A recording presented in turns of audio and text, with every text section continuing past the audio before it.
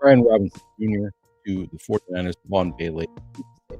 Rumor mill here in Minnesota is chirping that Adam Thielen is coming home. Lots to talk about right now. Ollie Gordon ascending in Miami. Lots to talk about. Let's talk about it in a minute. I do first, though, want to tell you about the Draft One, Get One promo on DraftKings.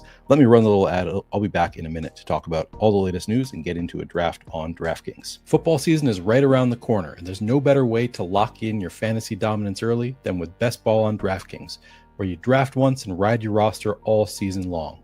And right now, DraftKings is giving all customers a can't-miss offer. Draft One, Get One. Enter a lineup in the $15 million Best Ball contest for just $20, and you'll score another Best Ball ticket to play free for a share of $15 million, giving you a second shot to win big. It's easy. Just draft your team once, no weekly management required, and let your top scorers automatically start each week. Across the whole season, every breakout star, every clutch play, every touchdown will count toward your quest for a share of $15 million. Download the DraftKings Daily Fantasy app now to draft your $20 Best Ball lineup and get a second ticket to play free for a share of $15 million. That's two chances to win big without ever setting your lineup again. Draft One, Get One, only on DraftKings. The crown is yours. All right, we are back. We are going to get into a DraftKings $20 Millionaire Maker. I'm going to do that first. I'm going to get right into a draft here. Here we go, $20 entering. Fast draft.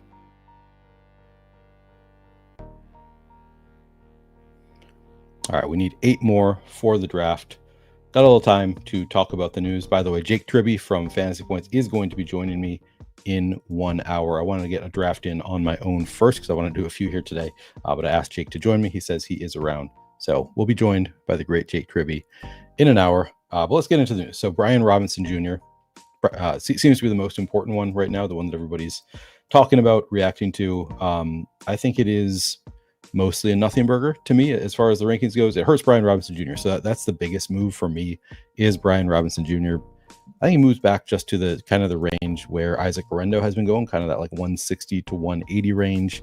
Guerendo, I think, stays about the same, maybe moves back a little bit. He's already been falling to like the 180-ish range frequently. I think both are kind of back in that range before we get some clarity on who is the running back too, but they're both just, total contingency backs, and they're not even that strong of bets because we don't really know how it's going to play out if anything were to happen to Christian McCaffrey. So the biggest move from this whole thing is Brian Robinson Jr. moving backwards.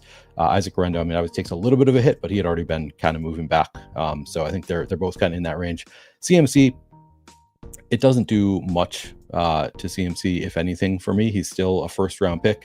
Still, I was not particularly high on him as it was. So if I had been moving him into the top 6, maybe I'd move him back slightly, but I hadn't. I was kind of sometimes taking him at the 7, not always taking him at the 7. I think he's fine.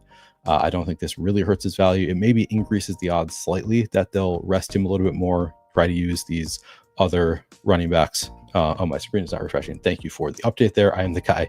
But I don't really think it moves CMC. I still think he is a back half of the first round pick. I don't think this really changes his range of outcomes all that much, except it maybe makes it a little bit less likely that he is just the full-on bell cow that he was in 2023. I think that the team has already suggested that they want to rest him a little bit, that they want to keep him fresh for the playoffs. So I don't think he's going to get back to quite that 2023 production. I think even if he loses a couple carries per game, he can still be the RB1. It's still well within his range of outcomes. So I don't think this does anything for CMC really. I guess the Commanders, if you had not already factored this in, it would do something for you. I was already kind of assuming that B-Rob was not going to be on the Commanders. Everything has been pointing that way for the past week, at least at this point.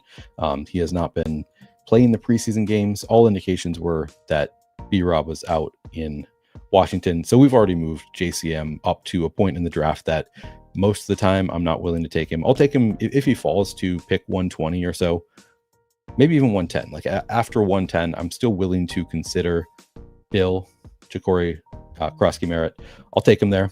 But I am not chasing him up into the top 100 picks.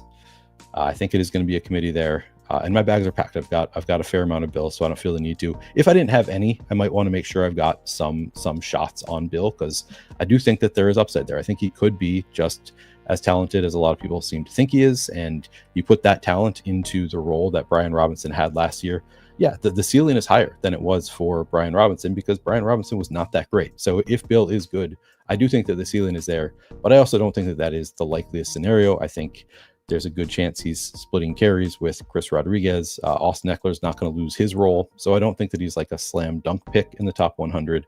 Because I have my bags packed already, I'm not chasing him up there. I'm only taking him when he falls a little bit. But if you don't have much, I guess I think it's fine to take some. I just think if you already have your bags packed, I really don't think you should be chasing him up any higher. Austin Eckler, I do think gains from this a little bit. I think it's more likely that he takes on more of the committee role. I already thought he was a great pick on DraftKings. He's just made for it. Like he's a third down back. He's going to get the passing down work, and he's going to put up his scores in bunches, which is really nice in best ball. You don't want to start him ever in season long. I don't think he's somebody you want to roster in a season long managed league. But in best ball, I think he's actually a really strong pick because he gets his points in bunches in the right game script where they're playing from behind or they just are using their hurry up offense. Derrick Henry. I don't have much Derrick Henry, and it's been kind of intentional. But I think he falls a little bit. This is a good spot for me to take Derrick. I'll do it. So I think Eckler, and there's also been a little bit of buzz that Mike has had a little bit more of a role than he had last year. I do think that he is largely at this point. But you do the passing game work, you put up a little bit more of the ceiling raises just a little bit more. So where he's going in drafts, pick 40 or so. If you want to take him at 130, I think he's a pretty strong click right now. And then Chris Rodriguez, sadly, I have joined the shit my money side of the battle here, where I think he's a pretty good click where he's going. I mean, we just got the news yesterday. Drew says I'm underwater. What does that mean? Is my mic not working right? Okay, better now. Good. I think Chris Rodriguez is a pretty strong click right now, like round 16 or later, because the latest indication is that Dan Quinn says he is the goal line back right now. They're going to give him, he's going to step into the B-Rob goal line role, and it makes sense for him to be there. I think he's been pretty good at the goal line. He's actually been pretty good in the NFL so far. So yeah, I think he's just as likely as Ja'Cory Krosky-Merritt, or maybe slightly less likely than Ja'Cory Krosky-Merritt to assume the RB1 role there. So I think he's a pretty good click too. Anybody else? I think Jordan James just dead at this point. I'm not clicking Jordan James at all. Yeah, I think that about does it for the analysis. Deebo Samuel, I guess you could argue he benefits slightly. One less running back in there, maybe he gets a few more carries. All right, Devon Vele traded, kills Devon Vele. I think he has zero value on the Saints. Doesn't do anything to any Saints players. I think I wasn't drafting any Bub Means or any other Saints wide receiver beyond the top two anyway, so I don't really think this does anything to Saints value. I think what it does is really helps the Denver guys. I think that suddenly Pat Bryant, you're just a little bit more comfortable that he's going to get some work this year. I really think Pat Bryant is a strong click right now. He's going to be moving up draft boards. I'm happy to take him a little bit ahead of ADP right now, a round or two ahead of his ADP. I think Pat Bryant, a pretty strong click. He already rookie wide receiver with high draft capital, always something to target in best ball.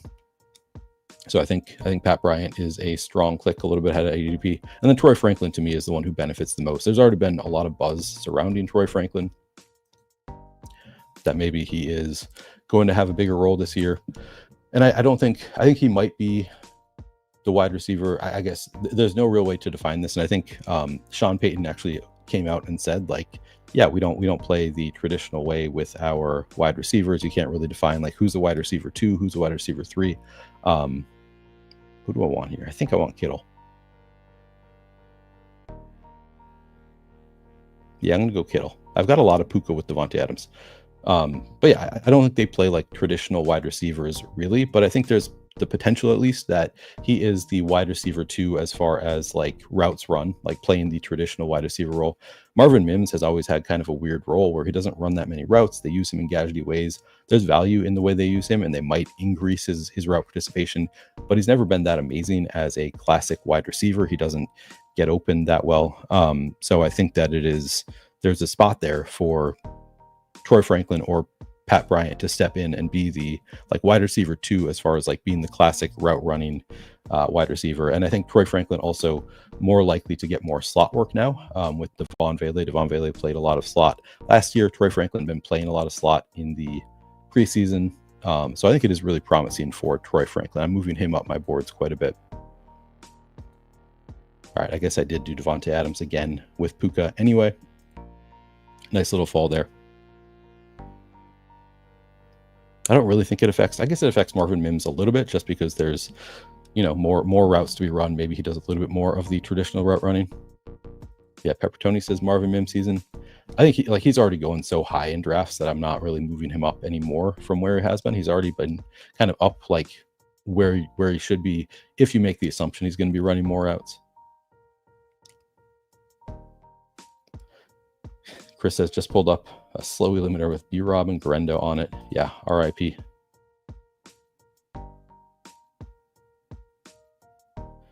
Is B-Rob? I don't know. I don't know if it's B-Rob or Garendo. To me, it's all up in the air, which is why it's so gross. Like I don't think we have a clear RB2 there, and I think it's pretty likely that they split carries if CMC goes down. I think Garendo might be more talented than B-Rob. I don't know. It's a gross situation there. What's up, Vic? Day 3 with a new child. Good to see you. Good to see you still in the YouTube streets.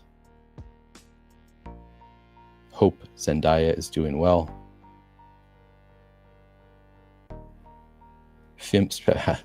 It's a good bit. Good bit that Peppertoni does, by the way. All right, scrolling down.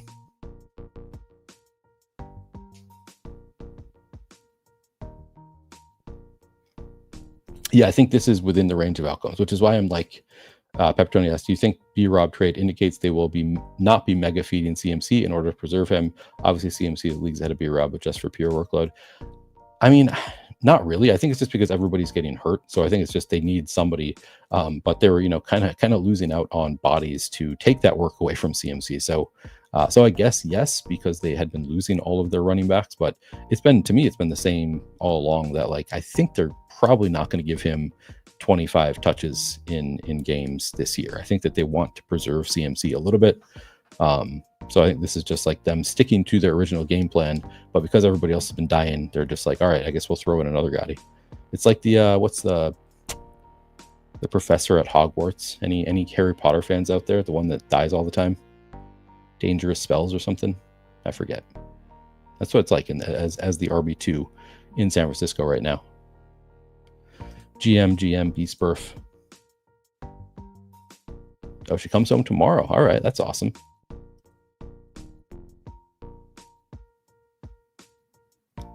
This is exactly what I'm saying. FK Cooler says, I sort of always thought they could manage CMC workload and only the names are changing now. Yeah, that's exactly how I feel about it. B-Spurf, are you feeling draft fatigue yet? Buddy, I've been feeling draft fatigue. I'm in 300 slows. It's probably under 300. It's probably like 250 now. Defense against the dark arts teacher. That's it. It's like I enjoy it. It's fun. Like this is the most fun time to be drafting, in my opinion, because you just get so much news. You get so much overreactions to what's happening in the preseason, but then also like trades are happening. I love drafting in this season, but to get in the volume that I'm trying to get in, it's also like it's pretty overwhelming. I need to be doing 20 drafts a day for the rest of drafting season. Maybe not quite that number. I haven't actually done the math, but it's a lot. It's a lot. All right, so we're at pick 58. Zay Flowers is there. Let's go RJ Harvey. I'm still an RJ Harvey bull.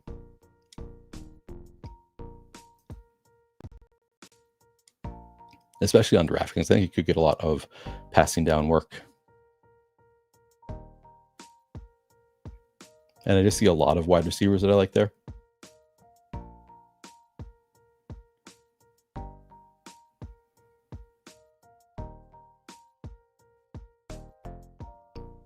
Man, do I need to think about... Wait, DK Metcalf went. Okay. I really like taking Travis Hunter here. It is double buy overlap. I don't care. I'll do it anyway. He's fun.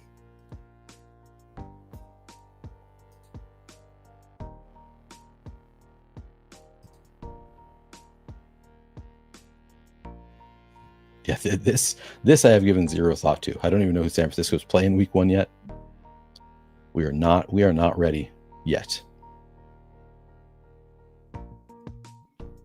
That's funny. FKCoolest says my brain's still having a hard time ignoring bye weeks in the first quarter contest. I have not played it. This week is all DraftKings.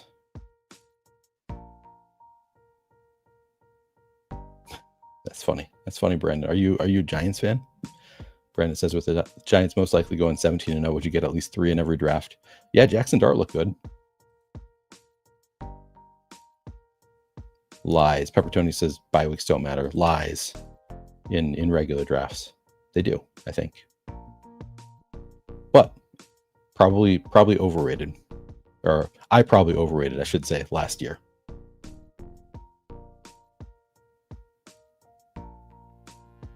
Oh, damn. Yeah, good reminder early. Thank you for pointing this out, Eddie. If you could like the video, it would be very much appreciated. That is the only way I'm going to be able to grow my channel, is if you like the video, if you subscribe to the channel. Trying to get to 5,000 by the end of the summer. Would love to get there this week. If I do get to 5,000 subscribers this week, I will be streaming a 555 on DraftKings. But yeah, if you could like the video, that would be very much appreciated at the very least. And subscribing, if you want to get notifications when I go live, you can hit that little notification bell.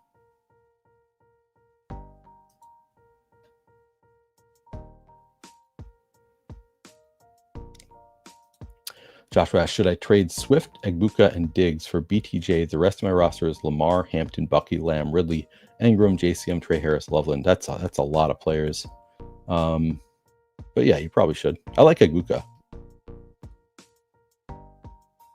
But yeah, generally, I want to be on the side that's getting fewer players and better players. So I think generally my advice would be, yes, trade for BTJ. Egbuka might be really good, but also we haven't seen it yet. BTJ we know is really good in the NFL. Yeah, exactly. Martin says, I know all the week 17 matchups by heart, but no idea who plays. I don't know who plays week 1. I have not really done DFS yet.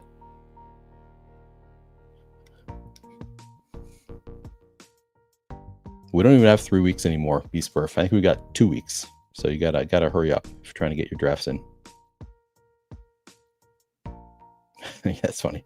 Chris says, does DraftKings let you play underdog when you're off stream, or do they make you delete the app for the week? No, I do play on other sites off hours sometimes, because I got to get all my drafts in.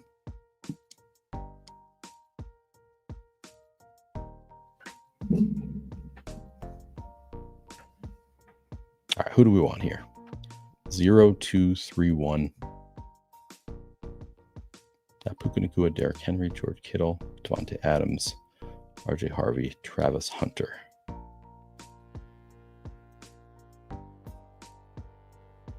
You guys buying the Caleb Johnson being better? Like, was he just bad because he was playing behind a bad offensive line? I'm going to push running back. I'm going to take the advice of the sidekick here.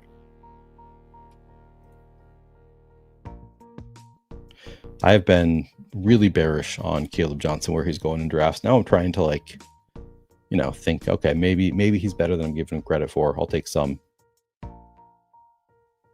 Not like a target for him. He went at 83 here. But I've got him at pick 90 in some drafts. That's where I'm like, all right, this feels like a pretty strong click. It's like a reasonable bet there. Where he's going at pick 70, I don't love it.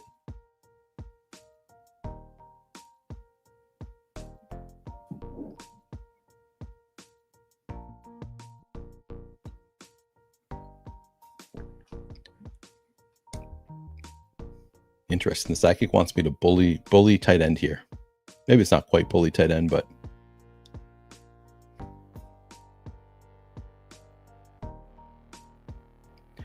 not really feeling it with Travis Kelce. I'm just not convinced that he's going to be much in the weeks we need him.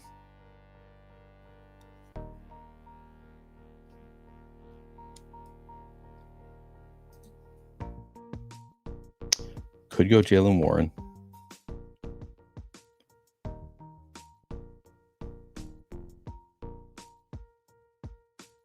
I think that's my lean. All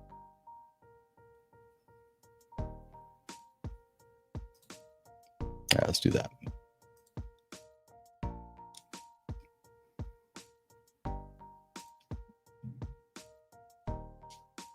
All right, let's see. What's up, Mathology? Yes, please click the like button. Any fun plans this weekend, Math?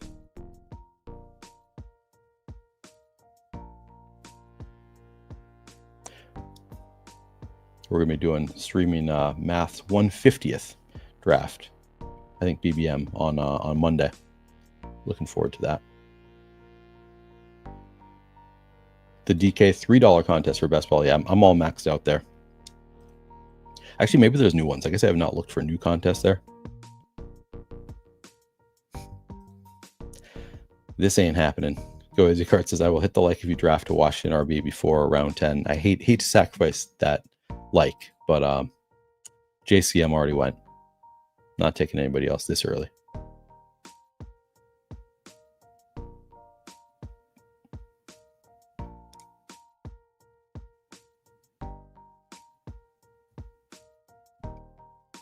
Yeah, all their contests are soft, as Martin says.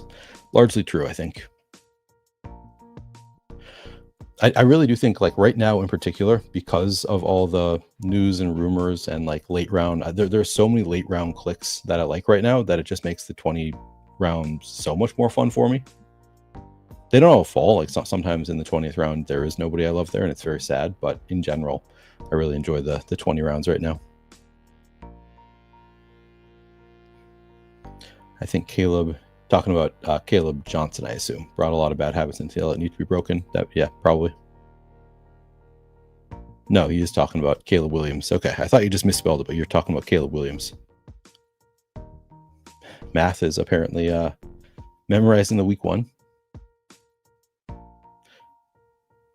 What's this for, Math? Why are you looking at the week 1 schedule? Is that for DFS?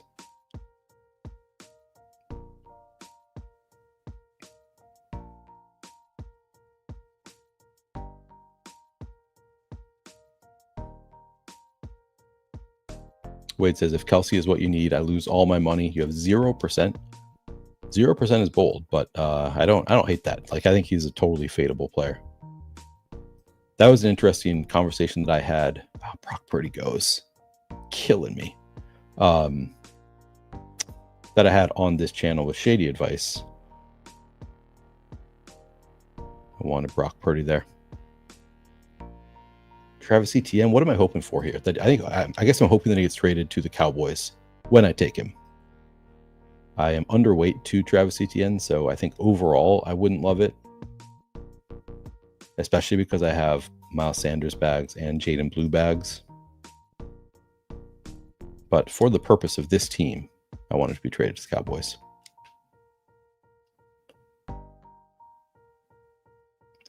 But yeah, the conversation with Shady Advice was like taking zeros on players generally doesn't kill you. Like even if he does hit in a big way, just not having that player generally doesn't kill you. It's the players that you do have. If you take a bunch of players that are terrible, that's what kills you. But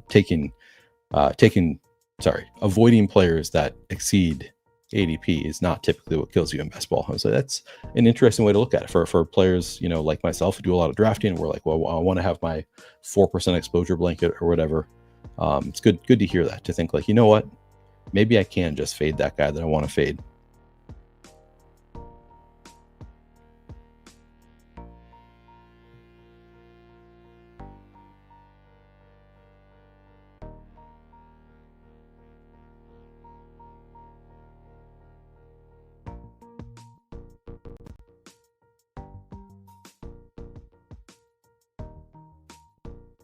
Caleb goes.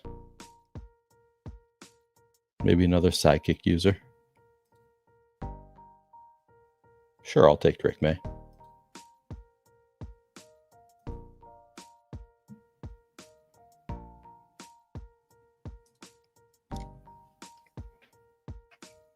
Appreciate it. Go Easy Cards.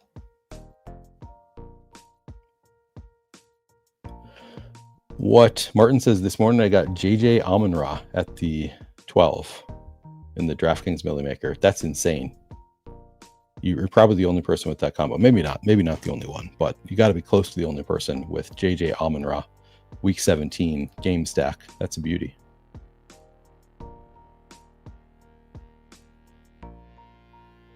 Maybe I said Caleb Williams, but yeah, Caleb Johnson is what I meant.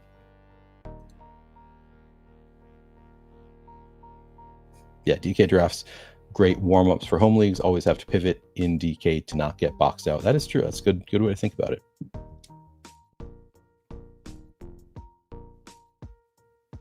Ooh, that's fun. Matt says he's heading on the boat shortly. B-Day party for a friend tomorrow, and then we'll be on with Pete on Sunday for a guillotine league. That's cool.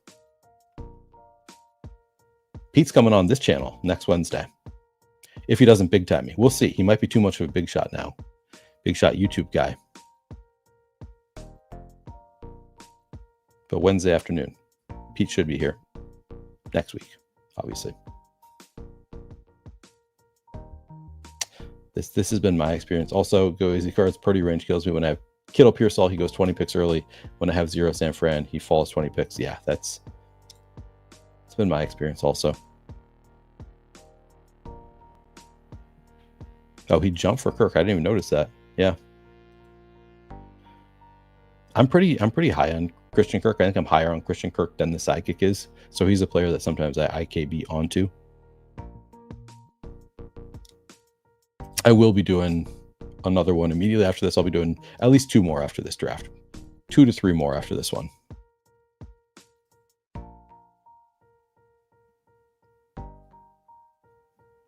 It's usually after that 3rd draft, like midway through the 3rd draft, I start thinking, my God, I'm exhausted. But Jake's going to be joining me after this one, so he'll help me through it, hopefully.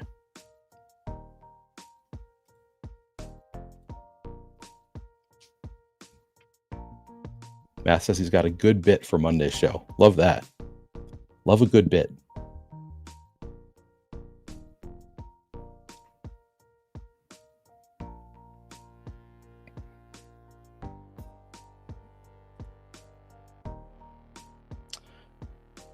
I don't know if there's anybody in this range here that's affected by the recent news. That's the one bummer right now is the players that I'm moving way up on my boards are all kind of lumped, like grouped together later on. So I can't just get all of them every draft.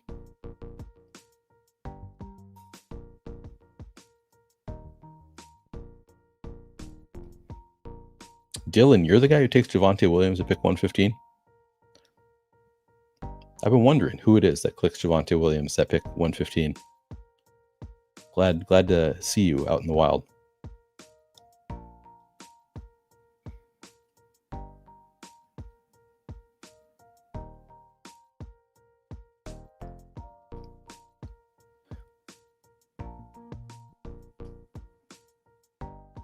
All right, who am I taking here?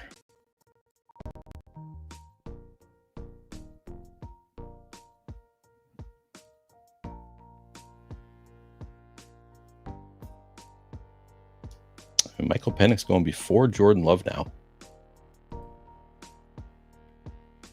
Don't mind if I do.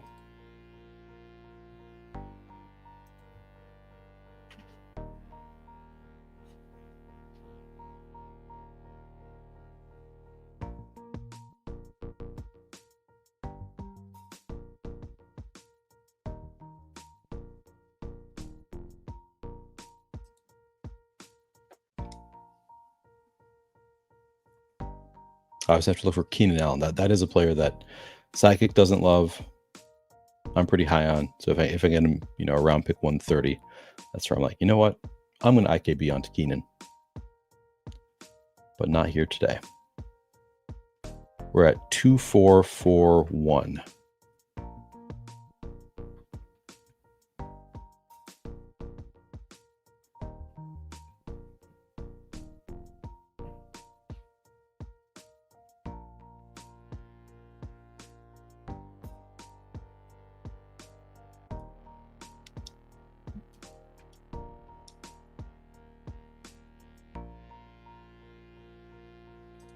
All right, Tucker Craft.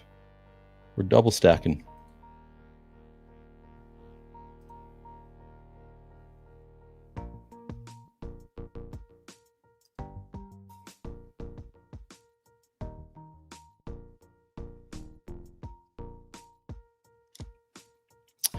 Normally don't start 3 quarterbacks in Superflex, so you're going to start, give me Lamar, Murray, Caleb. Yeah, I mean, tough to pass on that. I have stopped blindly drafting Kyle Pitts. I still take some.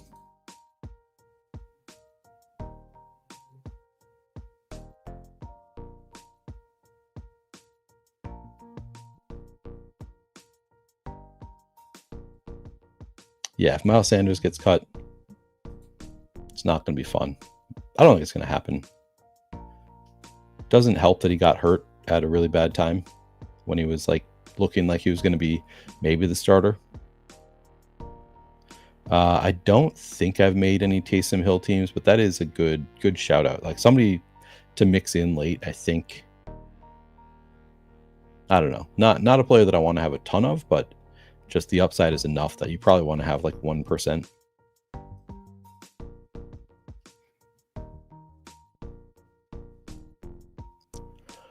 Yeah, Eddie says, I forced myself to do a 0 RB build last night. Took 6 wide receivers with my first 6 picks and didn't draft another. Neighbors, Nakua, Evans, Tet McMillan, McLaurin, and Ridley. That should be enough. Yeah, that's a really strong wide receiver group. I don't know what the Commanders are doing, not signing Terry. I know he's asking for a lot. I understand not want to just immediately roll over, but at some point, the team's gonna like you better if you sign Terry. Just like do what's right for your players. You're gonna benefit in the long run. What's the latest ADP you've seen on Achane? I got him at 21. I think I've seen him later than that. I think right around there. I don't think I've seen him fall all the way to the turn.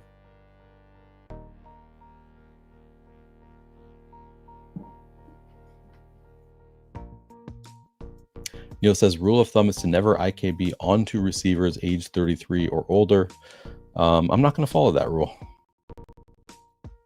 I think it's a bad one. I think you should just play everything by the situation it is. I guess that's not true entirely, because I have the general rule of thumb of being underweight on all of the running backs in the Kamara, Connor, McCaffrey class. Like I'm intentionally being underweight to them as a group. So I guess that is a rule that I generally follow.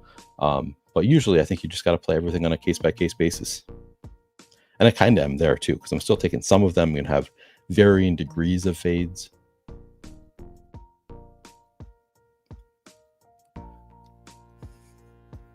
Martin says, I wouldn't sign McLaurin to what he's asking for either. I mean, they need to negotiate, and maybe that's the issue. Maybe it is McLaurin playing hardball.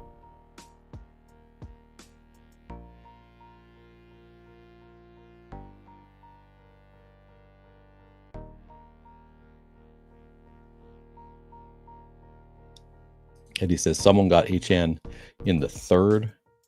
That's nice.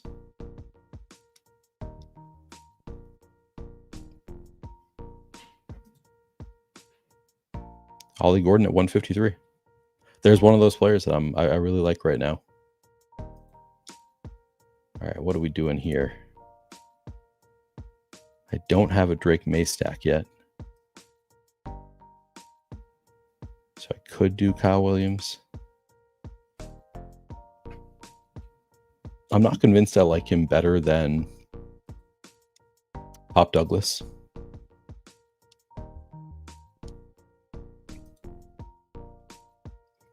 That was a click I don't feel like amazing about, but he could end up being really good. Just too burned by Jalen Polk last year.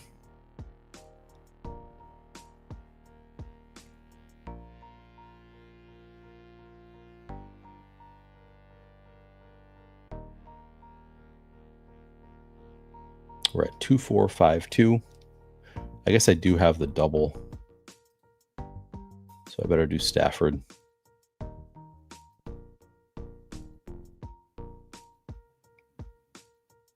Is this where Ollie Gordon is going now? 153. I think that's the earliest I've seen him. But I think he's moving in this direction.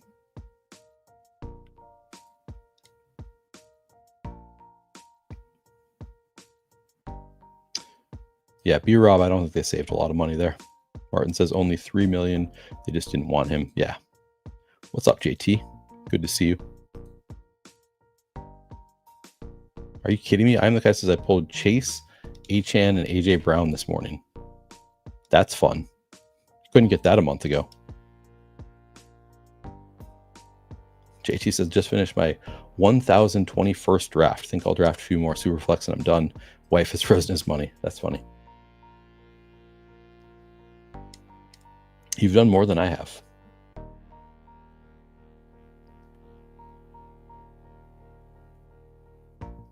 Eddie says, on a cheap $3, I have that CMC, Achane, Chase Brown, and Hampton team early drafting. I mean, it can if you hit the nuts.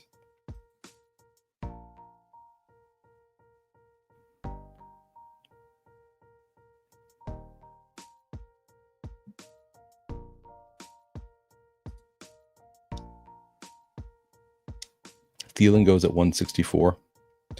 So that's the other, I guess that's the other part that I didn't talk about. I didn't get to, actually, we didn't talk about that trade at all yet. So there are rumors, and obviously Schefter tweeted out this morning, but there have been rumors that like the Vikings are pretty close to acquiring Thielen.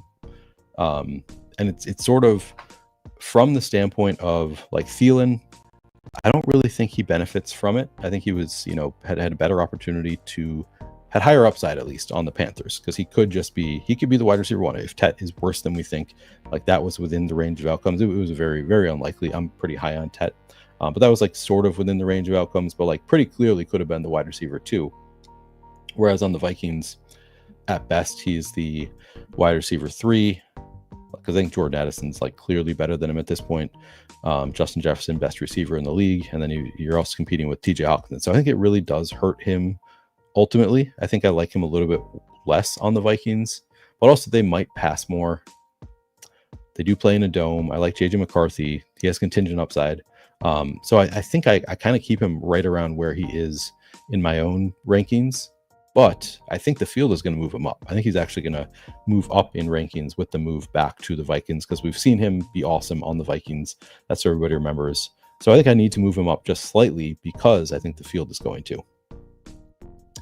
Similarly, I'm the guy just took Xavier Legette at 169. I'm not super high on Xavier Legette as a talent. He's somebody that I have been hesitant to move up much. I did finally do so because clearly this helps his range of outcomes if they do trade Adam Thielen, which again, not a done deal, just rumors at this point. But I'm drafting under the assumption that it's going to happen. And I think Legette is somebody that I need to start drafting more of. So I did move him up my rankings. But then the player that I like the best, that I think benefits the most, is Jalen Coker, who I think is just better than Xavier Legette. The field is not there. He's still a 20th round ADP right now. But I am highest on Jalen Coker as a result of this deal. I think he's going to move up into 14th round, and I think he should move up into the 13th round ultimately. So I'm happy to take him, fairly early right now. So that's been the biggest fallout of the potential Adam Thielen trade, which has not happened yet for me, has been. And Coker already getting buzz. Like people have been talking about him for the past week or two, just how good he looks. Some people are scared off because he played in the latest preseason game, but they came out and said it's because of conditioning, because he had been out with an injury for the last game. He needed conditioning, whereas Xavier Legette, all the other starters don't need that because they played in the previous game. So I'm not scared off at all by the fact that he played in the preseason game. So happily clicking him right here at pick 178, because I think he's going to be shooting up after Adam Thielen gets traded, if that happens.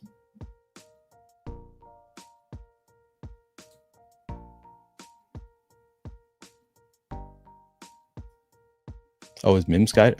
I guess I haven't seen Mims because I'm not drafting him any higher.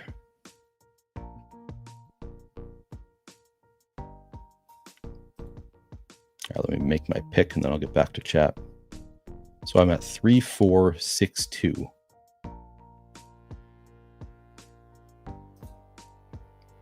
I do think Pat Bryant, another good player to take. I mean, this is right at ADP. I'll do that.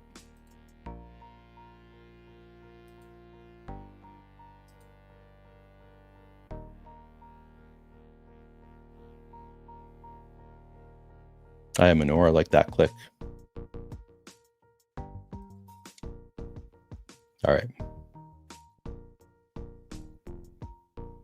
If I don't win tournament money, I'm screwed for next year. JT says, yeah.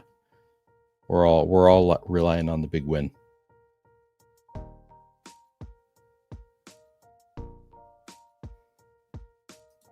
Go Easy Cards. You all are telling me not to draft on DraftKings, showing these impossible starts. I mean, you can get it too. I've gotten some crazy starts on DraftKings. Doesn't happen every draft, but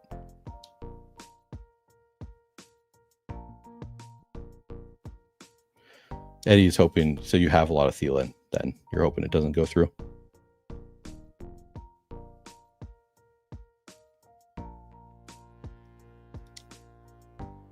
Yeah, exactly. Mustu says Liget might stink, but now gets more opportunity to be at least okay if Thielen is moved. Yeah, I think the whole range of outcomes just shifts in a positive direction for both Liget and Coker, and Jatavian Sanders maybe to some extent also. I like that. Go Easy Cards. I drafted Liget early, so now I'm drafting Coker. I've drafted like 0 Liget. I know there are people, Tony Sprocket in my Discord. By the way, free Discord, Flannelverse Discord, link in the description of this video. Tony's super in on Xavier Liget, and I've been fighting back on it, and he's got to feel pretty good now because I think he's going to move up boards if the trade happens.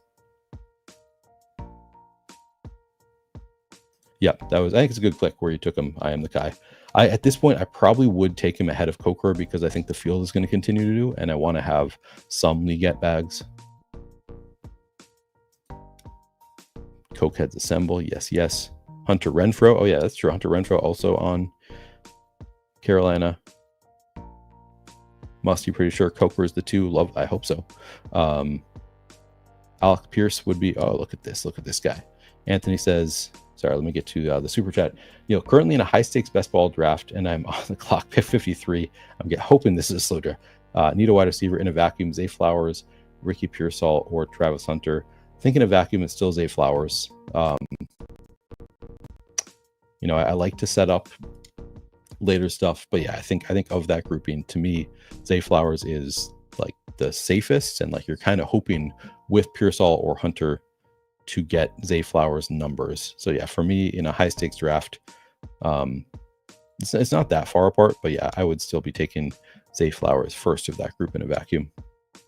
I think any ranking system will have Zay Flowers. Any good ranking system will have Zay Flowers the first of that group.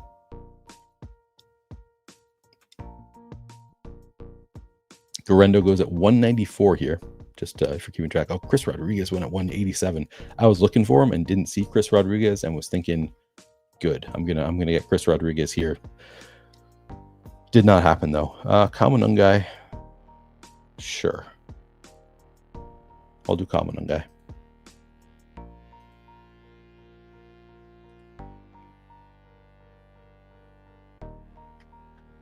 This is right at the start of where I'm excited to get Chris Rodriguez on a team where I need a running back, is essentially where I'm at. Like, I'm not like a hyper bull on Chris Rodriguez or anything, but after pick 200, when I need a running back, that's to me a really good click.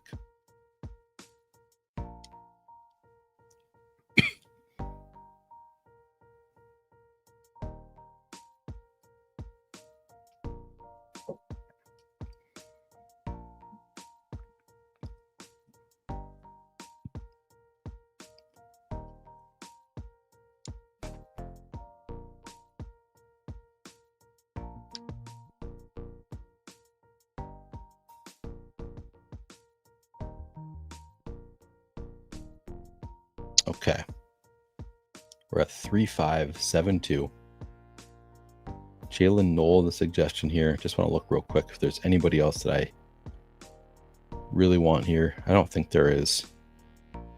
Get another share of Jalen Knoll.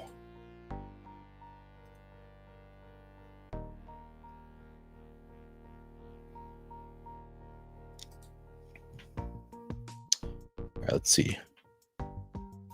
Oh yeah, Alec Pierce supposedly on the trading block. I mean, it's not great for Alec Pierce. I think he's in the ideal situation. Like, he's really excelled with Anthony Richardson. I guess it could be, depending on where he goes. Like, if he just gets more of an opportunity, I think he's shown a fair amount of talent. He was pretty good last year. I don't think he was that good as a rookie. I think he was a little bit overrated, but then he he has improved.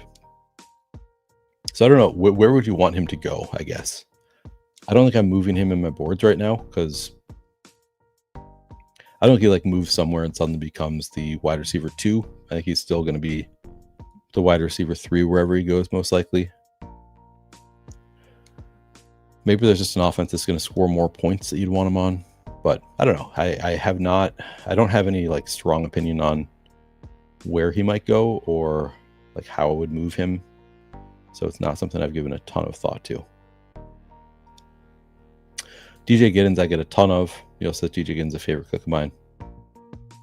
Good click. CMC Puka start for Emwald. It's pretty good.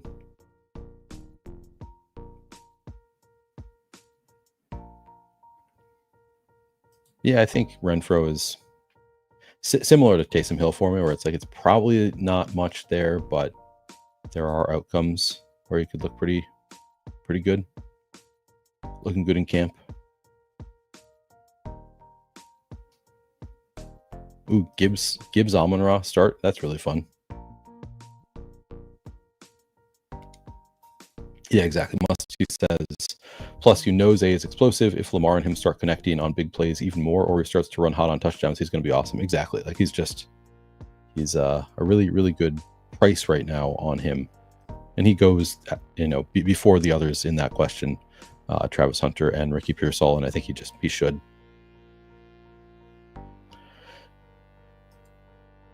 Dylan, I wouldn't say that you're early on your team. I think you're, doing a good job of getting ahead of the market. So early in that sense that you're getting ahead of the market, but you took Troy Franklin at 198. I think that's a really nice price. Chris Rodriguez at 187 feels good. Love Hunter Henry at 174. Tootin 150. Yeah, it's just a strong team. Other than Javonte at 115, I object to Javonte at 115, but otherwise, start with the Philly start there. Barkley, Brown, Hurts. No, I think it's nice.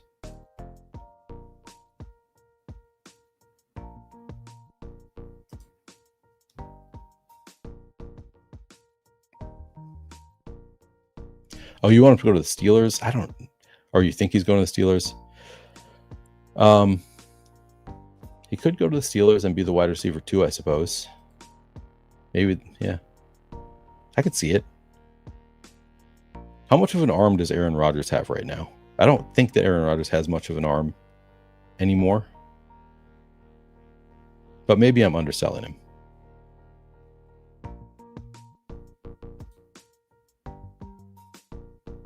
Because that's what you need for Alec Pierce.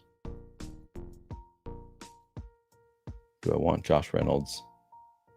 Or do I want Jarquez Hunter? I'm going to go Jarquez Hunter.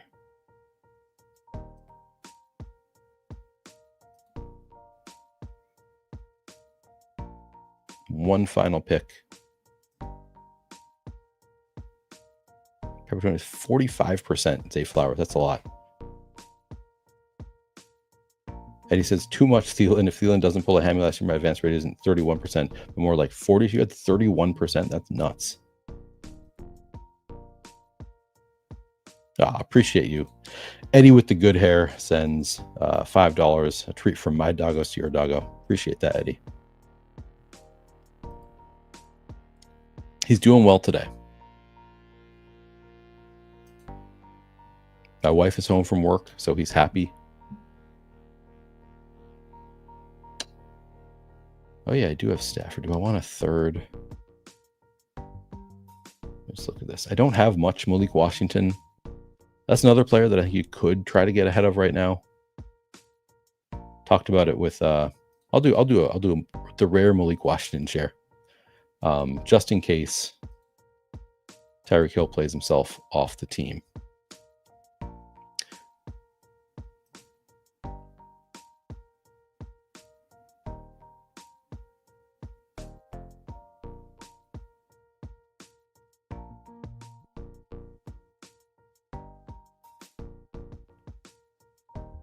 Yeah, 45% is quite a bit of Zay Flowers.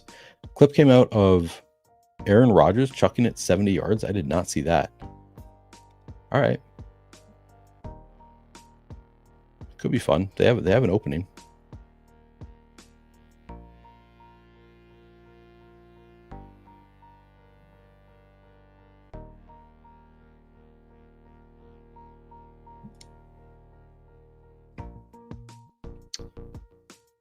Oh, well, I'll be giving him plenty of pets and calling him a good boy quite a bit. Don't have to worry about that.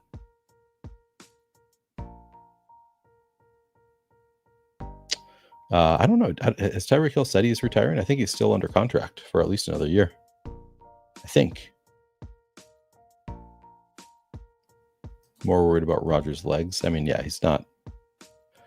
He's getting up there. He's my age, or maybe you're younger.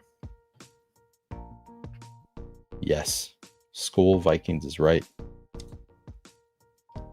I have not been paying attention to who's playing when. I didn't even know the Vikings are playing tonight. I just take in all the news as it comes. Maybe I should get ahead of that. Is JJ playing tonight? McCarthy, not Jefferson.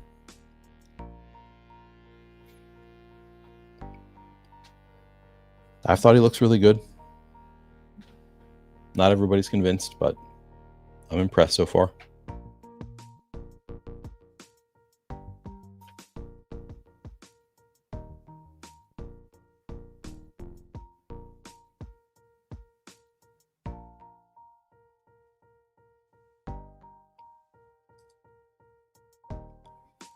All right, so the final team is 3-6-9-2. We've got Drake May, Derrick Henry, RJ Harvey, Puka Nacua, Devontae Adams, Travis Hunter, George Kittle, Jaden Reed, Jalen Warren, Travis Etienne, Jordan Love, Tucker Kraft, Kyle Williams, Matthew Stafford, Jalen Coker, Pat Bryant, Kyle Monungai, Jalen Knoll, Jarquez Hunter, Malik Washington. 3-6-9-2. So the tight ends are George Kittle and Tucker Kraft. I think that's enough. Wouldn't mind to get another, but I think that's good.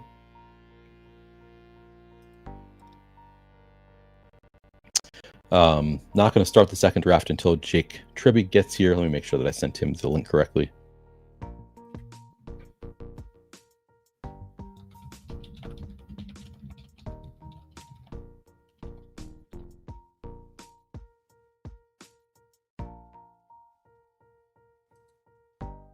All right, Matt sent me a video.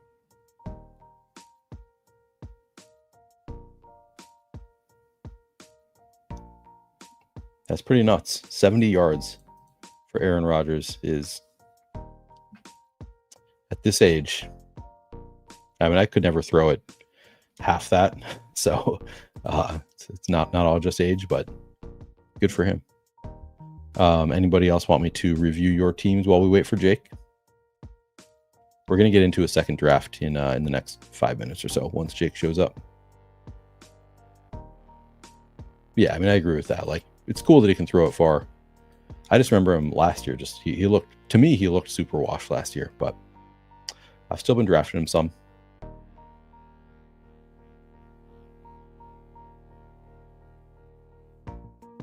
Oh, you don't think we're going to see McCarthy at all?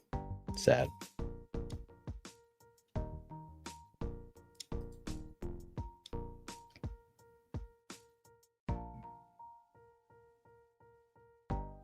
All right, let's see.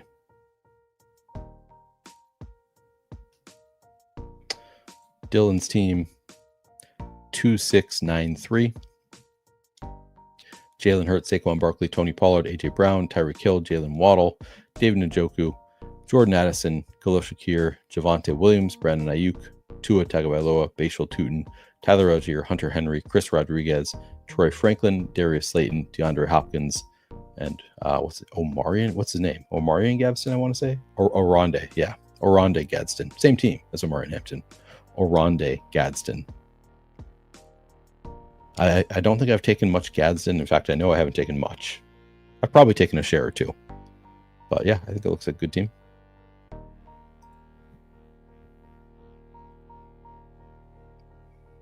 What's going on, Tyler?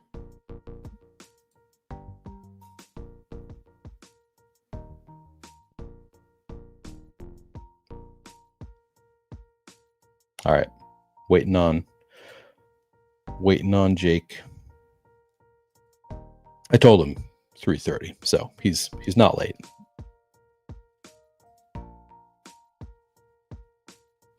I am the Kiowas in this one. 3692. Bo Nix, Josh Jacobs, Aaron Jones, Jamar Chase, Cortland Sutton, Terry McLaurin, Trey McBride, Stephon Diggs, Kyler Murray, Braylon Allen, Darnell Mooney, Trey Benson, Ray Davis, Wan'Dale Robinson, Xavier Legette, Keaton Mitchell, Michael Wilson, Jawan Johnson, Tyler Shuck, and Josh Reynolds is the team. Looks good. Nice little late stack there. Shuck and Jawan. Nix with Sutton.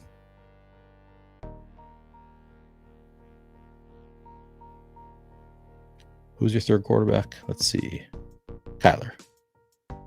Kyler with Michael Wilson, Trey McBride, Trey Benson. Nice team.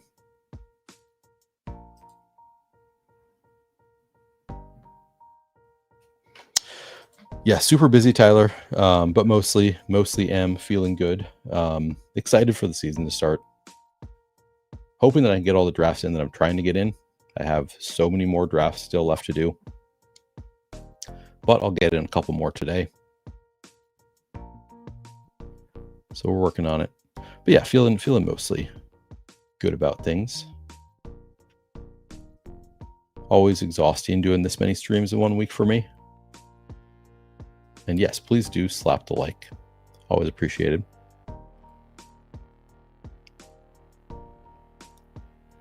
BK says Roman, Mechie, and DeMarcado are players. Those are 3 players that I do not think I've touched. Maybe are you talking about Roman Wilson? Maybe I've taken a few shares there. Don't think I've taken John Mechie. DeMarcado's kind of interesting because he might be the RB2 there for all we know in Arizona.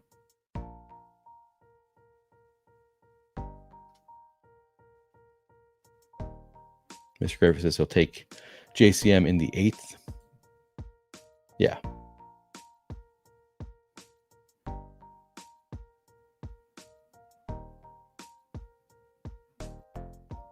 I won't. I don't think. He sometimes, I think the sidekick occasionally will suggest him there. And that's where I'll just say, it's too much. It's just too much. You guys have gone too far. But like I said, I can see the scenario where it plays out, where he actually is better than Brian Robinson was. And he's the number 1 on the team, and he could be an absolute smash.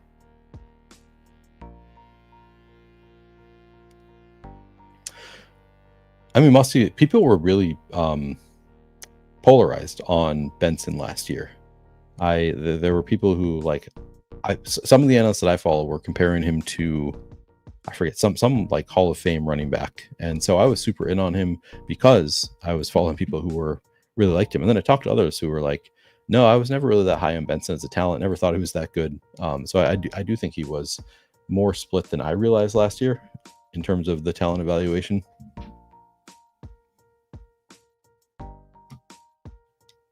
But I'm not taking much Benson at all right now. All right, let's see. I just got a DM from Jake.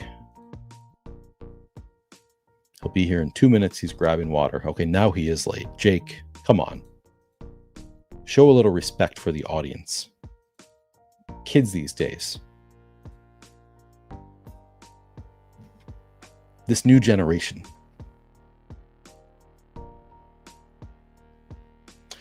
Tyler says either the coaches and GMs are very blatant liars or Benson has grown into the guy the team and his fans hoped he was.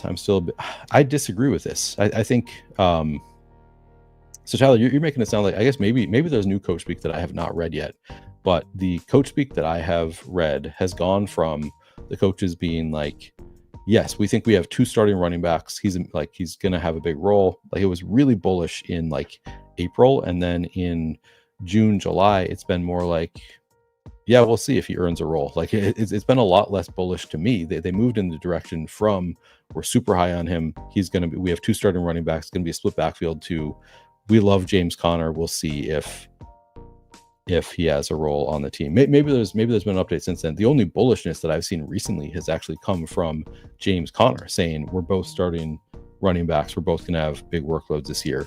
But to me, the coaches have moved in the other direction to like seemingly unimpressed. So we'll see. I don't know. But maybe there's more coach speak that I'm not up on yet. Exactly. Jake just always shit posting, making fun of the best ball bros. Yeah. Kids these days. With their skateboards, their snowboards, in Jake's case.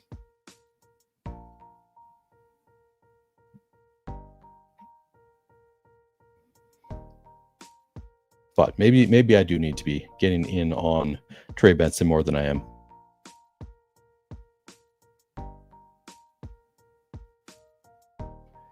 All right, Jake is here. I'm just going to read off this quote. Tyler says, "Oh, I see the disconnect. I think there was overhyped Benson involvement, but coaches have been praising his growth. We know they were always going to ride Connor, but Benson upside is better." Okay, that could be the case. All right, we are going to bring in... Actually, let me turn off the music. Turn on this thing. Music off. Tribby in. Jake Tribby, how are you doing today? Doing well, man. How about yourself? I'm doing well. Thank you. Thank you for joining. What are your thoughts on Trey Benson or Amari DiMercado? Seems like Benson's going to be the guy there, right? DiMercado probably won't have more than a third down role if anything happened to Connor. I've taken a decent bit of Benson. I don't think he's the best handcuff. I'd probably give that to Charbonnet or maybe Jordan Mason, but yeah, he's a solid pick. Is that the earliest you've come into a stream and been put on the spot? Probably. You said like 2 words, and then I just hit you with a question right away. Yeah, that probably is the earliest. Yeah, Tyler's right though. I was a few minutes late because I was too busy shit posting best ball bros on Twitter. I was saying it's just your whole generation. I can't stop. Your whole generation just too busy with your shit posting to come on and join the stream. Yeah. Okay. You want to do another draft? Let's get into another draft. I would love to do another draft, Neil. All right. It takes 2 minutes to fill anyway, or after it fills. So let's get right in. Ooh, I got a ticket. Look at that. Yeah, I did see that DK today. I believe one draft you get a $5 Millie Maker ticket, and if you do 4 drafts today, you get a $20 ticket. If I remember correctly. So I was actually planning on working out after this, but then I'm going to get back to the draft grind, get my tickets. Nice. Got to get those tickets. Got to get those tickets. That's how you reduce your rake. And I think especially in a game with as much variance as best ball, you really want to push that rake as low as you possibly can. Yeah, always a good idea. Max this thing out. Is Trey Benson worth investing my 401k in a 50% best ball ownership? Thanks, I'll hang up. Yeah, go ahead. Yeah, no, I think that's a great idea. 50% exposure is probably not enough. I would say if you're investing your 401k, I would push for 100%. Just take them a couple rounds early every draft. I think you gotta commit to it. I want to get to this question from Tyler. First, though, Walter Burden says Jake has been on his Linsanity run on Twitter this week. People appreciating the bit from Jake. Tyler has this question though, and I like it. I need one player that the industry seemingly loves, who Jake thinks is fool's gold. Let's call it the best ball rug pull. Who do you hate that the industry loves? Appreciate who you, Tyler. I hate? The guy who comes to mind initially would be Jaden Reed, but I feel like he's a little more polarizing. I don't know if I could say the industry fully loves him. No. Let me scroll through my ranks. He's the first guy who comes to mind because I do feel like there are certainly a lot of analysts out there who are like, oh, Jaden Reed's amazing, lock for more work this year. I really don't feel that way. Let me think about that a little more. Do you have anyone who comes to mind for you, Neil? Player that the industry loves that I think is fool's gold. Let me think about that for a second. Look at Tyler. Oh, received gift membership by Tyler. Wait, did Tyler just gifted a membership and he got the membership? If I'm reading this right, that is awesome. That's great. Well, congratulations to Tyler. That's fantastic. For buying yourself a membership to the channel. Yeah, that's good stuff. That's hilarious. Player that the industry loves. I mean, I think 8th round Bill, I think, is that player. Like, oh yeah, as of today, that would probably be a pretty great call. I mean, I think the median outcome for this Washington backfield is going to be a pretty gross committee. I was talking to Scott about this earlier today. Actually, we were all chatting about it in our projections chat. The team said that they didn't want to put any more weight on Austin Eckler, but then, even if he gets the same number of touches that he got last year, which is sort of what beats have suggested, that leaves 55% of backfield XFP and a backfield that averaged about 22 fantasy points per game last year that just added Deebo Samuel. And that's if you assume Chris Rodriguez is a zero, which he likely won't be. Maybe he'll just be in the Jeremy McNichols, 3 to 5 carries a game kind of role. But I don't know if there's going to be enough left over for Bill to really make a big difference unless he fully supplants Eckler, which is not something I want to bet on. No. Yeah, I think that the counterpoint, the pro Bill argument is, what if he's just a lot more talented? Like B-Rob was not great, so what if he's talented enough that they want to get him the ball and he's in a good offense? So it's like, this kid is talented. We want, he does really well with the ball. Let's feed him a little bit more. He could earn a bigger role than what B-Rob had last year, I think. So I'm not like completely out. It's just eighth round. You're like making the bet that is going to happen essentially. Which is, I think, not the likeliest scenario.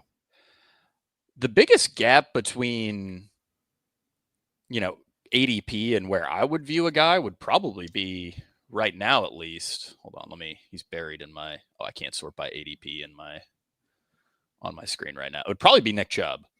Especially on DraftKings. 127th is way too high for a guy who has had the injury history that Chubb has in a backfield that, again, will probably be a gross committee. Woody Marks taking the passing down stuff. Damian Pierce could emerge. Neil, looks like we are on the clock. Do you like Malik Neighbors here? Puka Nacua, Ashton Genty? Let's go Neighbors. I suppose there's a small chance Puka could come back to us. I got Puka at 18th last night. I was crazy. I was so happy about that. That's fun. Made That's my fun. day. Yeah.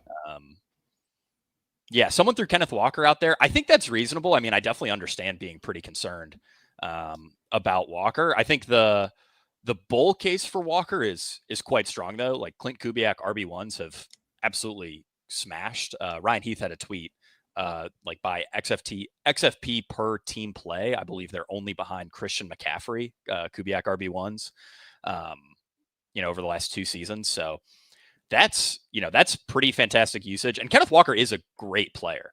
When he's healthy, he's going to have those huge spike weeks. He's a guy that I've been taking a good bit. I've backed off a little bit given the injury concerns, but I do still like Walker a lot. I like Sharps a lot too. They're both strong. Yep, agreed.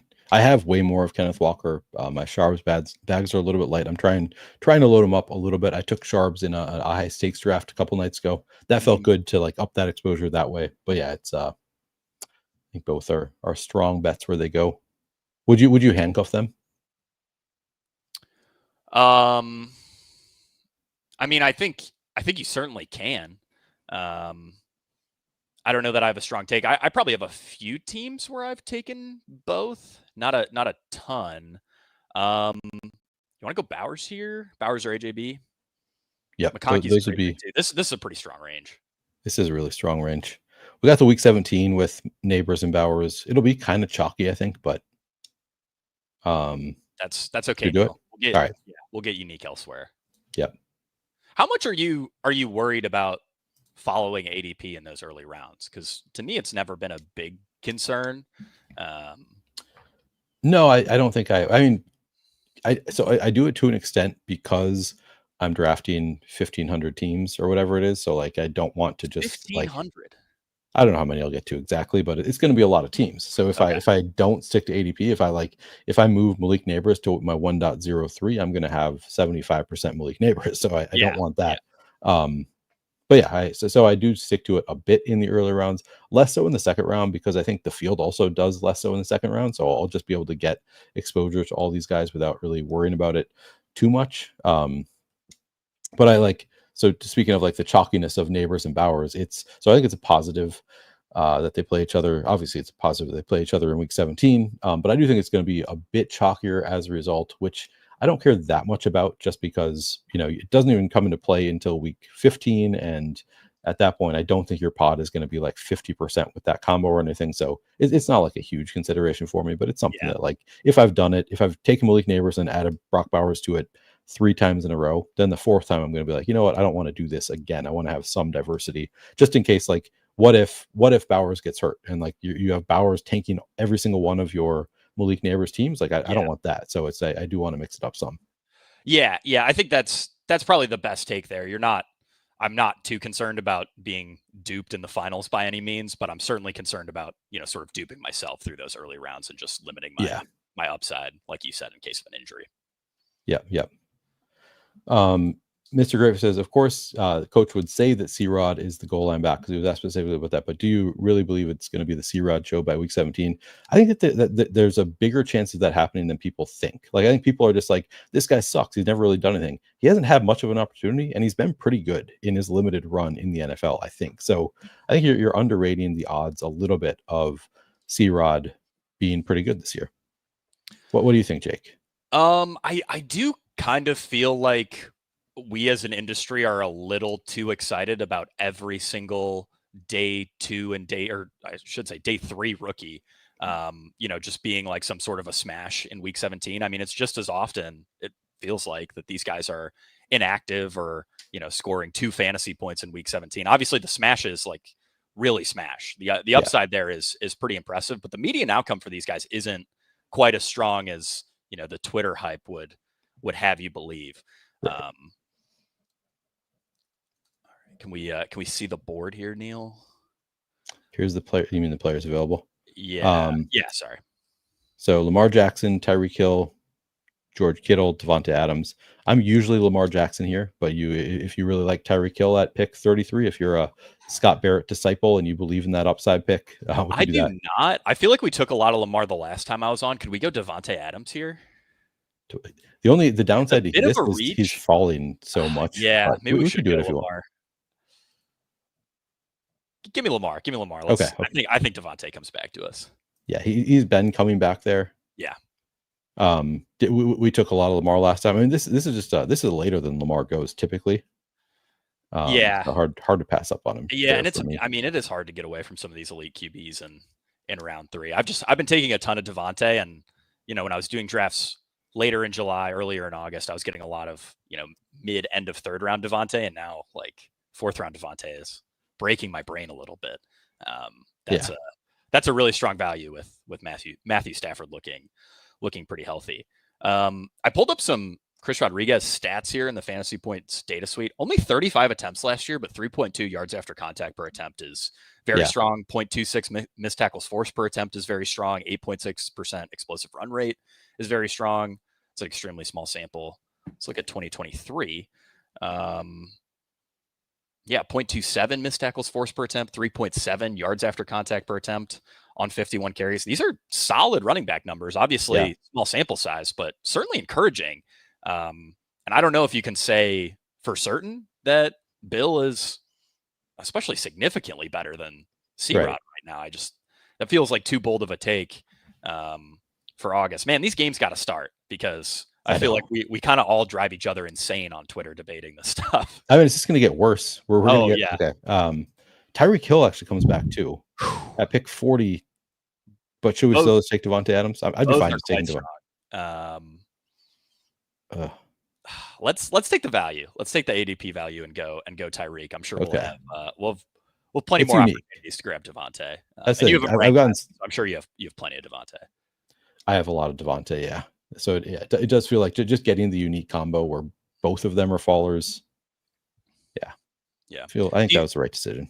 Neil, do you think we're like at full blown best ball psychosis at this point in the year on Twitter?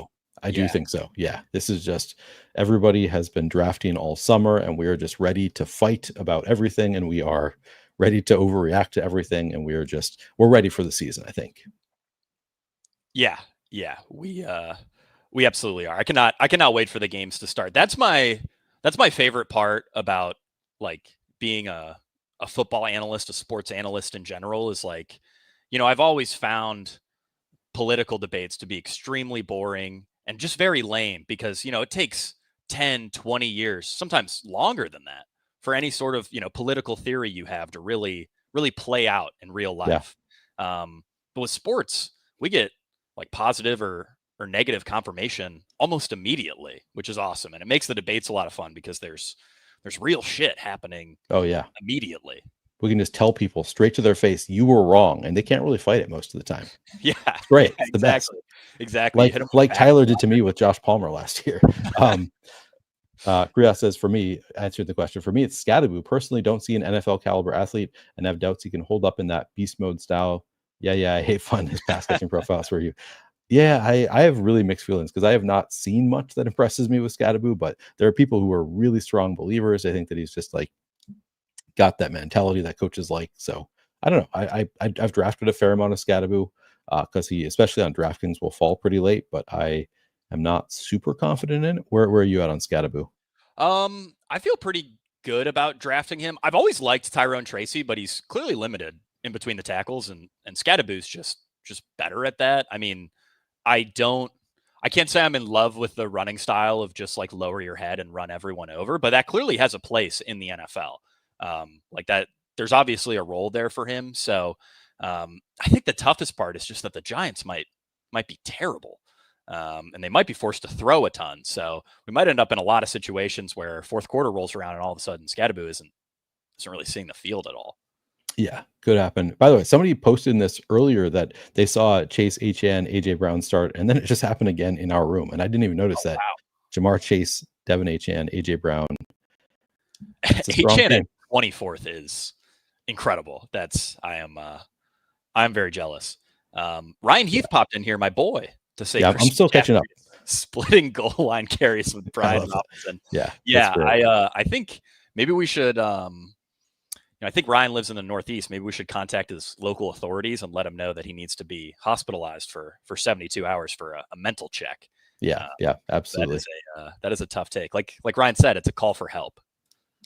Ooh, Tyler, I'm still catching. Tyler says my 30% Adams needs healthy Stafford.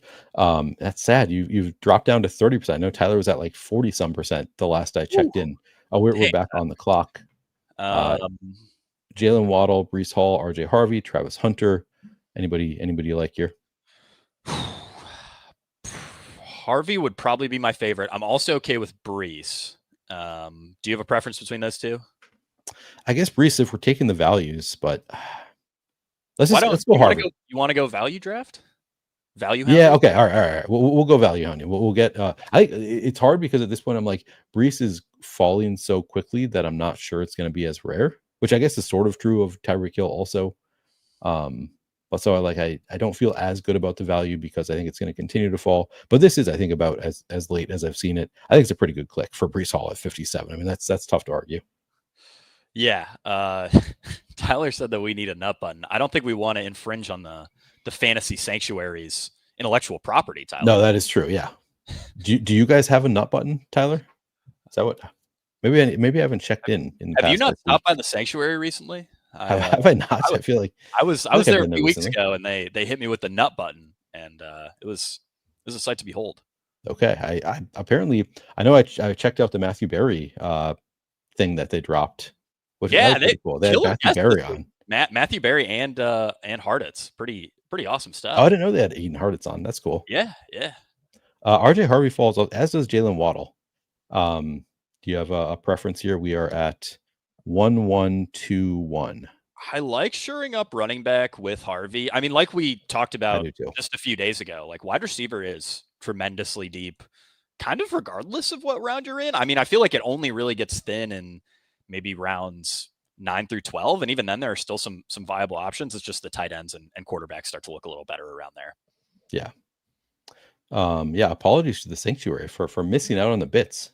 I feel like I check it out whenever it like comes across my stream, but the last time that I tried to redirect to them on a Monday, they did not have a stream up.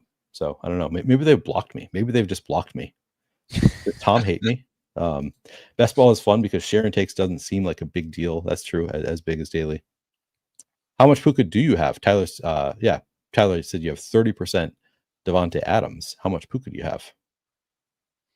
Yeah, I think that's an interesting note on like how sharing takes is not as dramatic as daily fantasy. That's very true. I mean, it takes so long for these things to play out, and it also doesn't feel like you're giving up nearly as much. No.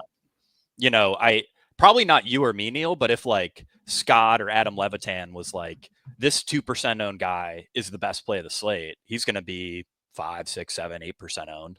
Yeah. Because of that. But in best ball, I don't know if any individual analyst is going to push somebody up more than a spot or two in ADP. It seems like it's mostly the consensus groupthink that really drives guys up a couple rounds. Yeah, the only time I see it is on streams like this one where I front load all of my takes, all of my reactions, and then it's like, okay, well, people who are drafting with me know exactly Yeah, where I'm going to yeah. think about taking a player. So like, well, if I want that player, I better take him now. But yeah, outside of these types of streams, I don't see a huge, you know, I mean, I do enough content that like I'm putting out exactly the players that I like. So it does give people an indication of what I want to do. So then they know if they need to beat me to a player, they can't push it, whatever. So it does hurt like me getting the players I want for sure. But at the end of the day, yeah, I'm not moving the market. It's only like specifically because they're drafting with me, then they know. But yeah. Yeah. But yeah, I mean, people like Scott and like Adam Levitan, like you say, like there are people who will move the market some, and I think sometimes more than a few spots. I mean, the best example I can think of is Pete Overzet in the preseason this year. Travis Hunter was like a 120 over, was going like 120 overall in drafts, and Pete dropped a video, and suddenly you couldn't get him before like you'd have to reach for like pick 80 to get him at that point, and then of course he moved up even higher. But was this was before the draft? Yeah, pre-draft stuff. Okay, gotcha. Yeah. Yeah. I guess that's true. It's probably easier to move stuff that, I mean, it's not nearly as liquid though. Like it's probably way easier to move ADP pre-draft when there's only true. Yeah. The big board and a handful of like smaller DK contests. Only real sickos drafting at that point. Yeah. Hunter opened up unranked in big board. Okay, that is insane to me. That's really funny. Yeah. That is. Let's see some players here, Neil. Here's the players. Here's by my ranking. I love Juwan and Addison. I feel like we couldn't go wrong with either guy, and we're a little light at wide receiver, so we're probably taking one of those. Agreed. I think we're more likely to get both if we take Juwan. Yeah, I think we're not especially likely to get both either way, but yeah, I think that's the right click. Neil, are you excited for redraft season at all? I'm only in one redraft league. It's a league with all my college buddies, but our draft is this upcoming Monday, and I'm starting to get pretty excited for it. I already did the draft that I care about the most. Okay. I do have a couple more drafts coming up in redraft. So yeah, I mean, I guess the answer is no. I'm not looking forward to redraft because I've already done over 1,000 drafts, and I'm just at this point, I'm like, I don't want to add more drafts. I got to like set aside time for those. I can't just do them when I have the time. And like I said, I already did the keeper league draft that I care about the most has already happened. Not a hard no. Like I enjoy the redraft. Maybe I'll get together with people. So it could be fun, but it's not something that I'm like looking forward to. I think I put them on my calendar, and I don't remember when those drafts are, but they're coming up soon. I love that. Let's take a look at the players again. Ryan's looking forward to battle royales. I am too, buddy. Those are going to be a good time. Maybe we can get big time hot shot Neil Orfield on one of our shows eventually, but we'll make a pick here. Jalen Warren, TJ Hawkinson. I'd probably like Downs the most given where we're at. I would be okay with Reed if you would really like him. What about Mark Andrews for the stack? Ooh, that's nice. And then we really shore up tight end. Nice 2 tight end build there. Unless you really like somebody else. I don't love anybody else here. That's kind of where I'm at. Like there's nobody that I feel the need to take. So I'd like to shore up tight end and our stack. Good. But just to put a bow on the redraft discussion, I think my favorite part is, obviously the best ball market has some extreme reactions to players that I don't think are quite necessary. But overall, the best ball market is really, really sharp. And then all of a sudden you hop on ESPN and the default rankings are like nonsensical. And I play in a Superflex league, and they do not adjust the rankings for Superflex. So it's like the Wild West when I sit down to do redraft. Yeah. And that's true. I think that's part of what makes it so fun for me. Yeah. No, that it is fun to get in those drafts and be like, see how like people misvalue players. Like it's like the insanity. But yeah, I guess maybe I would be looking forward to it more if not for the fact that the one draft I've already done, like people are so like just checked in. Like they're just really paying attention. Ja'Cory Krosky-Merritt went, I think, before the final round. Like I was saving him in that draft. And this is a month ago, like before the buzz really started. I don't know if it was a full month, but it was like a while ago. before like there was really this much buzz on Ja'Cory Cressmore, before we thought Brian Robinson was getting traded, somebody took him before the final round. Like I'm like, my God, these guys are just like, this is not classic like redraft stuff where it's like you can get third round value in the 8th round like you can sometimes. So that makes it less fun. Yeah, no, I mean, I'm right there with you, and I love Tyler's comment that redraft is fun because it's so chaotic. Yeah. Our so like I said, we're in a super flex league, and when was Matt Ryan's last year? Was that 22? Jake, you think I remember when Matt Ryan's last year was? Something like that. Who cares? I mean, obviously it was a disaster. It was with the Colts, and it was terrible. But I just remember that draft so distinctly. I did not remember that he was on the Colts. there was the that video that went viral of the guy drafting Brian Robinson accidentally instead of Bijan. Oh no! And it wasn't like an accidental pick, but in my draft, Matt Ryan went in the 3rd round that year. And after the pick was made, the whole room just burst out laughing. And the guy who drafted him was like, "Wait, is that not good? Should I have not done that?" Oh no! Which is great. That's really funny. I love stuff like that. That's what makes home league so fun. Yeah, that it can be a lot of fun. All right, what are we going to get here? This by ADP ranking. Downs and Reed probably, yeah. Either is a good pick. I do feel like we're needing a little more receiver depth here. We only have 3, right? Yeah. Yeah. Do you have a preference? I would probably give a slight preference to Downs, but I think they're both pretty good. All right, let's do Downs. I'm surprised the Psychic was not recommending him. I'm wondering, like, where was there an injury update that I missed? I don't think so. I mean, I think Daniel Jones starting over AR is certainly good for Downs. The obvious question that everyone will bring up is who's going to be starting in the weeks that actually matter, and there's really no way of knowing that. Right. But I mean, I think given what we've heard about AR, I think and given that Daniel Jones has been named the starter, there's probably a pretty decent chance that we actually don't see any AR this year. Oh, you think so? I think so. I think I would imagine I give it a higher probability than what would be consensus. And I think in our projections, we have it pretty close to split, maybe 10 games for Jones and 6 for Richardson, something like that. 7 for Richardson, right around there.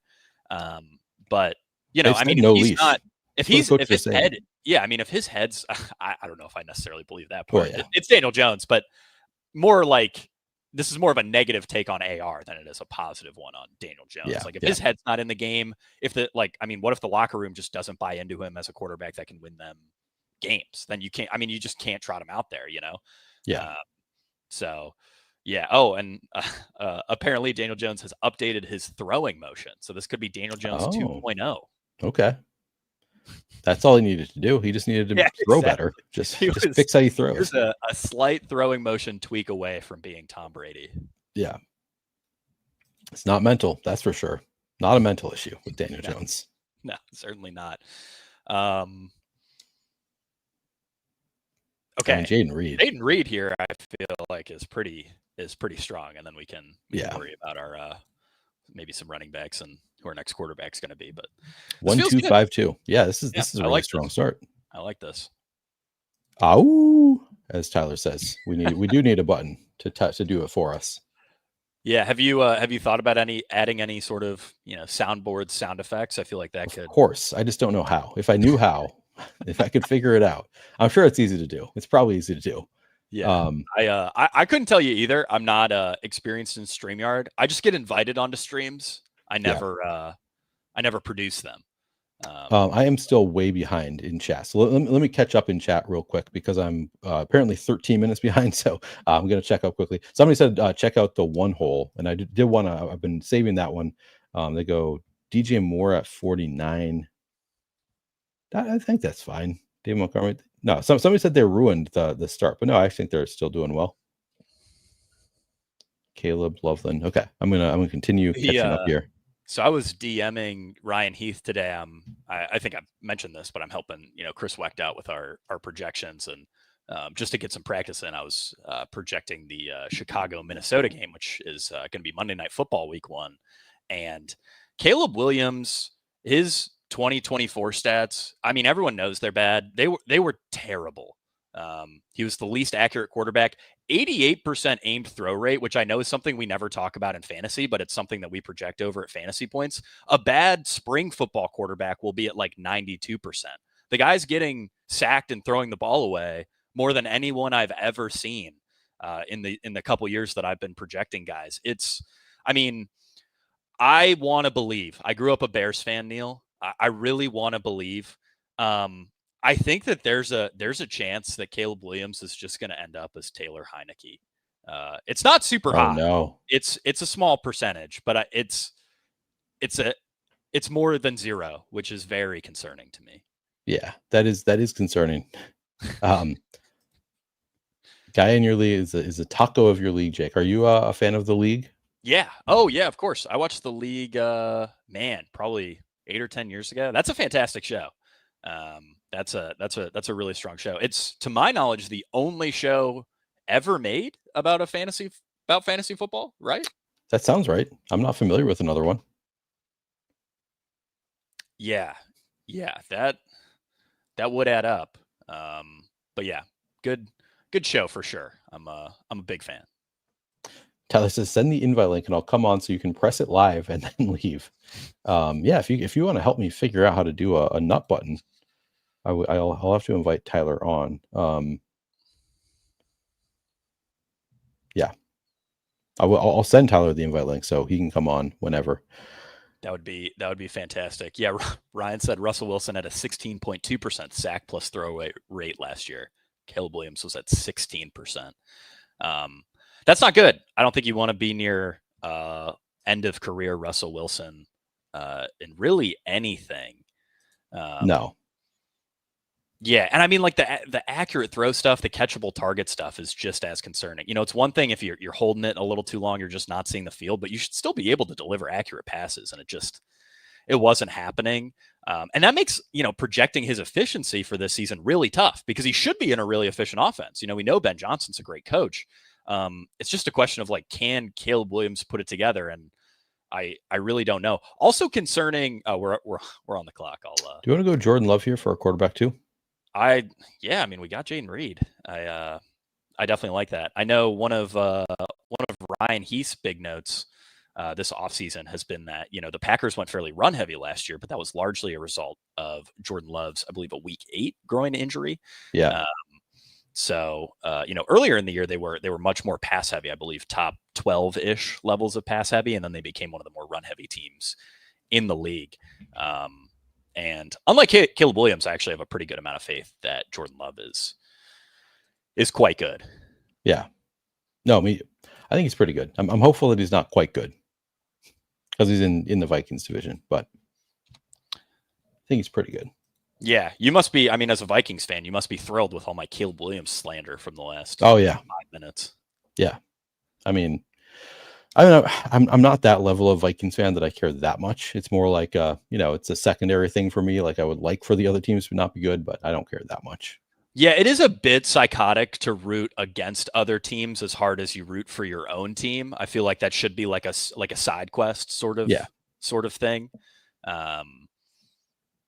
And I usually find myself rooting for my money. Like, oh yeah, the way that I'm a Vikings fan is I draft a lot of Vikings. Like I end up being kind of a homer. I play them too much in DFS, that kind of stuff. The Chess Liam strategy.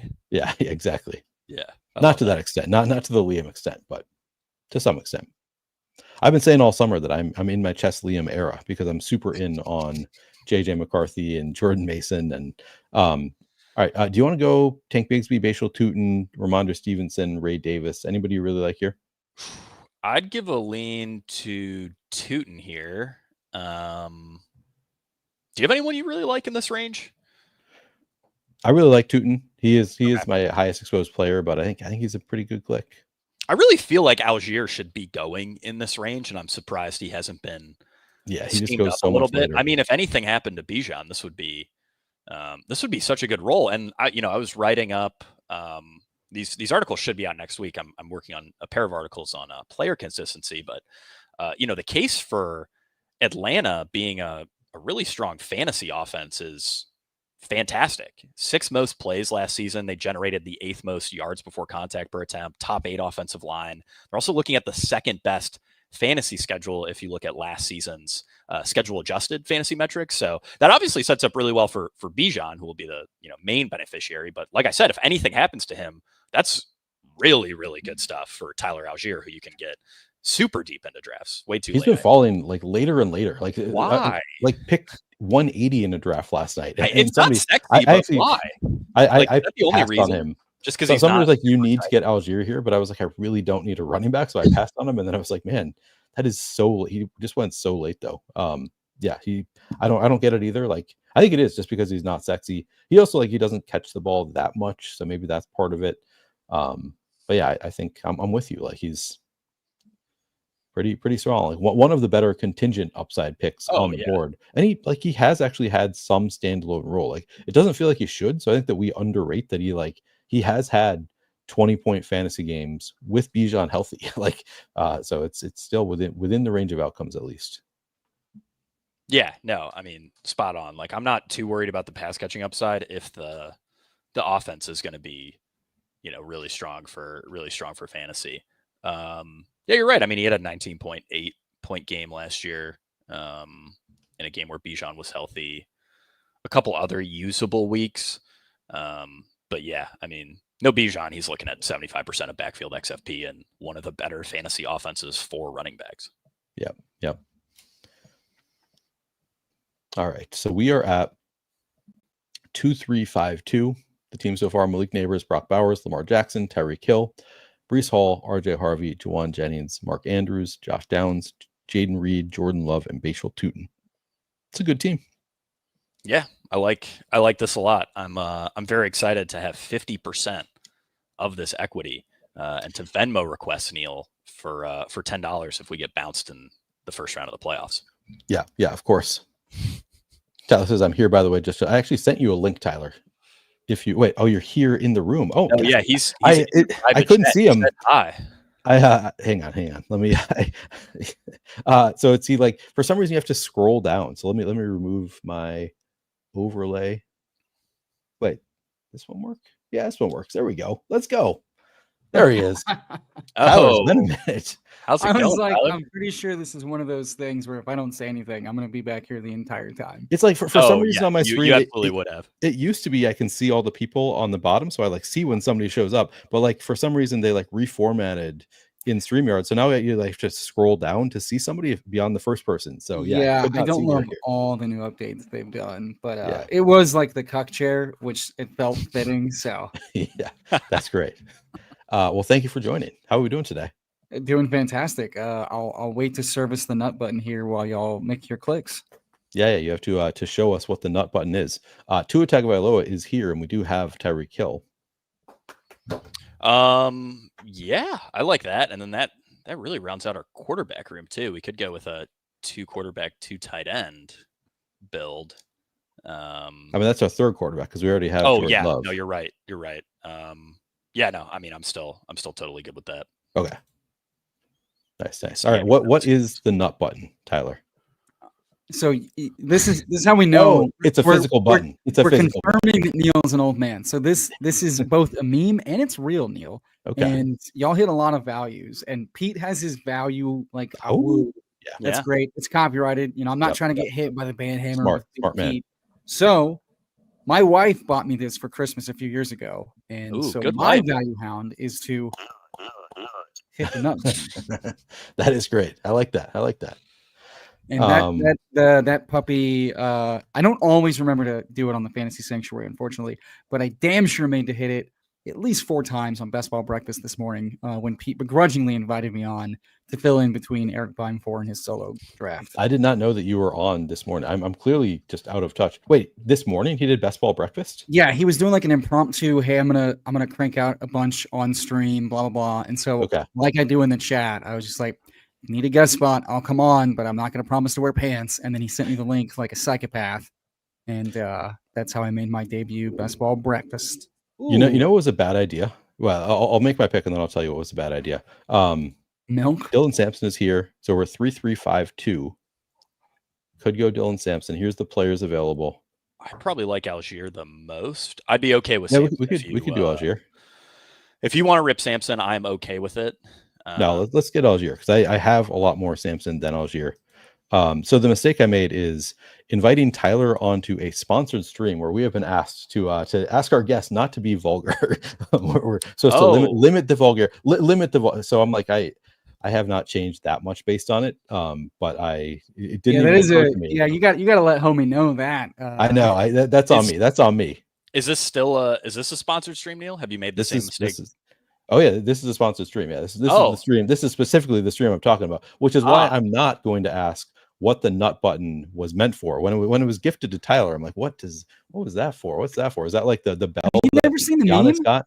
No, I'm not familiar with the meme. Oh, okay. Oh, I'll find it. I'll DM this to you, Neil. Okay.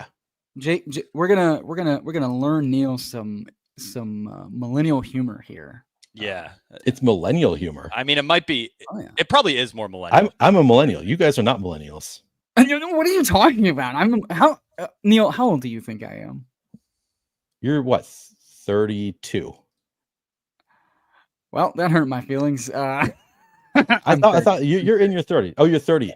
I was thinking you turned. I knew that you were in your 30s, but that's because you had a 30th birthday. Where do you think the cutoff for millennials are? I guess I don't know. All right. Well, did you know that I'm also a millennial? The millennial band is one of the wider ones because it's more of like a technological generation than yeah. But no, this was like old internet meme stuff. So this is definitely not Zoomer humor. Jake is not a millennial. Are you a millennial, Jake? I'm an older Zoomer. Okay, you're an elder Zoomer, an elderly Zoomer. Yes. Wait, seriously? That is true. Yeah, I'm 27. Oh my god. How old did you think I was, Tyler? Holy God, I feel so old. Old man Tyler. Welcome to the club. Jake, see how all the fantasy points guys are like ambiguous ages. They really are. Actually, they have youthful faces, but they have like old man degeneracy that confuses you. And I feel like I would look younger if not for sleep deprivation and a high quality camera. But here we are. And so, man, that's the second time. Guys, when you turn 30, if you're not already 30 in the chat or over, you hit that age and you're like, oh, how old do you think I am? And they nail your age. And then you're like, kill me. So, Tyler, I feel like I thought that you were younger than you are until your 30th birthday. And then immediately I thought you were older than you are after you said you turned 30. So I'm guessing 32. Okay. 30 years old. Still just a baby. My girlfriend's 24 and she always tells me that I'm 30 just to piss me off. So I can at least relate a little bit. Yeah. See, I've always dated, and this is not going to shock anybody. I've always dated older. And so my wife is 5 years older than I am. Ooh, wow. Exes before that were 5, 6, 7 years older. Oh, so you were cougar guy with it. Okay. Oh yeah. I famously had nothing in common with young women except for loving their bodies, just like they do. Sponsored stream, Tyler. I'm just not going to come. I'm just not going to. Respectful as an ally. Yeah, honey, you did it. Good for you. So there's an obvious pick here. Dylan Sampson at this point at 177 is insane, right? This is shaping up to be a pretty great running back room, given that we started out fairly light. That's a nut button for vegan. Sure. On this channel, guys, we're vegan. That's what the flannel verse is all about. All right, we're vegan. You're in touch with it. All right, that's right.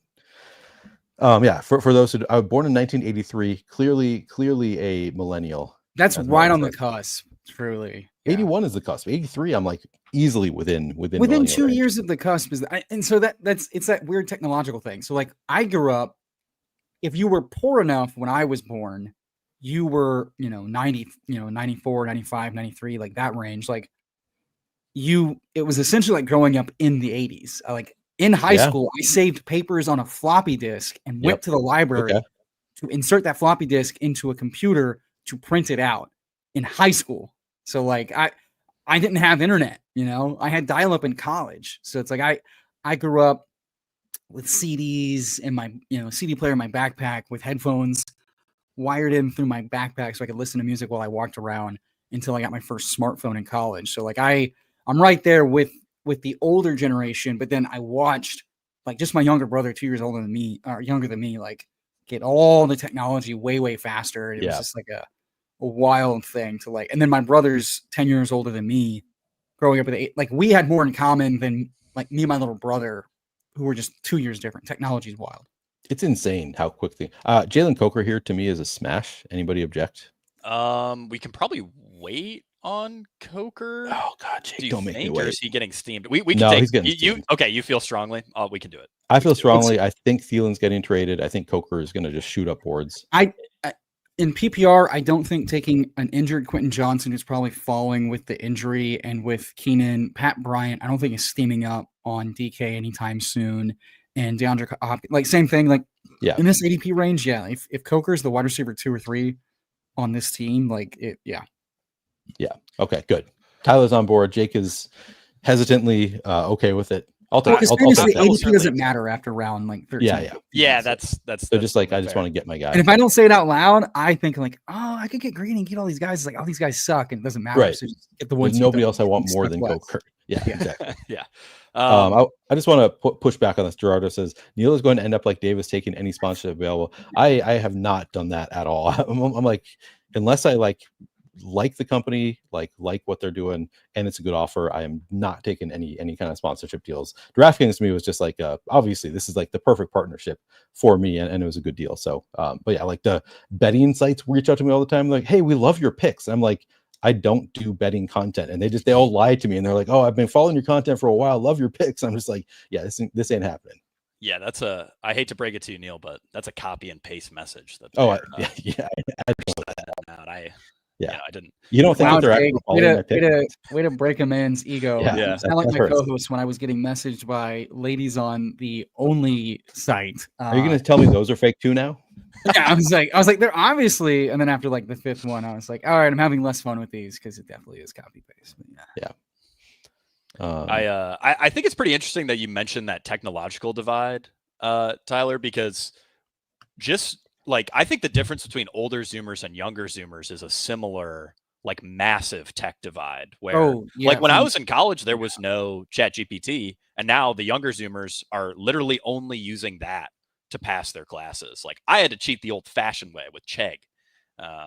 It was way harder. Chegg and Wolfram Alpha. Doing I don't know what you guys are talking about now. For those of us that were doing Cal 1, 2, 3 and Diffie Q, we needed something a little bit more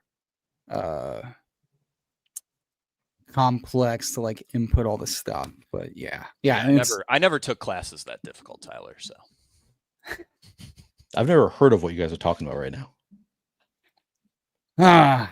I went to college and did all this, and now I'm still on a basketball stream hitting a button with the word nut on it. Where did I go wrong? We all ended up in the same spot. So I was an English major. Yeah. Now you and Davis are intersecting once again. Yeah, I guess we do. We do have some things in common. We're approximately the same age now. He's like 32. He is so fake young. He is so fake young. He's really fake young. Yeah. Wakes up at like 5:30. Oh, God, he's such an old man. All right. We are at 356. Wait, what was this? What did I say? 3562. So basically take whoever we want here. Yeah. It's not a great range. It's not. Anybody you guys feel strongly about? Giddens feels like a clear PPR target, mispriced. If you need running back, you said 2 tight ends. Who are your tight ends? Bowers. Bowers is one. Yeah. Andrews, right?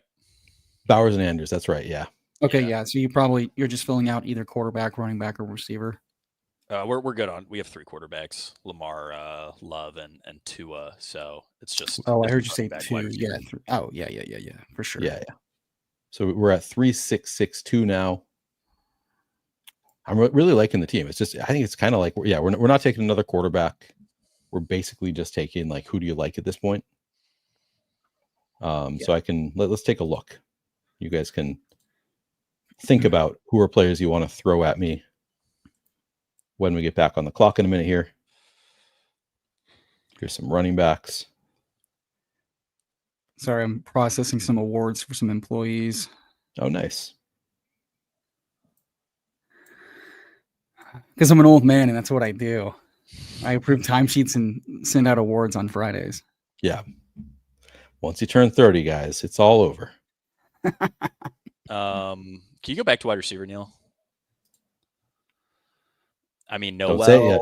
Oh, don't say it it's yet. Noel, Come on. Jake. Come on, man. Okay. Also, it's Noel. Yeah. Oh yeah. Just embarrassing yourself right now. This guy. I should probably retire after this. AD Mitchell will be getting a lot of Devontae Turpin. AD Mitchell will be getting a lot of steam and praise from the coaching staff. Ran a lot with Jones in the twos. I feel like he's one of the clear breakout targets if you're going to go late. So it's like him or Noel probably would be my suggestions. The other thing with Mitchell is that I could really see him slotting into any of those wide receiver spots if any of those top 3 guys got hurt. Yep. Noel is also one of my highest exposed players. So just I'll break the tie to Mitchell in that case. Nice. There you go. I'm surprised his price hasn't changed. He's been getting a lot of steam. Downs is a little banged up. Dime's getting named the starting quarterback for the season, quote unquote. But that's a pretty big bump for the entire pass offense. And he was getting open. His issue was just catching the ball and running the right routes. Right. Seemingly he's had a really strong camp. So it's if we want to talk about one of the cleanest QJ type of breakout bets, we're just way too low on because of perceived crowded room or perceived talent level. And then he just runs better with catching the touchdowns. It's a very easy breakout play in best ball.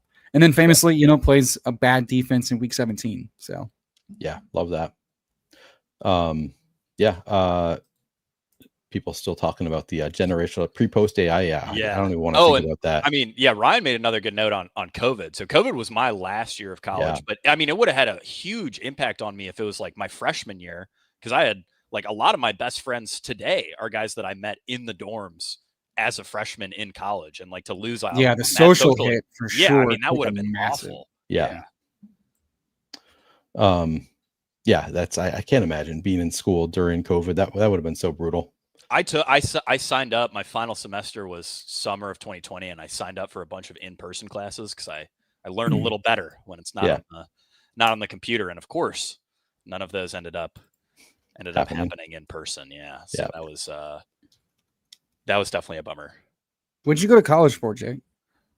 Communication, because I couldn't figure out what I wanted to do. And then do you communicate better now? I feel like I do. Actually, the one good thing about that degree was it forced me into a ton of writing classes and a ton of public speaking classes. I crushed both. The writing stuff was nice too, because I never got the opportunity to do any sort of creative writing in high school. And so I didn't even really know that I would enjoy writing or that I was any good at writing. And then I sort of figured that out in college. And I feel like that sort of helped propel me into, my position now at Fantasy Points. So I do think it was useful, even though when I decided on my major as a freshman, I was literally just I can't think of anything else. And me too. That's exactly what I did. One of the easier paths to a college degree. So classic communications, English, business, those business maybe a little bit different. Okay, easy. Were you a business major? I started out Mech E. I ended up business management, but I am probably the most decorated business management degree haver that exists, because I was trying to do a dual program MBA thing, and for scholarship and blah blah blah blah blah that no one cares. Like I said, I Cal 1, Cal 2, Cal 3, DiffyQ, Chem, Phys, and then all the business stuff. It's just throwing out fake words. Yeah, these are just crazy DiffyQ, Buzz, differential equations. I'm sorry, that's what the engineering's called. All right, you're on the clock. We are back on the clock. Jack Besh still here. Jalen Knoll still here. Wow, they're just giving you free money. Yeah, I think Knoll is. I'm happy with Knoll. Way to go, Knoll, and then slap it up with some Jarquez Hunter. Who's slappier, Jarquez Hunter or Harold Fannin? Fannon's definitely slappier, but Fannin does feel tight end. I don't really see a path for a guy who's going to be playing behind Njoku. Are we going to do Harrison Brown all over again? I do not no offense to the leg up folks, but I do not I understand he was really good in college. It's the Browns. Njoku exists. This is not really dynasty. good. Njoku's really good. So I think the assumption is that he's going to be the slot receiver. just going to play big slot. Yeah, for a team that wants to run a lot of 2 tight end, I don't think they're going to split fanning out in the slot to run. I mean, if they play a lot of 2 tight end, that also benefits him. Sure, but it benefits the receivers more than it does tight end too, does it not? You're still having to earn targets over Judy, Tillman, and Njoku before you're getting targets. And without Flacco, I don't think there's a ton of volume to outpace the suckiness that is the efficiency. But they have Flacco. Flacco's a starting quarterback. I know. We're not playing for week 4. I thought we were playing for week 17. I don't know that Flacco lasts that long. Okay, fair. In DraftKings, I understand it a little bit, but what other tight end 2 are we taking? We're not. Do you want to go Jarquez here? I mean, what do you need? Do you need running back and do you need receiver? I think we're good everywhere, honestly. Yeah, probably running back would be my lead. So probably like Hunter, Monungai, one of those upside shots. Yeah. Like either maybe slap it up with ETN. Depends on where on the slap spectrum you lie. No, I lie right on the Jarquez Hunter phase of the slap spectrum. Nice. 3-8-7. Wait, what are we in? 3-7-8-2. Okay. I'll take that. But no, I don't mean as a negative. Saying that like these are the majors for people who don't know what they want to do. Like, who knows what they want to do at 18 years old? That's like the most bizarre thing about college. You go I'm from 30. I don't know what I want to do. I know what I exactly. I mean, me too. You go through, especially when you're a kid, like you go through high school, middle school. You don't make a single decision for yourself, or I should say, some people do. There are people who have to grow up a lot earlier, but for like the majority of people in the U.S., you don't. Yeah.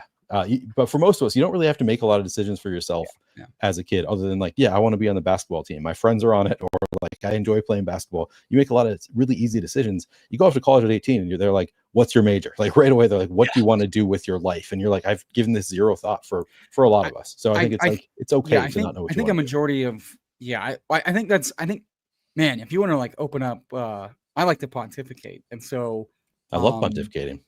And so if you really want to, you want to get deep into this, you go all the way back to like the 1950s where American teenagers were born because of like luxury and lack of need. And so much time on their hands, teenagers for the first time in most cultures, but especially American history, actually had too much time on their hands because they weren't being used in like, to help out farm, ranch, or work at the local business. Yep. And so you had the birth of teenagers with all this free time on their hands. And every decade since, they've been coddled with more and more time as a teenager, less and less responsibility. And that's happening in conjunction with worse and worse education, by and large, statistically, objectionably. Yep. And so the education's getting worse, the free time's getting more and more, and the social media usage is also dumbing down the social aptitude and the drive and ambition. And you've got all the cultural things that go into that. Especially from like white culture, as far as like coddling and protecting. And then you've got these teenagers that go into college still, like they come out of college by and large, mostly helpless, mostly codependent, not very independent. It's very bad for society, actually.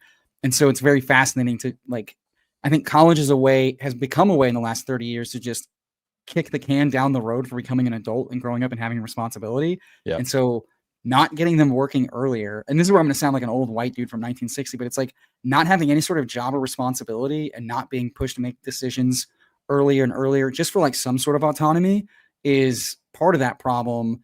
And part of that, I think you solve it with sending more and more folks to like do like internships, job shadowing, technical schools, things with a shorter amount of time to like actually try their hand at things and figure it out, versus going and spending 4 years spending money and not really figuring anything out because they're still just like not doing anything. It's a very fascinating societal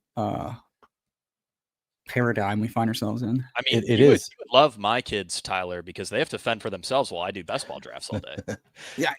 I mean, pull yourself by the bootstraps, make your own Sims, and make daddy proud by banking the Poodle 2. This is good from Chris McDonald says that if Emo was funny, he would end this rant with, and that's how we get Jaworski in round 8. My punchline was going to be about Jake. I was going to say, and that's how you end up with a bunch of 27-year-olds like Jake. You guys, you both beat me to punchlines. I think this is the best of all of them. That was good. Little rant. Let me read off the team before we continue pontificating. I do want to read off the team. Lamar Jackson, Breece Hall, RJ Harvey, Malik Neighbors, Tyreek Hill, Jawan Jennings, Brock Bowers, Mark Andrews, Josh Downs, Jaden Reed, Jordan Love, Bashal Tutin, Tua Tagovailoa, Tyler Algier, Dylan Sampson, Jalen Coker, DJ Giddens, Adonai Mitchell, Jalen Knoll, and Jarquez Hunter is the team. I like it a lot. We did some value hounding early. I think that we rounded out the team well. What do you guys think? Yeah. Yeah, I think we did a great job on that one, Neil. Yeah, well done, guys. I'm going to get right into another one. Who's with me? I am definitely with you. I may or may not need to answer the door for a maintenance request at my apartment at some point, but I should only miss a round or so. Jake, the last time I saw you, you were baking like a rotisserie. Oh yeah, that's right. That did get fixed. That did get fixed probably within 24 hours of us. Oh, speaking, good. But nothing worse than your AC going out in the middle of summer, in the middle of summer in Georgia, where it is very hot. For those of you not familiar, it gets very warm here in Augusta in the summer, disgustingly so, even. More like disgusta, am I right? Actually, there are a lot of people, locals in particular, who call it that. It's snappy. You got to go with the snappy when you get the chance. Yeah, it is. RJT said that he was that guy who grew up really early. He's been following a 1040 since he was 14. I mean, it's great for character building. That's a tough childhood. But yeah, I mean, good for you. I mean, if we want to start. Oh, go ahead, Jake. When I was 14, I got really, really good at Modern Warfare 3. I was in Tecmo Super Bowl was what I was into. Dude, I feel like I can't. I can go toe to toe for anybody with the tough childhood. My dad was a true blue, like, I'm going to put you to work and get you going. At the age of 9, we were doing lawn care in Houston in the summer. So we're talking like 103 degrees, 80% humidity, digging ditches in Texas clay soil, mowing grass for a 2-acre plot, weeding, edging, spreading horse manure for, flower beds and stuff, baling hay at friends' ranches and stuff. So, nice. Yeah, like all that. True Texan kid. Oh, dude, yeah. Truly hard work. And then when I was in high school, I got my first full-time job at the grocery store at 16, and I worked there through my last year of full-time. Did you say how full-time when you were in high school? Like, you mean like on the weekends, or like? I would work anywhere from 20 to 35 hours a week. And that's a lot. Damn. Yeah, so I only stopped doing that whenever I got my internship at Johnson and my senior year of high school. So my senior year of high school, I had like 4 classes. I got there late. I left early because I had a co-op 20-hour a week internship at Johnson. And then I would go work the grocery store on the weekends for like 18 to 20 hours. And at night we would work on our research project that flew to the station for a research cycle 2 years later. And so the only time I didn't have a job was like my freshman year of college. I thought I had to wait until sophomore year to get back into the internship program, but I worked that summer at Lowe's. Worst job I ever had. I bet. And I've had a weekend in between jobs since I graduated college. A weekend total in between jobs. Like every job I left I left the job on a Friday. I joined the following Monday, including the day I graduated. I left my internship on a Friday. I joined my new job on a Monday. I graduated on Saturday. I cannot imagine. I mean, I hope you get some vacation at least. Yeah, you and me both. When you get subcontracts that change all the time, it resets your counter. I'm assuming you're slamming Jefferson here, but I'm usually taking Jefferson, but I do need some more exposure to Gibbs. So if you like Gibbs, all right, let's do that. Let's do that.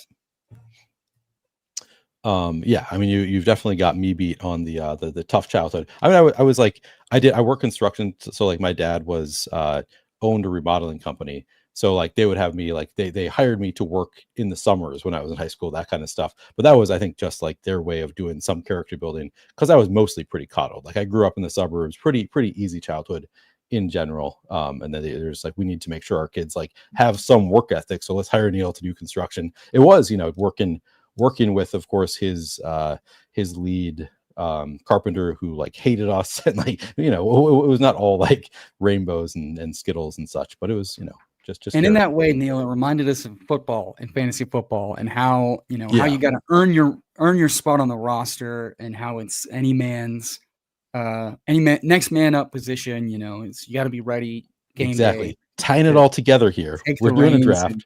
And as Wade says, my favorite draft position by far, the 106. Where is your favorite spot, Tyler? I don't know if I'm wrong, but I don't really like any draft position outside of 10 through 12, just because it's like I have to make so many micro decisions. And if I'm wrong about who falls and where the runs go, like, so theoretically, right, you want like 6 or 7 so you can play the board, get the falling values theoretically. But it feels like I'm much more comfortable. Maybe it's because I've done so many, or maybe it's also because like I'm so ambivalent or indifferent really to like the flat tiers at the turns that I'd rather kind of just like see who falls at the turns and then just kind of play the room as it gets going. Because if I do get a value, it's a really big value. And some of these falling values are like a little phony. And I feel like it's also a way you kind of like you get more punished on the turns, but for whatever reason, I feel more comfortable running the 10 through 12 spot just because I think it's so strong and so much stronger than it used to be. And it's also easier to kind of get your stacks and correlations, whereas you're kind of at the mercy of the rooms in the middle. And I think it's really flat in a lot of these rounds for like the one guy. Who do you like, your Lad McConkey or Devin Achan with Gibbs? Could we go the high T double RB start? We could. This does not feel like high T. Devin Achan and Jahmyr Gibbs is technically, it is 2 running backs, so I guess high T in that sense. But like as far as the running backs goes, I mean, this is not. This is high T in the modern NFL, Neil, drafting hyper efficient running backs who weigh sub 200 pounds. This is your Gen Z high T, is what this is. Yes. Yeah, exactly. Zoomer high T right here. Yeah. What up, Travis Mangone? Good to see you. Hey, how's it going, Travis? Pitch asked, is this a fantasy football stream or life-telling story time? There's always one person who's just like, I don't care about you guys. Do not tell me about yourself. I saw that comment, and that's when I tied it all the way back around to fantasy and football. That's great. Professionals in the gist. But yeah, no, Gibbs Achan is probably the most left-wing robust start you can have. Easily.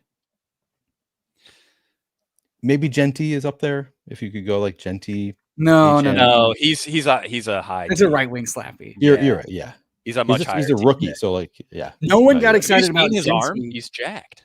Yeah, no one got excited about Cincy except for him truck sticking a man in preseason. Everybody else was like, is he going to catch enough passes? Are we worried about Chip Kelly and Geno Smith? Whereas HN, like, they're like, he should be a first round pick with all the pass catching. Tyler, maybe you're like inventing people, but what is there to worry about with Geno Smith and Chip Kelly? I mean, that seems like it's going to be good for Genty. Jake, as a man that's not deranged from all the time he spends online and in Discords being told, aren't you worried about every player you like? I feel like I'm heading that direction. It cut it off where you can, because it's really hard to undo the damage. But in short, from what I've been told, Geno Smith is actually not good, overrated. Chip Kelly hasn't run a good high pace, like high efficiency pass offense in 10 years. Get with the times, bro. That was 10 years ago. Did you see what he did? Did you see what he did in college, Jake? It wasn't good. It wasn't good for the pass game. And if the run game is slow and the pacing is slow and the passing's inefficient, and Geno's not a real guy and the offensive line's not very good, and Brock Bowers is taking all the touches, Jake, then there's just no room for anybody else, Jake. I guess my pushback would be that Geno was top 8 in catchable target rate last year. Oh, of course you would name stats, you nerd. Watch the film. Well, and Chip Kelly's going to be pretty run heavy potentially, which would be good for Genty. And the pace should be bad for Brock Bowers, bro. Hey guys, Lamar Jackson, Omarion Hampton. Oh, I mean, if we go Hampton, we'll be go Jackson again and give yourself.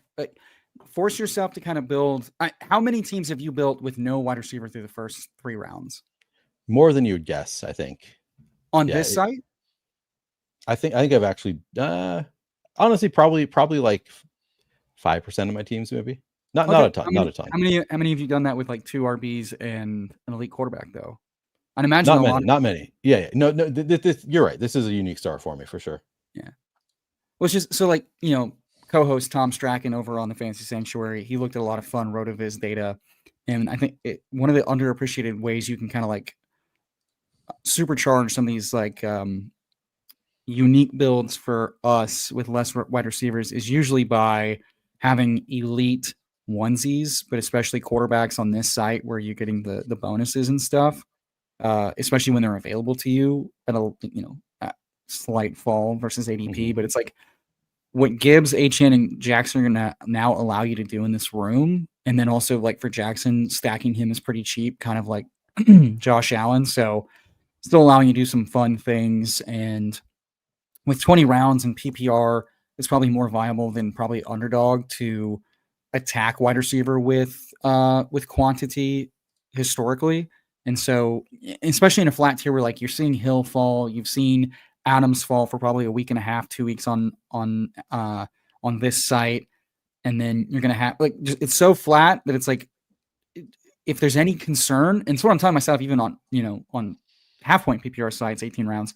If there's any concern about the flatness, just take the guaranteed smash in that round and then build out through the flat tiers where you don't care. You're just taking whoever's there. I like that. Yeah, Lamar was actually my lean here as well. I just know that Jake is just so upset that we draft Lamar every single draft when he's on the stream with me. It has felt that way, and I did also think it would be awesome to go super high T with it with a 3 running back start. Am I crazy for thinking Omarion's slightly less interesting on a PPR site with Greg Roman in town? No, yeah, I don't think that's crazy. Yeah, and with now a worse offensive line, like I do. Yeah, the Rashawn Slater has really been a fly in the ointment for me. Yeah. So we did not get the Devontae fall we were hoping for. It's almost assuredly McMillan, right? Tet? Oh yeah, I'll take some Tet. Yeah. Full PPR. Love some Tet here. I thought this was not a vulgar stream. That's funny. I do want to give a shout out to BP who just sent a super sticker, which you can probably see if you're on YouTube. He sent a super sticker of a fist bump in chicken, I think. But I appreciate you, BP. It's a what? It's a pear with a headband. Oh yeah, that's a pear. Look at that. We got a fist bumping pear. Cool. Appreciate it. Thank you, BP. It's great. Shout out BP, my one and only subscriber on the only site. Is that true? That can't be true. It's very true. I didn't know that you actually have a subscription people can buy on the only site. How much is he paying for it? So he subscribed when it was free. It's now $4.99 at Emo Reverse Cowboy. What do I get? what do I get if I subscribe, Tyler? So right now you get the most hot, chiseled, promiscuous pictures I have of myself, including one in Cancun with a Speedo that says "Juicy Irresistible" on the buttocks to make sure we don't slur profanities here. And then I asked myself, what am I going to do with this? Like, it was funny to set it up. It's funny that this exists, but what am I supposed to do with this? And I'm like, well, I'll answer all the questions people want to ask me. I'm like, okay, paywall the DMs. You want advice? You want to anything, nutrition, workout, music, fantasy, best ball, whatever. Sure, go for it. No one's taking me up on that. And I figured I had 3 demographics. Very hormonally aroused ladies, with nothing to do. Gay men that love supporting small business cowboys with very little wearing on, and then fantasy degens wanting more of me. So far, none of those have panned out, and now my account is deactivated. Oh no. Okay. We are just about to be on the clock. Brees is falling. If we want to go a third running back, this is kind of his range now, though. We could also just stack up Lamar with Zay Flowers. Thoughts? Fine with that. Yeah. It's kind of where I'm leaning is Zay, but yeah, that's probably my lean as well. Yeah. Get you the PPR stack and then figure it out. Because it feels like a lot of folks are falling here. So like the falling Hurts and the falling Brees could potentially push some wide receivers back to you, and you end up getting a value there. Yeah, no, I think that's the right call. And while the site that we are speaking about technically is not only about one thing, it can be about just fantasy sports advice. I'm not sure that that DraftKings is going to see it that way. So I'm going to change the subject back to fantasy football again. Oh, okay. I was going to ask. You can make a comment as long as it's not. It's fine. I figured it was just kind of for the one thing. Is that no? I think it's technically not at all. It's like Patreon or anything. It's like it's essentially Patreon. It's whatever you want. If I were to subscribe to you, Tyler, say maybe hypothetically from like a joint account, how would I explain that charge to my significant other? So here's the fun way I was going to pitch this. I was actually the smuggler, right? Like you subscribe to me and your significant other goes, what am I looking at here? You go, look, I know this is going to sound crazy, but here's this guy on the stream. Look at him. Look what he talks about. This weirdo is on there. And the only way I can ask him fantasy football advice is through this.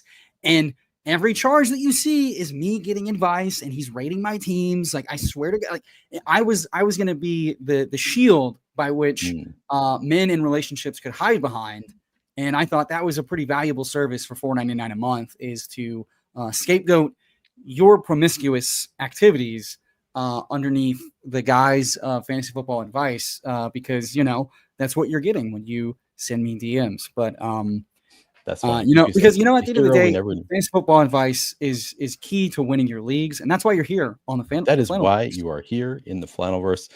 Travis Hunter, a little bit of a fall lately. Love to see that. A little bit of ETB value. Very, very nice. Tony Pollard, I always like. Matthew Golden, a lot of pretty strong picks here. Matthew Golden for the bring back on Baltimore potentially. Yeah, that's very fun. Where is Egbuka going in these? He's gone. Is he like a 4th or a 5th rounder here? 5th rounder. But so he went in this one 58, so a little bit later than usual. I'm shocked he didn't go above Flowers, because he's going above Flowers in a lot of 18th round. Hunter goes, so it's probably Golden.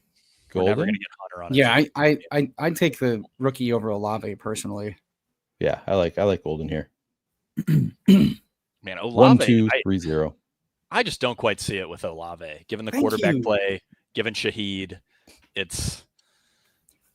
think Kellen Moore does a lot of good things for him, but it's like the fact that the 2nd round quarterback still has not beaten out the incumbent 5th rounder from last year is not great.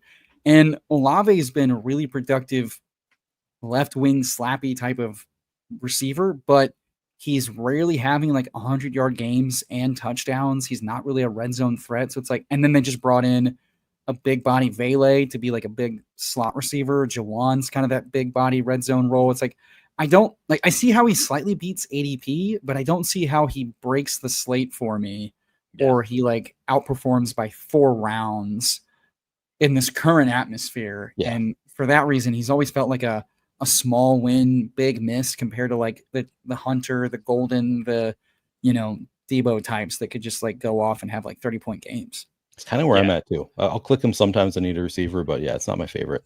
Yeah, I think Shaheed is just the clear better value there. I mean, I said this on the stream a few days ago, but a lot is definitely more viable here than like half PPR, but it's still not like the most exciting. Last 2 years, Olave and Shaheed have the same rate of 18 plus fantasy point games, 29% of their games. Neither has gone over 25. So makes you think. Makes you think. I might do one more after this, Martin. I have to do, let's see. I think I have to do, this is the 3rd. So I have 4 more total. So I'm either going to do one more here or I'm going to do 4 tomorrow probably. So there's a good chance I'll do one more after this one. I feel like I've been missing out on some of the late night streams. Are you drafting? I haven't been doing them. Today, honestly, I have not been doing them. Yeah, you've been doing a lot of early bird stuff. Anybody like? Jawan Jennings is here. Jordan Addison. I'd be taking Addison over Jennings personally, just because like Addison after the first 3 weeks is back. I don't know if Jennings is going to miss any time with this calf injury stuff, and I'm a little bit worried about that. Right. And it's like, I know Addison's very good. I like Jennings theoretically, but I can see Jennings continue to fall if he's still not practicing and the calf injury is attached to it. Yeah. I mean, that seems like almost entirely a contract thing though, right? I don't think so. Really? So he had a calf injury back in May, and he sat out 2 weeks, and then he returned to practice. He said, I'm not going to hold in. I'm not going to hold out. I'm going to practice. And then a week after taking part in practice, he stopped practicing due to a calf injury. And then Kyle Shanahan was asked about, and he's like, I mean, the calf is like the same calf from May is still bothering him. So it's like, now how severe is it? That's a question to be asked, but it would be odd to return to practice. But it would be like Occam's razor is he returns to practice. It still feels a little tight. And he's like, I didn't sign an extension. I'm not going to risk it. But that's still a risk because I don't know how much like practice conditioning he's taking part in while not practicing. And that's somewhat concerning from just like a football shaped contact thing. We also just saw like, with this team, calf injuries are tricky and rest is good, but that doesn't necessarily mean it's going to be like for sure ready to go. So there's a little bit of re-injury risk. He just feels like the type of guy that for sure falls on DK because of those fears. Like they don't touch players that are hurt that they're afraid of. So there's a chance you get him coming back around, but at least with Addison, it's like he's out not because of injury, and that's an offense that for sure is going to put up a lot of points. You want pieces of that offense. Yada, yada, yada. And so when you're attacking volume, I'm a little bit inclined to avoid injury to allow you to kind of like maximize your ability to hit big. And I'm a little bit worried that Jennings could miss a couple weeks just for like re-injury stuff or football conditioning stuff, especially if this extension doesn't get done soon. Sure. Yeah, I've been drafting Jennings as though he's probably going to be fine, but I think that is valid concern. The later we get with him not signing or practicing, the more I'm like, yeah, I'm just not going to do this anymore. But if he continues to fall, then at some point I'll take him again. I want to get you guys' thoughts on not just Brian Robinson, but like the whole fallout from this trade. I haven't talked with either of you about this. So yeah, let's hear those. Let's hear those takes. To me, on the 49ers side, I just don't see this changing anything at all for Christian McCaffrey. I think that's kind of the only reasonable take there. I don't know why we'd be so worried about Brian Robinson stealing goal line carries. Ryan Heath had a great tweet outlining that CMC's inside the 10 role is extremely secure. I think Graham Barfield joked in one of our work chats that this might take McCaffrey's snap share from 86% to 81%. Like that's the impact you're looking at. And, those aren't really going to be super high value touches. Obviously, the more interesting discussion is on the Washington side, but we should probably make this pick first. Yeah. Let's make this pick. There you go. So do we want Jennings here? Like this, that 91 feels good enough to me, but if you are that scared, we could just get our double stack with Andrews instead. I think both are pretty great options. I think you're afforded to wait a little bit on tight end. You got the falling value, so now some of the risk is baked in, mitigated. Yeah. Okay. And I mean, 1-2-5-0. Yeah, I mean, greedily, I just try to. If I have a concern with a guy, I try to push him around and see if I can't get both that I was torn between. Because again, now the same concern I had, it's alleviated a bit because he's your fifth guy on the team, and you just want him for his healthy spikes. You're not counting on him early and often, and it's still part of an ambiguous wide receiver room. Kittle can get banged up, miss time. Rizzi's not exactly been a picture of health in his 1.5 years in the league. He got shot, Tyler. Come on, have a heart. No, the hamstring. Oh yeah, that's true. That's true too. Actually, there's two injuries. People forget the hamstring and the shoulder. Both were injuries in college. Both were injuries last early camp. The shoulder is a thing that can easily be re-aggravated because we got confirmation that it's an instability thing that he did not get surgery on. So at any point, he can miss a week or 2 or 3 with that and his soft tissue stuff. And that's a conditioning thing. So, I hate that he had like legit injuries that I was concerned about, and he got shot. And it's like, it's not just the shoulder. Ruins your argument. Yeah. Yeah. Well, it makes me sound like the bad guy. Where I'm injury asshole. Come on, man. Have a soul, you ghoul. Jake, you were just starting to talk about the Washington side for the Brian Robinson trade. Yeah, this is where it gets a little tricky. I think I said this earlier during the show. Oh, we're about to come up on the. We are. This is a good bit that we're doing here. Yeah, I love this. That's the problem. Like doing a stream and getting these. Andrews goes. Drake May is the top sidekick suggestion. I think Pittman's a great pick here in PPR with dimes, with the RPO stuff. Although that is our 6th receiver, so we are a little bit. Yeah, now you've caught up. You're right. Like this I guess. You're right. We started with Gibbs Achan, so yeah. You're attacking with volume and potentially upside spike guys. ambiguous ranges of outcomes. I feel like he's very poorly priced. The fact that he's still going after Higgins and Coleman and a still hobbling fresh out of the boot Jaden Reed, who runs only 70% slot snaps, is interesting just from like a volume perspective. We just saw AR be a guy that Pittman can hit with. He's been a hit. He's been very viable for median and ceiling outcomes with AR, Flacco, and Minshew. And now Daniel Jones, who is a combination of all three of those wackos at quarterback. Worst case scenario, it's him and AR again. It feels like the risk for that is very much baked in. Can you keep going for just one more minute so that we can do the bit again where I asked Jake about his Washington take right before our pick? I just had one thing I wanted to add on Pittman. Like, I think the easiest argument for him is he was the wide receiver 25 by usage last year while playing through a back fracture.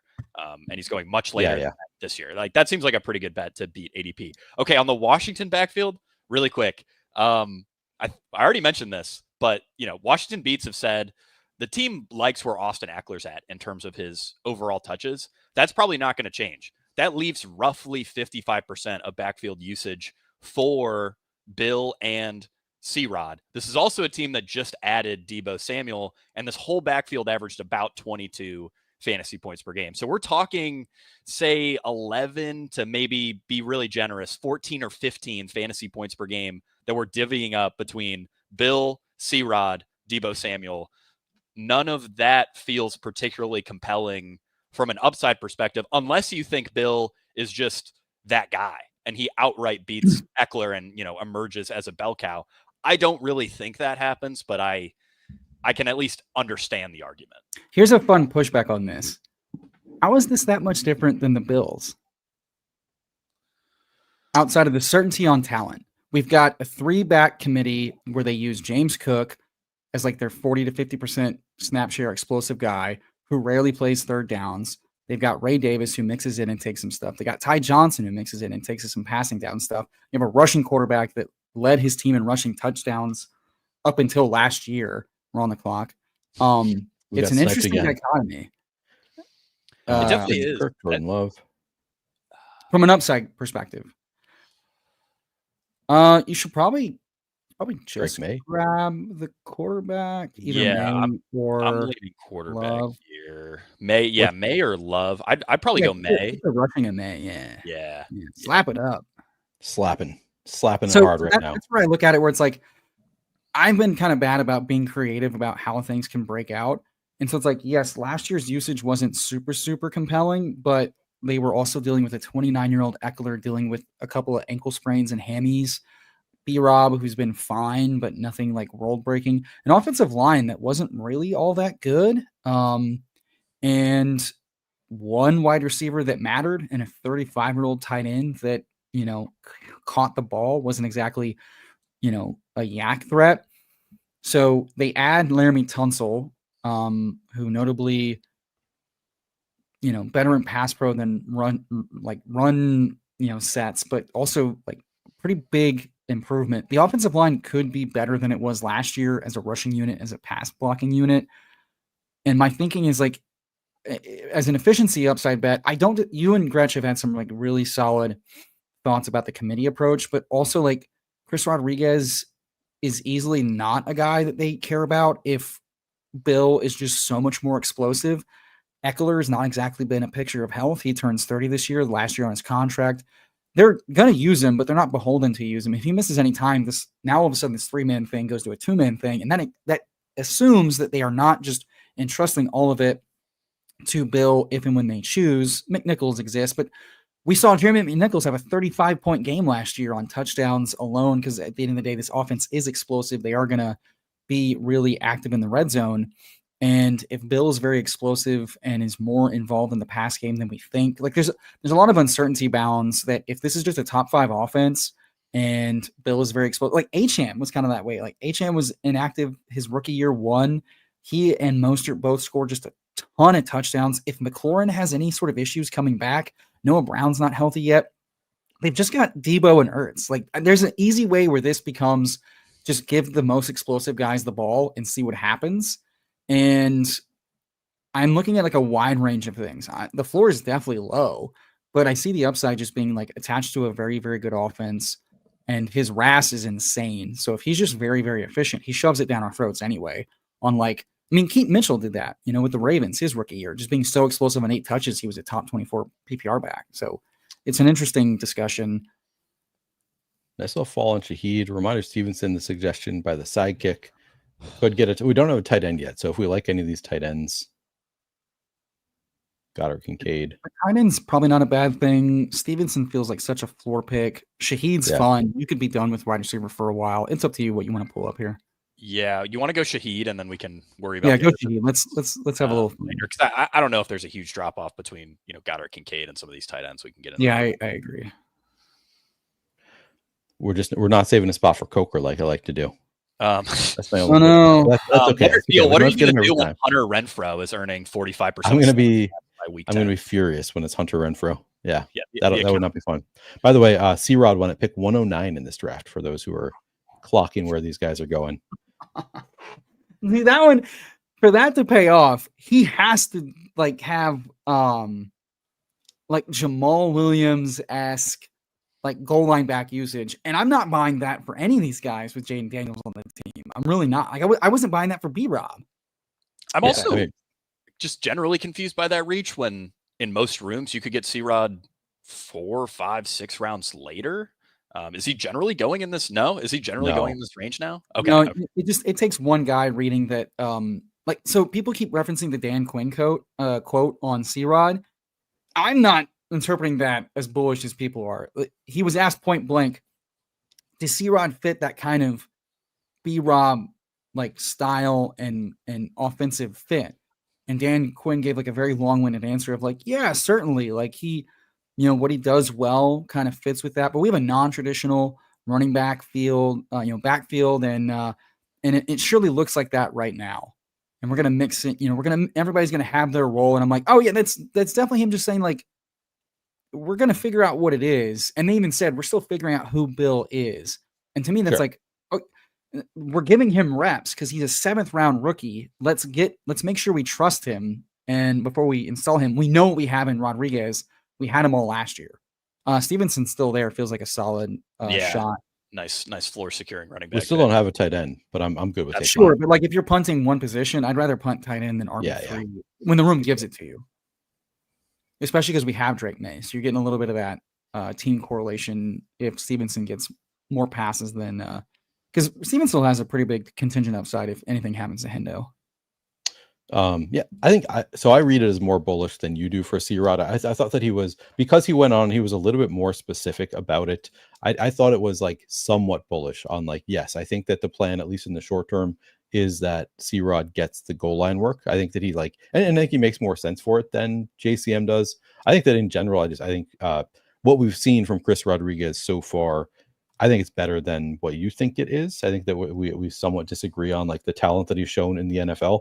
So I think I'm more bullish on C-Rod than you are, but it's more that I think he's a good bet in round 16 or later. I'm not taking him at pick 109. Obviously, I think it's I think that he's shown enough that it's they might actually like him more than we think he does.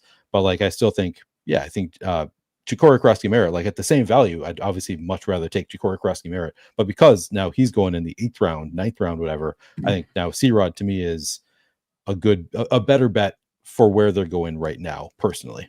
Certainly. I'm if you told me what are you more interested in, the guy that's going to get the occasional goal line carry on Washington, or the guy that could get 10 to 14 touches a game with game-breaking speed and agility, and I think it's pretty easy where I'm leaning there. But what do you like here?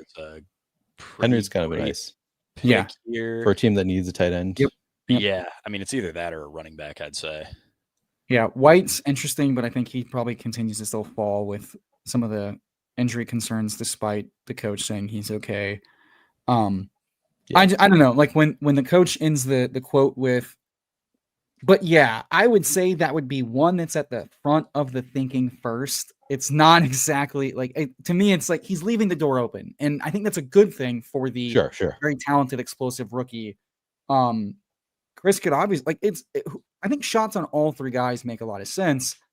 I see why you're gonna. I put a premium on the guy with game breaking speed too, because by week 4, 5, or 6, if the pass game is struggling, they're gonna go to the run, and I don't. We see teams not prioritize. If you're the Dallas Cowboys, you spend less than 10 weeks chucking the dust ball at the line, getting no yards, and you finally just give it to the explosive guys. That's the thesis, at least. And I think that's certainly a concern for Cliff, who will just spam it with the old veteran as long as he's alive. But I think they're all viable clicks at certain prices. I certainly don't think a top 120 price for C-Rod makes sense, given that. Especially on this format. But the fact that he wasn't being drafted at all in these contests that have been open for several months makes him a viable click just from like a contingent game theory standpoint. Yeah. What do you think is optimal here, Tyler, in terms of like where should Eckler, Bill, and C-Rod all be going in these drafts? Where you feel neutral relative to the price? I mean, so the way I've kind of have it ranked is like Bill probably belongs in that like Cam Scatterbo Spears like range where it's like we see the upside of standalone or potential workhorse, but there's ambiguity. There's a roadblock to full. We don't know, but we also all understand that we're pricing a little bit of a premium because of the perceived upside if they get more work. Yeah. And I kind of think of it like a discount Bills, and so with that standpoint, Ray Davis going several rounds earlier than Cook because he's a lesser talent, lesser profile, older guy, but he's getting touches and, that could net a 15-point game, whatever. So he feels like safely in like the third tier of guys to me, like probably after the Shipley type of thing, to me makes sense in the tier or on the clock. Do we want likely to? I'm not taking a bunch of likely. We could just add a running back if you like Algier. Or White make a lot of sense. Yeah, Algier or White, both strong picks, I think here. Let's go White. Spread out our. I know I've fought for. Yeah, White's got a little bit more pass catching upside. Sure. And with Wirfs missing a few weeks, they could be a more pass catching. And like I'm the biggest Bucky Bull that exists, but the team still likes White. It's still an offense you want pieces of. So yeah, I think like on this site, Eckler, I'm probably straight up. I'm taking him over Javonte easily. He's a better player. Yeah. He's on a better offense, and he's less likely to get phased out. So I think him going after like Scatterbo but above Allen makes sense to me because I like the offense better. I like the pass catching better, and I like the contingent role much better. So I think this is efficient for Eckler on this site for sure. I could see a reason for taking him over Scat if you're bearish on the Scatterbo like profile. That makes sense to me. But like. Yeah, C-Rod should probably be going after like Garendo, White, and Algier to me because these are pass catchers, or they're very, very good backups, or they are very explosive guys attached to very good offenses. And I have a lot of question marks of like who C-Rod is on a big enough sample, and I have questions about how much he feels just as fragile as Bill might feel to some people, right? Like this, everybody outside of Eckler has a lot of questions. He's super fragile, but he goes 8 rounds later. I don't know. So it's I have no idea where he goes these days because, like, again, someone reached for like 10 rounds ahead of ADP. So I don't know where he's going. I see him going like the 16th on like 16th, 15th, and some recent 18-round drafts. So I'm not sure.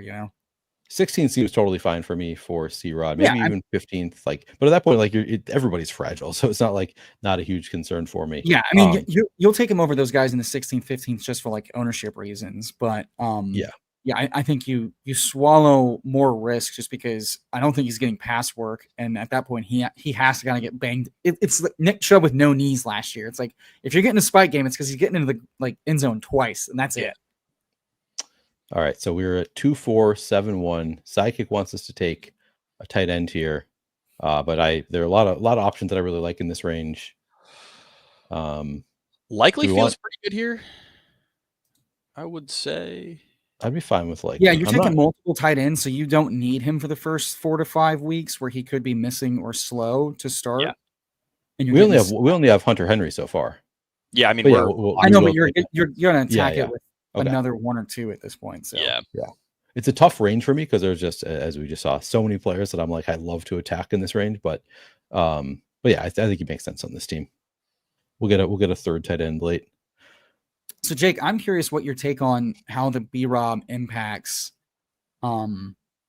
Yeah, guys, we're just playing this room perfectly. Everybody we had a question between, we just pushed them around and got him. That's right. That's right. Easy Love game. it. The game is beatable, guys. I don't know why you complain so much. But no, like for Isaac Guerrero, how are y'all feeling about B-Rob impacting? Because I'm a bag holder on Guerrero, and I think he's far more explosive and far more versatile. So I think this is more of they have 5 injured RBs right now. Guerrero's on the mend, and this was just a 6th-round pick for depth that they trust is actually healthy. But maybe that's me coping and bag defending. So Tyler, what I'm wondering with Guerrero and what I was a little worried about after the 49ers made this trade is what if this shoulder injury is worse than they're sort of letting on? Because if he risk with the liar known as Kyle Shanahan, right? Like if he was doing well, I don't know that you necessarily make this move for B-Rob. Well, who else is healthy though? Taylor just got sent to IR. Corey Kiner, high ankle sprain. Wilson, I think started off for that. Jeff Wilson might be the only other healthy running back. I think everyone they've brought in has gotten hurt in the last 4 weeks, and I think Guerrero just returned to practice to start like mixing back in. So I have a case. I have a sneaking suspicion it's because CMC up until last week was the only healthy running back they had, but I don't know. Yeah, I mean, that would make a lot of sense. If CMC were to get hurt, and if you assumed Guerrero was healthy, you're probably looking at a pretty gross split between him and B-Rob, where he likely cedes the goal line stuff to B-Rob. And there probably just won't be much of a running back. I wonder if he does, though, because Guerrero got some reds. Like, Guerrero got used like a workhorse last year without CMC and did fine with it. So I don't know, right? Like, he's big, but Shanahan doesn't really play by those kinds of rules necessarily. Yeah, I'm just not necessarily sure that he would be good enough to give him, 70 or 80% of backfield XFP if B-Rob is fine. Do you have a take there, Neil? Not really. I mostly wasn't listening because I'm just watching that. I already gave my take on the San Francisco backfield. You're talking about if CMC gets hurt, what they're going to do? Yeah. Well, it was more of a, do you think B-Rob really takes away from Guerrero in like a true split backfield thing, or do you think he's only depth? I'm more inclined to think he's more depth than like a threat to Guerrero if CMC is down. If CMC is down, I think he's I think he's a threat to, or it at least makes it more ambiguous. Like I think if CMC went down prior to this trade, it was just going to be the Guerrero show. Like I think it was pretty. It's Coker o'clock, by the way. All right. Make it Coker o'clock, brother. I love how worried you and the sidekick have been about tight end, and you see Coker and you're like, no. I mean, come on. No. I wanted to take Coker in the last round. It was you guys who were like, Chat Martin's going like, you need to take, what are you guys doing? Not taking it likelier than you guys are telling me. And I'm like, I guess I'll pass on Coker for. I think Houghton was a smash pick there personally. Neil, on like, how confident are you that he's dramatically better than Hunter Renfrow, though? I'm pretty confident about that. Hunter Renfrow just spent an entire year outside of football. We have yet to see one guy not be in football for an entire year come back and matter at all. That's a great point. And look, I'm like, I feel pretty confident in it too, but I can see the pain in Neil's eyes when Hunter. It's also been bad that earning 40% of routes. Renfro's best case to actually like be that though was practicing this entire time and being healthy, and he's missed like 3 or 4 weeks of practice with an injury. So it's like, and he's not a young spry man like yourself, Jake. And certainly not like Neil out there. One slip disc and it's over. I mean, you're not wrong. You're not wrong. No, one cannon route and it's done. So I agree with you that Guerrero is the better running back of the two and most likely leads the backfield if CMC goes down. But I think he goes from like gets 70% of the work to like 55% most likely. Like I think they would at that point they've got a rotation. They went out, they spent something on Brian Robinson. He's shown that he's like, okay, he's not a great NFL running back, but he's fine. So I do think that it hurts Guerrero's contingent upside. And this is where I just put on my he's very explosive. He caught passes roll. Like he got way more work than Jordan Mason did from an expected because of the pass catching, and he showed game-breaking speed and agility. They no longer have Debo. Guys are banged up. I just felt like he was always going to have some sort of role on the offense just as an explosive guy. And then B-Rob is B-Rob is a limited guy, and Shanahan doesn't like being limited. I don't know how much work he really gets if Garindo's healthy. It's just Garindo's not healthy. We're on the clock. I mean, Mason Taylor is here. I know you're not a Harold Fannin guy, but Mason Taylor to me is. I think Taylor's a great click. Yeah. Okay. He's a bring back on your New England Week 17 stuff. Yep. Boom. This draft has been easy. I don't know what you're easy. This is easy mode. Yeah. Great draft. I mean, as long as you get Coker in the 16th round, you can feel good about your draft. You and PPR Tyler, just Minnesota guys obsessed with Coke. Oh, is he a Coker guy too? Yeah. Big Coke head. Fellow Coke head. All right. Nice. Yeah. Jalen Coker head, DraftKings. Thank you for the clarification. Keeping Neil employed, Tyler. So the other situation we've talked about. So let's talk about if it happens. So I mentioned at the top of the stream, big time rumors here of Adam Thielen, and Schefter tweeted out that the Vikings are trying to get Adam Thielen to Minnesota, but there are rumors that it's like fairly close. If that happens, so I've talked about, I really like Jalen Coker. How do you guys feel about like Xavier Legette? You draft any like Jimmy Horn and anything else? I mean, will you be drafting a lot of Jalen Coker? I'm a sick man. I'm not drafting Jimmy Horn. Okay. I've never thought Legette was very good. Me too. My main targets here have been Tet, Coker, and then I really like Jatavion Sanders. Yeah, I think he's a strong given that pick Tremble's also. been dealing with a neck thing kind of indefinitely. Yeah, apparently he's doing well and potentially back soon. So that's, I don't know, a neck thing when you play a contact sport though. Like that's so easy to see, like one setback and all of a sudden it's Jatavion Sanders 80%. I mean, we've seen that. Yeah, we've seen that with how many players now? Yeah, right. I mean, Zach Moss recently, but you had Chris Carson, Jalen McMillan. I mean, it's Alexander Madison. The neck stuff the last 12 months has been bad. Yeah, exactly. I mean, neck when you play football is quite bad. Neck at running back seems worse than any other position though, just because you're taking those like goal line hits. Oh yeah. On the Minnesota side, do you guys see any impacts for players not named Jalen Naylor if this trade goes through? I don't really. Not really. Maybe it hurts Addison very slightly. I don't even think. I think they're truly just worried about not having a viable third receiver for the first 3 weeks, and it probably wouldn't feel as bad if they weren't nursing Jefferson's hammy, who's like probably fine, but like the risk is they go into week 1, they do not have Jefferson, they do not have Addison, and they do not have Naylor. I understand from that standpoint, get somebody just in case. I understand that fully. Yeah. This feels like B-Rob, where it's like we are down too many guys. Yeah. We want safety if it's cheap, and it should be cheap. Psychic wants to take a running back here. DJ Giddens there again. Look, you're not gonna like me for saying it, but like Justice Hill stacks with. Yeah, I do PPR, like you saying it. Honestly, it stacks with Lamar Jackson. So I think it makes sense. A little bit of leverage off of Derrick Henry, some might say. No. It happened week 1. It happened week 1 last year. Okay. In PPR, Justice Hill outscored Derrick Henry week 1.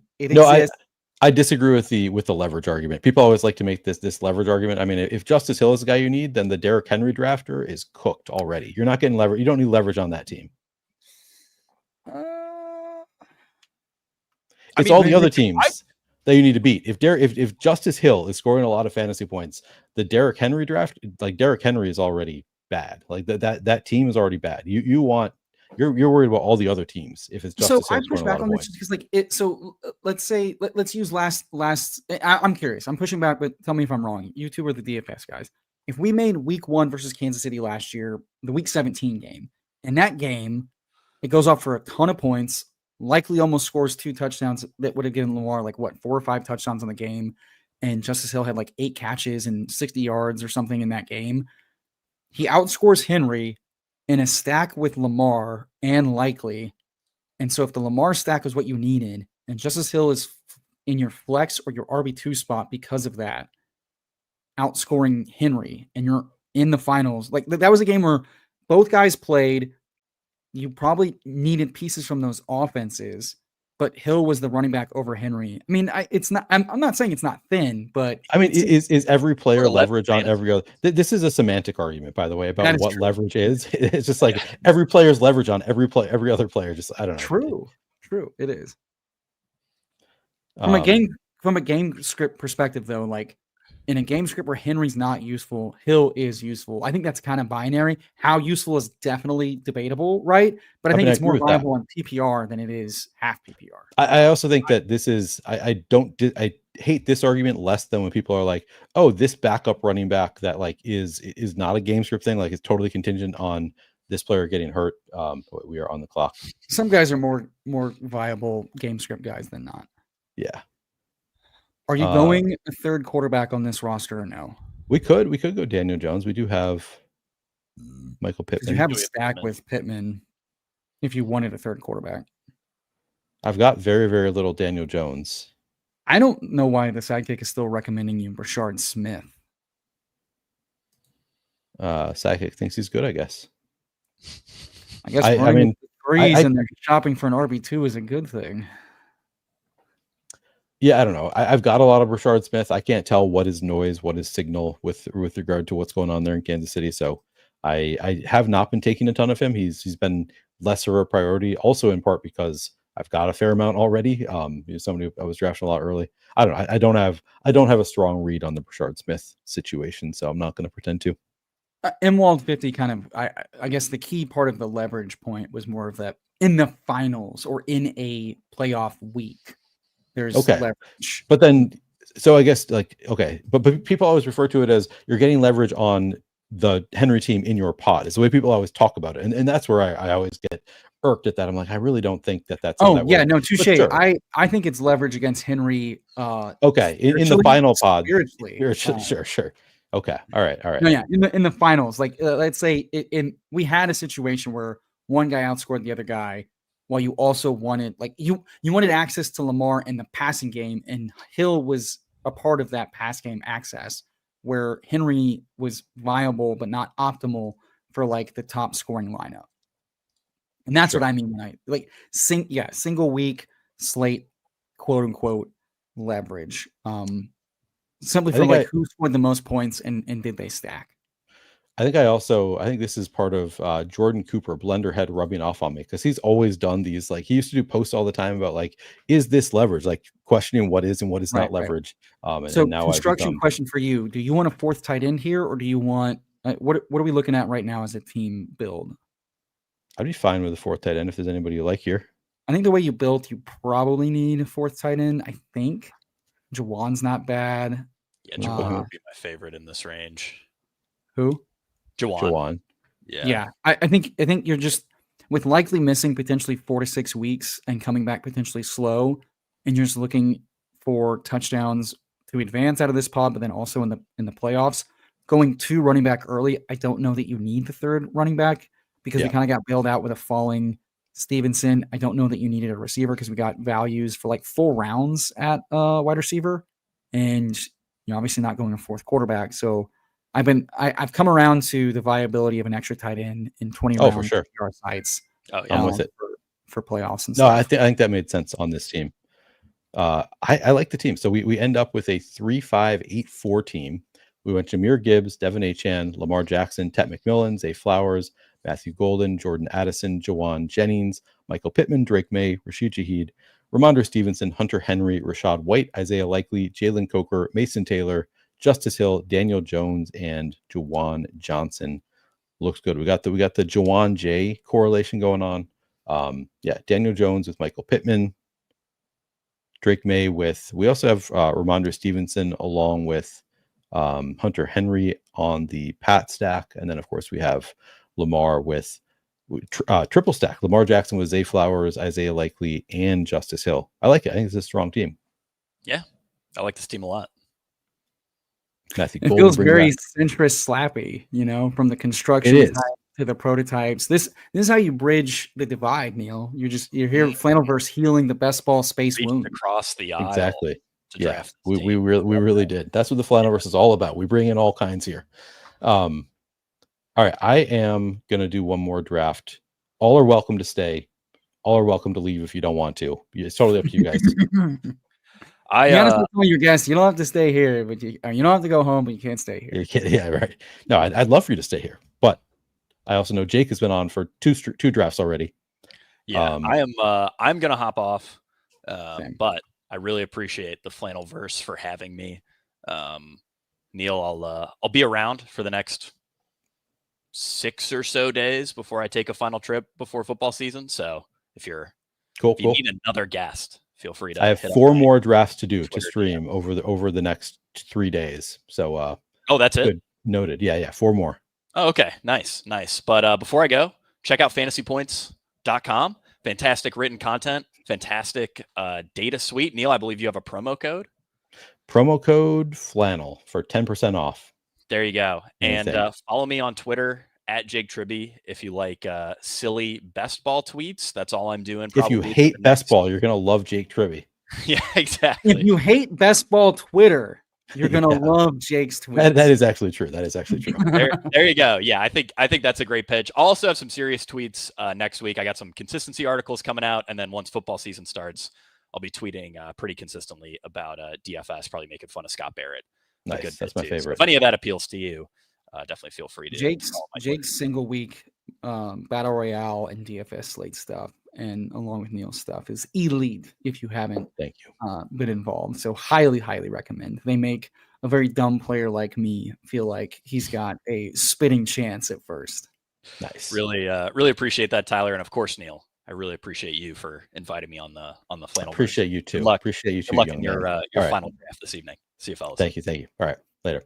Also, cannot recommend enough. The Fantasy Points Ass Man shirt is high quality as hell, soft as a button, and makes your significant other question everything, every decision she's ever made in her life that's led to you being in public with that shirt. So rightly so. Cannot recommend that highly enough. Neil, it was a pleasure. I gotta go sign some paperwork and send it off to HR. Thanks for having me on. This was a blast. Thanks for joining. Appreciate you, Tyler. I enjoyed coming on here. Check out Fantasy Sanctuary. Check out Tyfel Tower, TYFFEL. We'll be on, I think, Sunday night. It's now shifted. Co-host with lives and such. These young guys don't respect scheduling like us olds, Neil. Us olds, 30+ crowd. Much love, Neil. Thanks for having me on. Have a good one. Thanks for joining. See you later. All right. We're going to do one more here.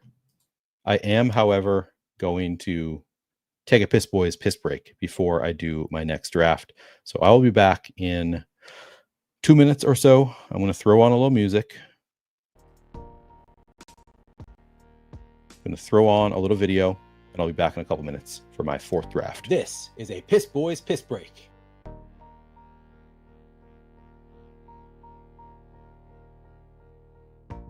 You know what's cooler than 2 wide receivers through 2 rounds? 3 wide receivers through 3 rounds.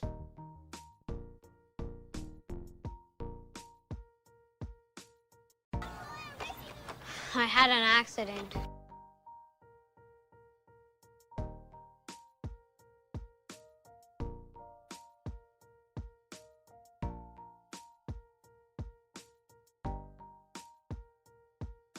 Hey, look everybody, Billy peed his pants.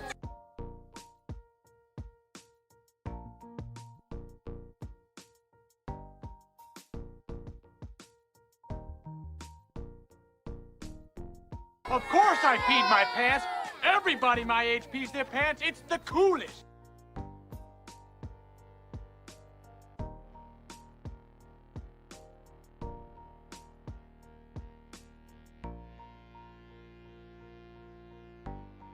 You ain't cool unless you pee your pants.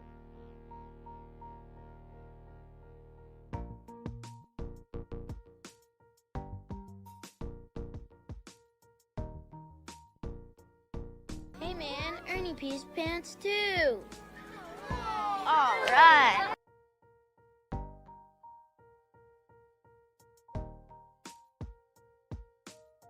If peeing your pants is cool, consider me Miles Davis.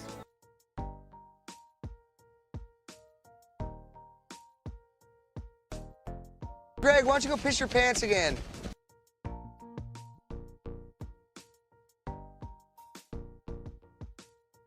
That was like 8 years ago, asshole.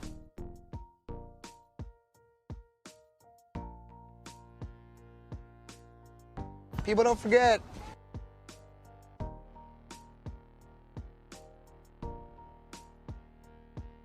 This is a Piss Boys Piss Break.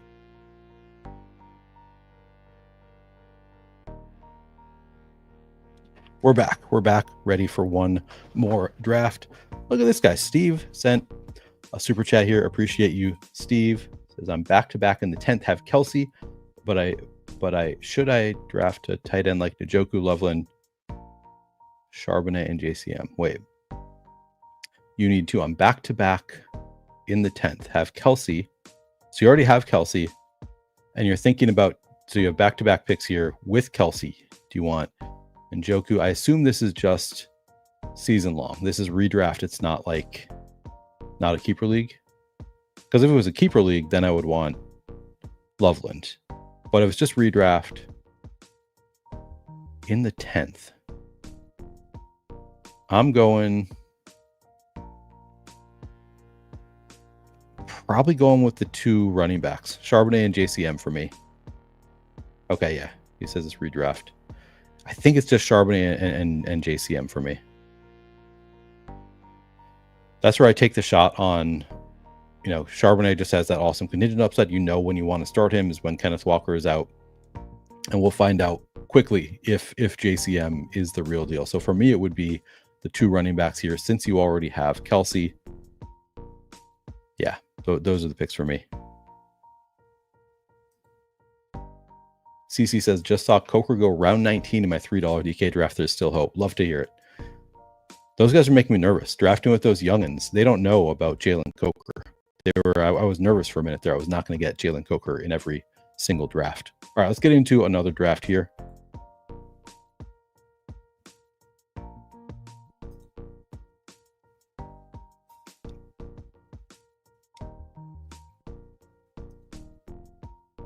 We're doing a $20 Millie Maker. By the way, if you have not liked the video, would appreciate it. Really helps the algo. If you could subscribe to the channel, we are trying to get to 5,000 subscribers. Ooh, we have 11 more, so it's going to be a minute before we get through this draft.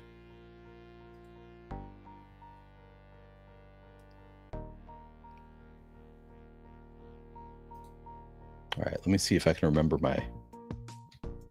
Got to make some picks. Got to make some slow draft picks potentially.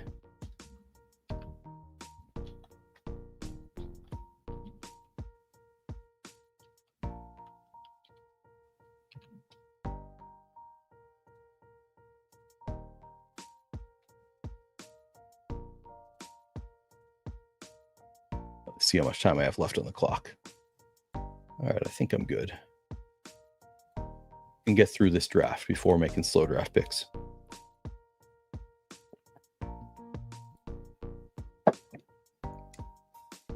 Oh, look at these friends and family draft. We got Wade in the 1. I don't think I know Frog Meta. RGT in the 3-hole. Martin in the 4-hole. I don't think Cash 4 Days has a stochastic avatar, so there's a good chance I know him, but I don't know who the name is. I'm in the 11-hole here.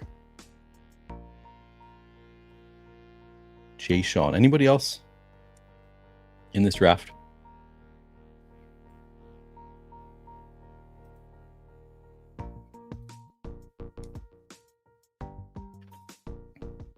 Wait, CC, remind me what your username is? Oh, you missed it. Okay, sorry. Gerardo is the 5 here. CW's in here? Wait. And Steven, hang on. Gerardo 5 and CW. What are your usernames? Chuckwagon, is that CW? Gerardo, I just assumed. Is that you, Cash for Days? So the deal with Jalen Coker, to answer your question, Steven, I like him where he's going in drafts right now. I think he's a player that if Adam Thielen gets traded to Minnesota, which I think is pretty likely, I think Jalen Coker has an easy path to playing time, and I think he's the second most talented receiver after Teteroa McMillan on the Panthers. So the assumption is if Adam Thielen gets traded to the Vikings, which is that's the rumor right now, and it's growing. There seems to be something to the rumor. That's at least a conversation that is happening. I think it's pretty close to happening. Bringing Adam Thielen back to Minnesota Then suddenly it's going to Xavier Leggett and Jalen Coker are both going to move up boards pretty significantly. Jalen Coker was already kind of getting buzz in the fantasy community, just looking really good in the preseason games. Seems like he's got a role on the team. He got hurt last week, so he missed a game and then had to play when the starters were out. But generally, I think we're moving towards Jalen Coker being a starter on the Panthers. He was pretty good last year. I think he was better than Xavier Leggett last year. Xavier Leggett, kind of running out of that that he had because he was then. But at this point, I think it's just the talent is winning out.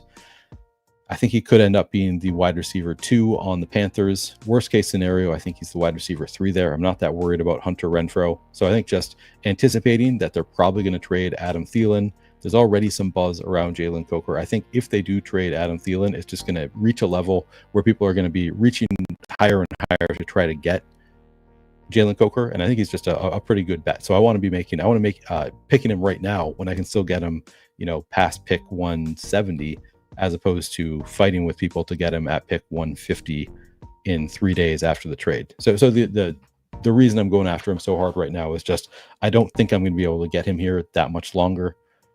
Could be totally wrong. Like the deal is not done, so it's very possible that the deal does not happen. But I think we're pretty close to a deal, I think, to get Adam Thielen to the Vikings. So I'm just trying to get ahead of it.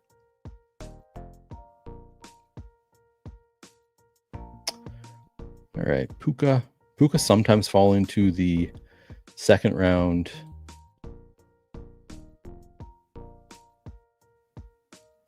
I'm going to do it anyway, though. I'll go Puka.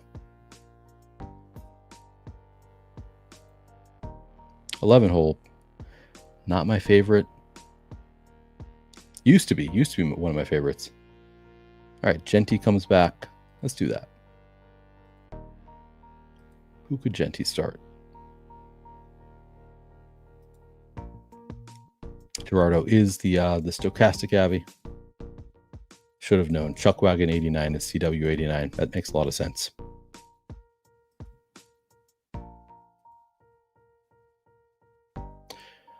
I'm not sure that I want Jalen Coker in redraft leagues. He's somebody that I would maybe consider in like the final round. I thought about trying to pick him up in my unlimited keeper league as a, what if he is like, he was pretty good last year. What if he like really breaks out this year? I think it's within the range of outcomes. He's not like a huge target for me in redraft leagues. But somebody I think you could consider in the final round at this point. Or in, one of your final rounds.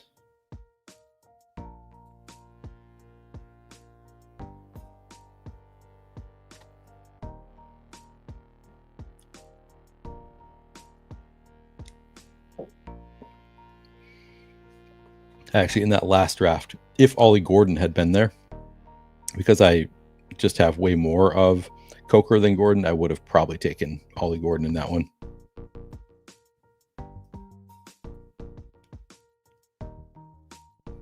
Yeah, that is an early Allen. Who is the wide receiver? I mean, to me, that is Coker. I think he would be the most likely to take over. Like Leggett had opportunities and just didn't really do much with them.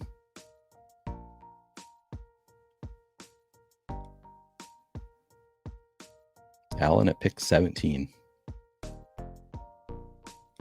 That's one that's like, I don't benefit from that because it's still, he would have gone before where I go anyway. So, what I really want is people to be taking players that I don't want that usually go after my next pick so that I can get a faller.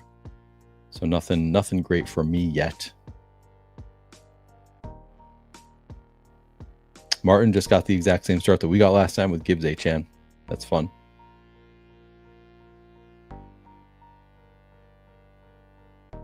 AJ Brown at 16 in this one after going at 24 in the last one. Yeah, so Wade not getting that. I mean, we've seen some really fun falls to the 2-3 turn. Wade didn't get anything unique here.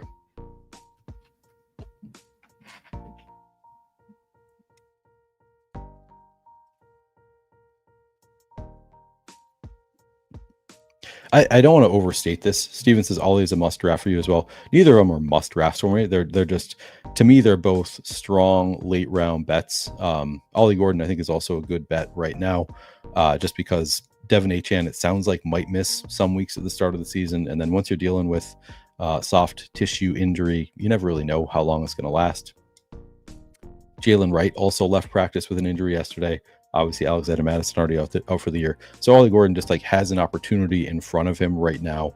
I think he's a talented running back. So give him a chance. We don't really know what he is, but he might start the year as a starter. Like if Jalen Wright, who knows how long he's out. Even if Jalen Wright is back, there's a chance that Ollie Gordon is starting to start the year. And then we'll just see if he how much talent does he have? Can he hold on to any kind of role once Achane comes back? Because Achane, obviously not really a physical runner. Tyreek Hill even came out and was like, yeah, they got to stop using Devin Achane at the goal line. And the coach came out and said, yeah, that's what we're working on in practice today. Like we were already not planning on using Achane at the goal line. So I think there's a possibility that Ollie Gordon starts the year as a starting running back, but then also has the goal line role for the rest of the year. So yeah, I think there's upside there, but I don't want to overstate it. There's still a possibility that he's not much. It's just I think it's a good bet to make right now.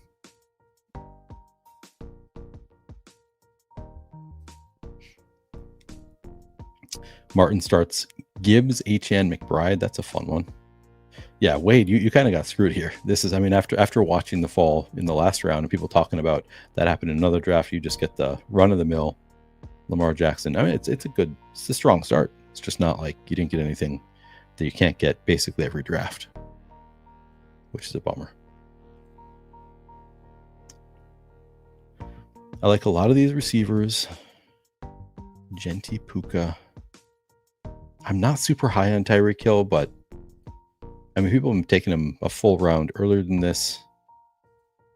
I guess at this point, I'll make the upside bet.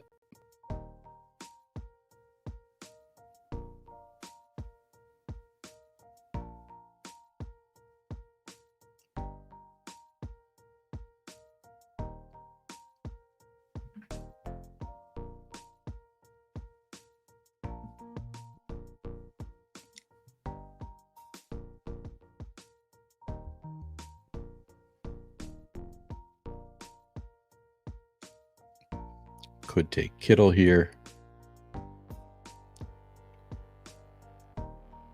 I'll do that. I'm going to do Kittle.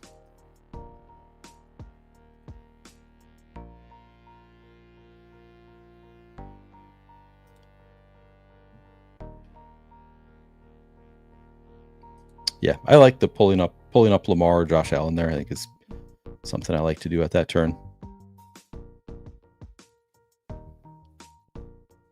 Although it does take away your potentially getting a Joe Burrow share. You could take a Joe Burrow as well, but that's a little bit thin, I think.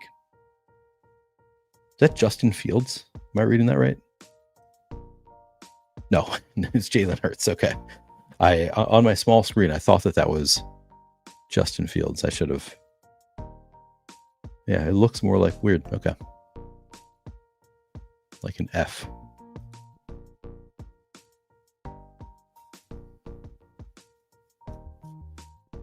But yeah, Jalen Hurts. That's pretty standard.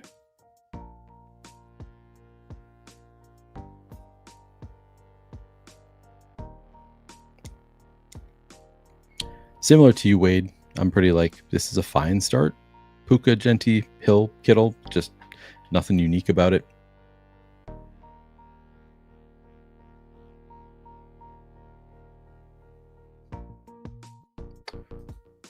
Holy RB run seems like they got so much quicker than the beginning of the best ball season. Yeah, I mean, that always happens later in the year. People want their running back. And Trevion Henderson lasts till 43, which is kind of interesting. Glad I got Genty. Got my hero RB. Yeah, I mean, looking at how bad their defense is, Wade, I think I'm probably slightly under on Burrow, and I'm trying to change that, because if that defense is going to be terrible, I think just taking the Burrow when I have either of the top receivers just makes a lot of sense. They could be in a lot of shootouts. Wait, guy at 7 has a great draft so far. Let me see. Or you are making a joke. McCaffrey, McConkey. Ooh. Yeah. What's going on there? David Montgomery and Tucker Kraft.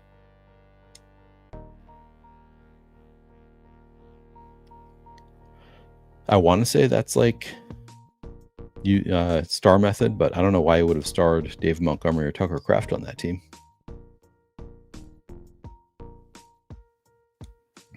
That's a fun turn for you, Wade. Ted McMillan, Jameson Williams.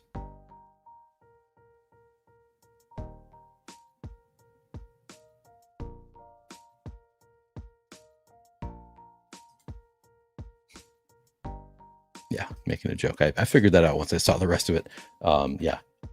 Get your guys, I guess. Where are we at now, Martin? Gibbs, HN, McBride, JSN at 45 and yeah, oh my god. That is nuts.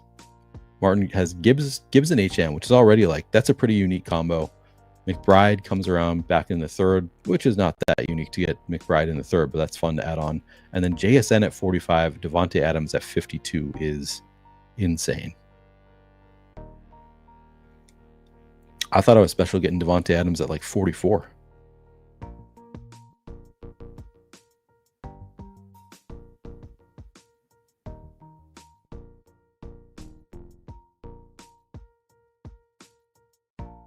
And I'm not benefiting from this at all.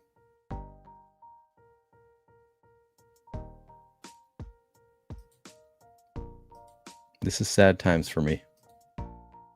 Everybody else scooping up value, and I'm just sitting here with run-of-the-mill, all the usual suspects.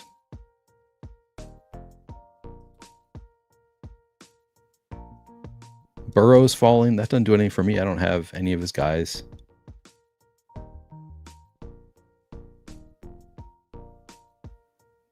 All right, I guess I'll take the Zay Flowers.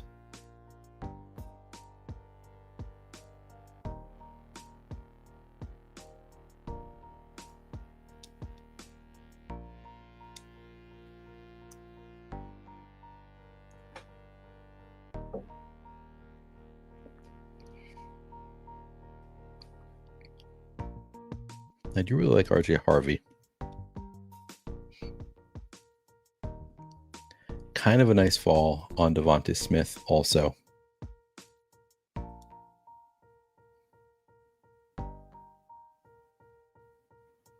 Nah, I'm going to... man, that's tough. I'm going RJ Harvey.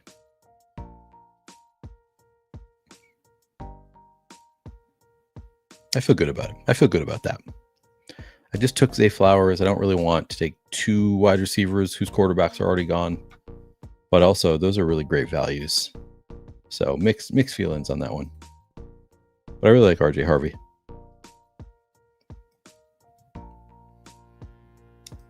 Wade said, this is why you want to be in the middle with number 7 drafter. Yeah, exactly. Would you take Bill as your first running back in best ball? I don't love it. Imagine, that is funny. Imagine winning a best ball tournament with Ja'Cory Cross-Team as your RB1. So I'm not chasing Bill into the top 100 picks. But I think I think he's a totally fine bet to make as your RB1. Like if you want to make the assumption that he is that dude, it seems okay. I think that's within the range of outcomes. So yeah, if you want to take him, take no running backs until the 8th round and then take a Bill shot there. I've done worse things. Have at it. No real issue with it. I wouldn't do it because I think it's on the unlikelier side of the range of outcomes.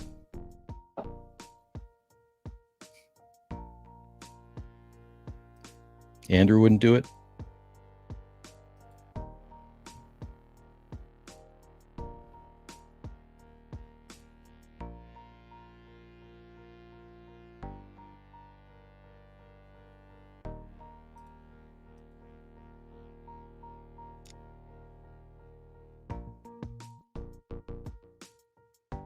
W. from where it says drafting round 3 Monty and round 4 Tucker Kraft could get best ball banned in New York again. Takes on Jaden Blue. I like him. I think he's a pretty good pick where he's going. I have some concern that they're going to like trade for a Travis Etienne and just blow the whole operation up. But I think Jadon Blue is a perfectly good pick where he's going. I think really wide range of outcomes. So he's one of those players that's like, could like, I mean, I'm trying to think who I mean, Corey Krasky-Merritt's not the worst comp, but like, I think most likely he's going to have a role and be pretty good and pay off his value. There is some risk that he's going to be a zero, that he's just like, he has not proven, he's not taken over that role so far. He's competing with two kind of washed running backs in Miles Sanders and Javonte Williams, and has not like clearly taken over as the lead rusher. But I think he's one of the wider range of outcomes running backs out there where it's like he could be healthy and still be a zero. Obviously everybody has some risk of a zero if they just get hurt, but like he could be a healthy zero, but he also could take over as the best running back there. I think he's got some juice. I don't think he's a great pass catcher, so that kind of, you know, obviously plays against him a little bit. But I think he's a pretty good pick past like 140 is kind of where I start to target him. If we get some buzz, then I'd be happy to chase him up. If we get like he's, you know, running with the ones, because there is an opportunity there right now. But I think there's some chance that they are going to make a trade or something. Do I go after my guy Jordan Mason here?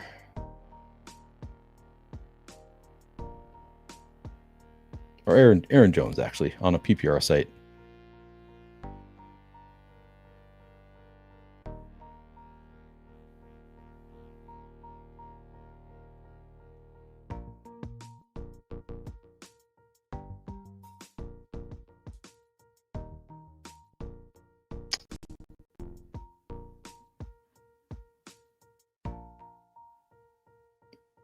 Could go Hawkinson or Jennings. I guess I've got Kittle, so I can do a little double stack here.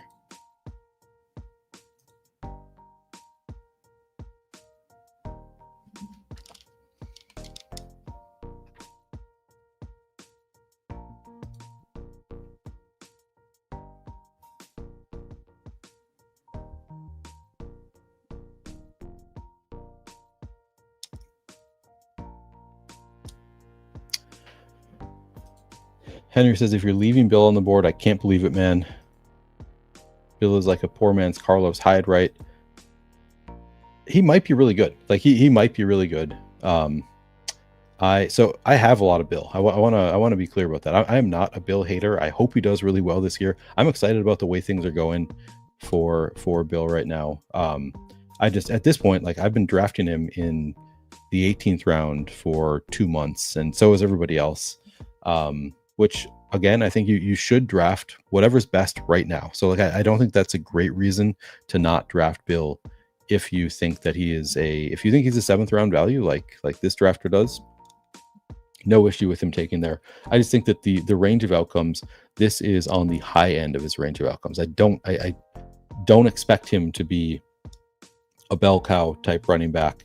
It's a good offense, and maybe he's talented. So like it is within the range of outcomes that he earns a big role on a good offense, and he's just really good. So this is certainly within his range of outcomes. He can pay off this ADP by a few rounds, I think. So I don't want to be too down on it. I just think the much more likely outcome is that this is a small to medium miss in the 7th round. I think he's in a three-way committee right now. I think Austin Eckler probably not going to lose his role, but it's got contingent upside if there were an injury to Austin Eckler. To me, right now, it's like 65-35 that Jacory Krosky-Merritt has more work than Chris Rodriguez in the first half of the season. Like I think he's probably the favorite. Like I say, 65-35, that he has more work than Chris Rodriguez. But I think Austin Eckler's role might expand. Jake kind of laid this out. It's like there just might not be that much there. It might be that Austin Eckler expands his role a little bit, and there's just not that much work left over. And then it's Krosky Merritt and Chris Rodriguez. They're fighting for it right now. It's not super clear to me that Krosky Merritt has actually run away with the job. Chris Rodriguez started the last game. Krosky Merritt played after the starters left the game. So it's not clear to me that he actually has the lead. I think that it's, again, likely that he does. There has been a lot of camp buzz, but it's all from beat reporters. The coaches started Chris Rodriguez. That's part of the reason that, like, the quote that, like, yeah, he's got the goal line work. That's the way they're planning to play it. To me, has some merit to it, given that he also started the game. And Chris Rodriguez has actually been pretty good. Like, everybody wants to write him off, like, oh, this is the most boring pick. Every fantasy football analyst writing up how bad Chris Rodriguez is, how bad of a pick he is, but he's been pretty good in the NFL. So I think it's an open competition. Maybe it's more likely that the exciting rookie wins it out. I'm just not totally convinced that in the 7th round it's a great bet.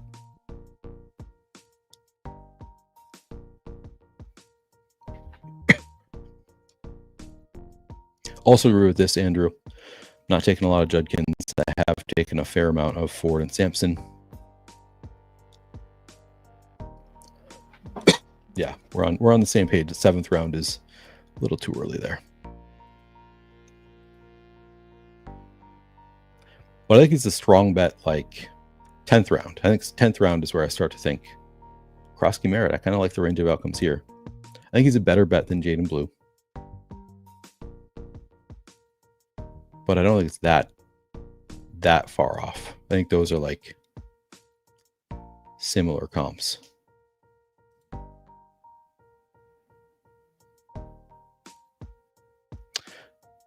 I've seen him go. I've been seeing Tinsley from Cincinnati go.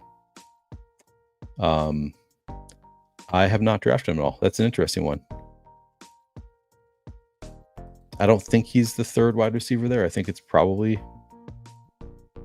Yoshivas or Jermaine Burton, but maybe he's earned the role. If he does, like, good for him. I know nothing about him, so I can't say anything intelligent about Tinsley. And I guess I can say the sidekick has not recommended to me once so far. So I know that they're paying close enough attention that if they thought he was a great bet, he would have made it into the suggestions at some point. So far, that has not happened to me. But I keep seeing him go in drafts, so maybe at some point I'll have to start paying attention to Tinsley. All right, we got our Purdy double.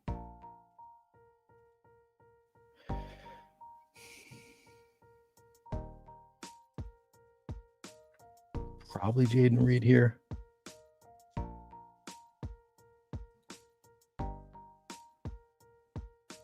Yeah. Kind of a gross range where I could have pulled somebody up. Maybe I should have. Kirk was actually the one that I was thinking about pulling up, and he had already gone.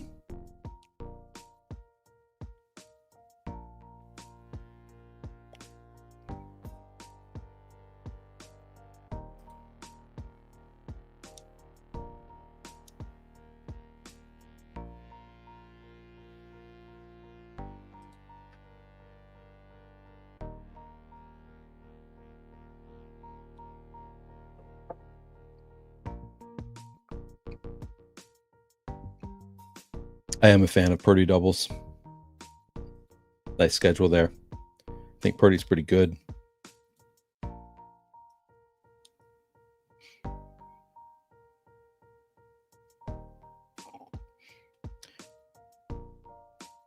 Now this is interesting. Snowy, the way he's drafting, fascinating to me because he goes with the 2 like exciting rookie, Corey Krosky Merritt, Jaden Blue, and then in between them, Keenan Allen and Christian Kirk.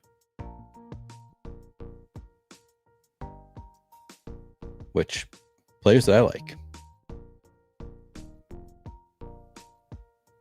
But those are, I wonder if this is going to be unique combo of players here.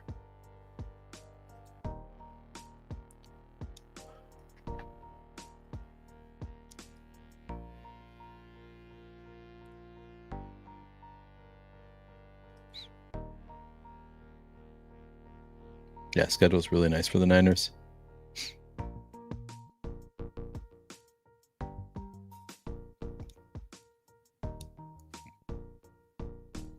I'll love to hear that. B says, asked, are you doing your Showdown shows again? Watching them last season helped me take first place in the Atlanta versus Eagles. I'm guessing you had what's his name? The kick returner, white guy, little receiver.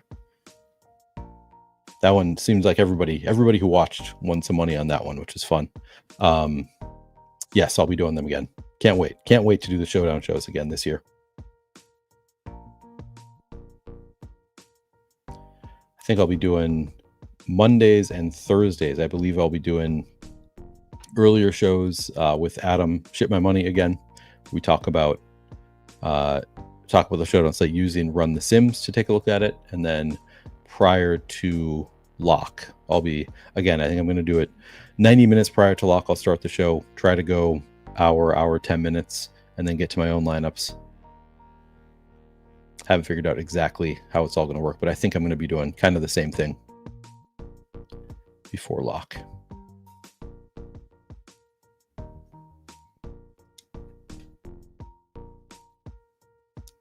Right here on this channel. If you're going to be playing DFS Showdown, make sure you are subscribed.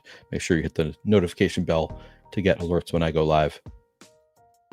Nick New York now takes Liget at 127.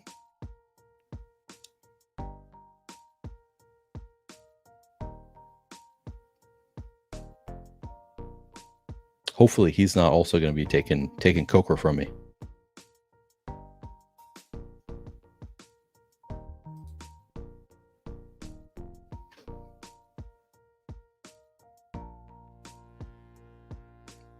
Stack and relax. I will explain it to you in a minute.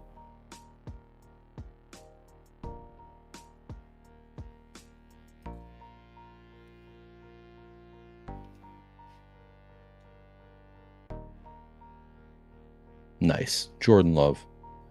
Nice little fall here. So Stack and Relax asked Neil, what is the key to survival each week in best ball? Like, how do you make it to the next round? I'm new to best ball. So you don't need to survive in regular best ball. So the way it works is it's round 1 is weeks 1 through 14. So right now I'm drafting, this draft room is 12 of us. We're going to be competing against each other for the highest score through 14 weeks. After 14 weeks, whoever the two teams with the highest scores move on to the second round, which is just week 15. Let me make my pick.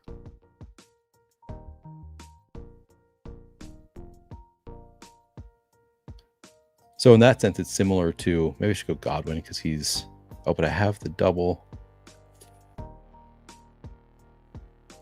I'll go Ayuk. So in that sense, it's the same as like regular season-long best ball, where it's you're competing for making the playoffs. But the difference, what makes it best ball is your team. So we're drafting 18 players, and every week you have to fill a roster of quarterback, 2 running backs, 3 wide receivers, and 1 tight end, and a flex. So that's your roster that you have to fill each week. Best ball just means you automatically get your top scorers within that construction. So if you draft 3 quarterbacks each week, whoever your highest scoring quarterback is the player who scores in the quarterback position for you this week. Whoever your top 2 running backs are, that's who you get in the running back class. You don't set your lineup. You don't do anything like that. There's no management. There's no trades, anything like that. It's just you have your 18 players. If players get hurt, you're kind of SOL. But you have those players for the entire season. Automatically, your best scores get slotted into each position each week. So it's not cumulatively for the year. Each week you get whoever your highest scoring players are that week, and that'll be your team scores, all those players together for that week. And then after 14 weeks, it's the 2 teams with the highest scores move on.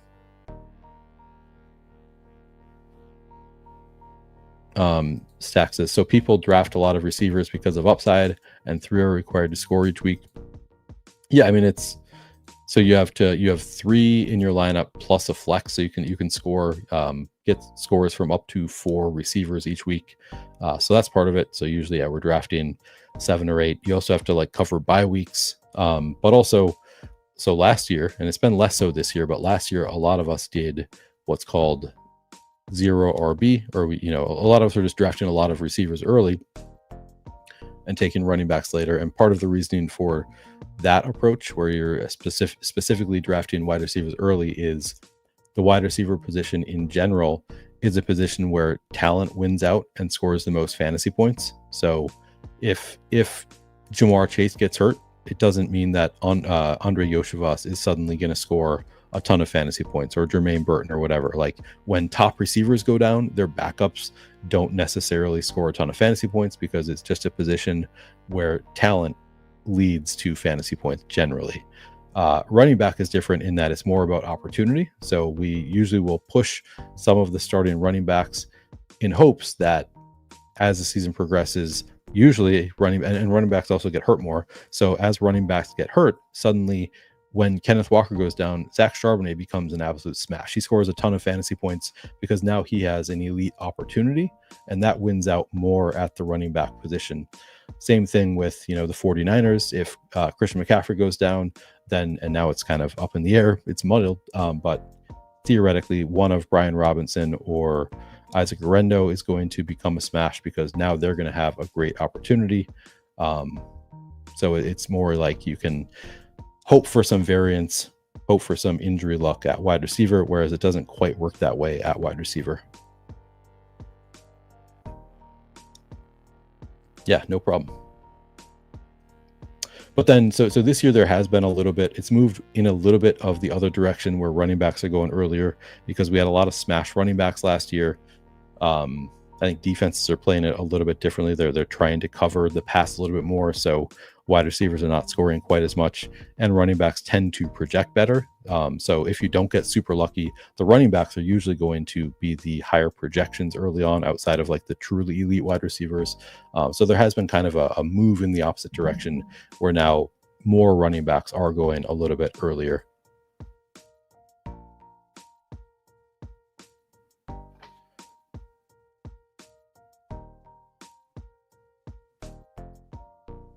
Martin giving the example of bye weeks, I assume. Let's see, what does Martin's team look like?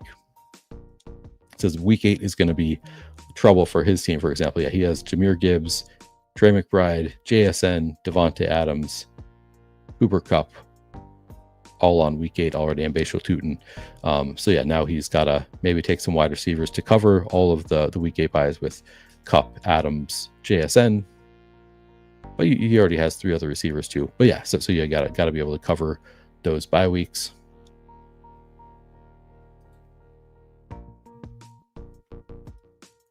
See, now Judkins is falling enough that I'm like, well, maybe I should consider it. Really don't want to. This is also a nice fall for Ramondre Stevenson. But how many? I've got 2 quarterbacks.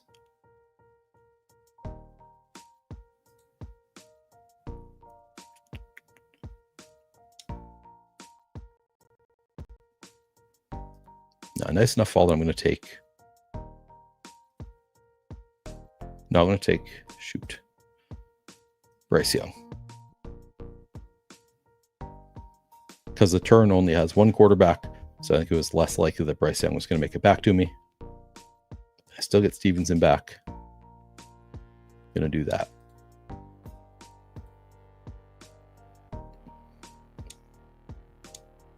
Okay.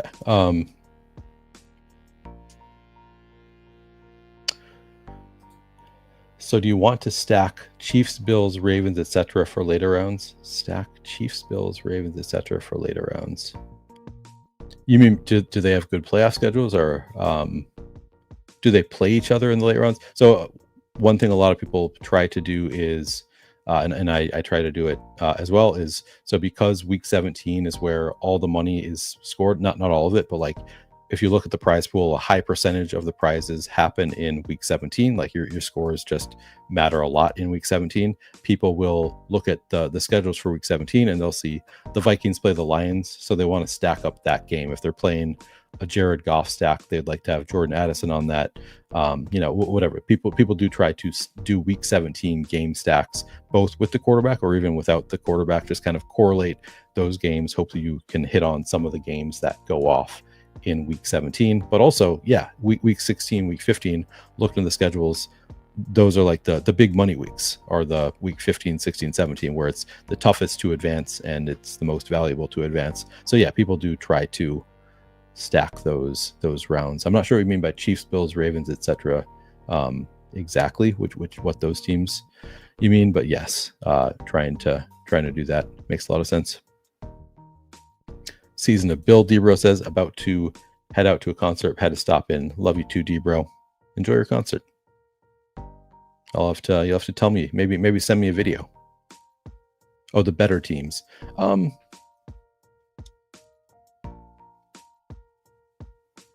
mean because they're just gonna score more points? Trevor Etienne goes.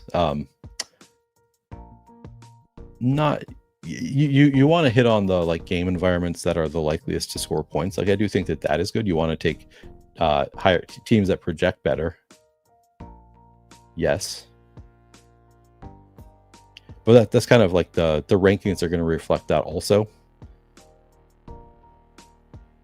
Like a lot of Ravens are gonna, Derrick Henry's a 2nd round pick, Lamar's a 3rd round pick, Zay Flowers a 5th round pick, Mark Andrews 8th or 9th round. So yeah, to an extent, I think it's a good idea. That's something that Mathology, who I do shows with on Monday, is a big advocate for. Mostly just taking players from good teams, just like making bets on good offenses in general. Just easier to hit when you can take players from the Bills and from good teams with good offensive lines, with good schedules, that kind of stuff. Looking at that kind of stuff can certainly be helpful.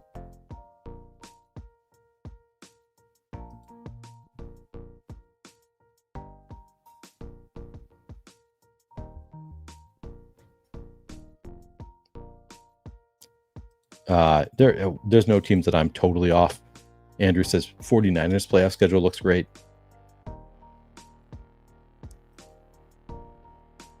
They play the Bears in week 17, which I'm not convinced that that's a good matchup. I think that's going to be kind of tough.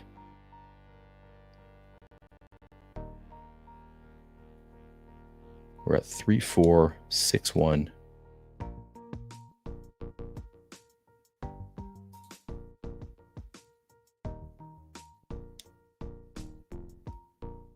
Do I get my guy here?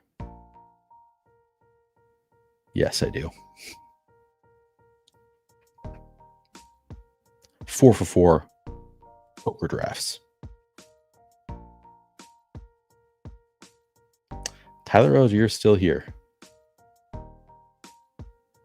You can see here, Chris Rodriguez has not gone in this draft yet. I'm going to go Tyler Rozier.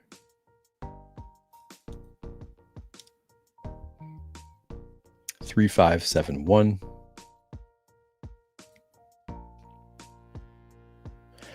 But yeah, I'm doing over 1,000 drafts. So for me, there are no teams that I'm totally off. You say Colts besides John Taylor. I mean, I get that, because if you don't want to bet on those quarterbacks. I'm still drafting Josh Downs, just betting on talent. Michael Pittman, betting on talent and opportunity. But I get it if you just want to avoid those teams, for sure. Get ready for the Coker victory lap in the Discord when the Thielen trade happens. Yeah, Tony, but you and I, you're going to be doing your league at victory lap. I will be victory lapping Coker. You can victory lap Thielen. We can all party together in the Flannelverse Discord, which, by the way, free to join. Link is in the description of this video.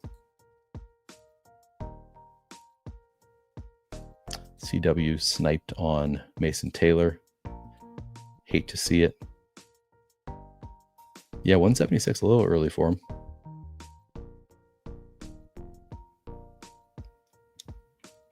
You just got Tyjae Spears at 183, though. I mean, he's supposed to be back for week 1. Pretty sure. That's insane. I've been drafting a lot of Tyjae Spears recently. I do not get it.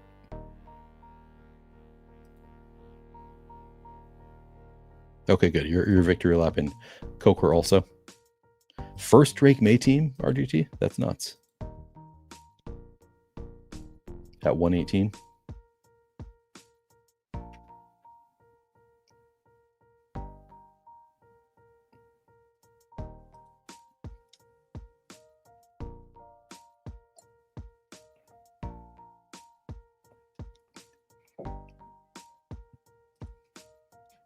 I am, Tony. Trying to get more Xavier Liget at this point. Uh-oh. Well, that's not great. Chris says Thielen to Minnesota now unlikely according to X the Everything app. Who's that? Who's saying that, Chris?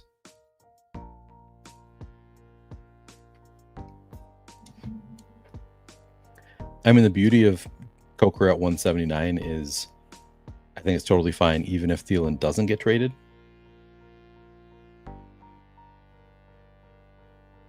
But that would be a bummer. Obviously, it's better if he does get traded.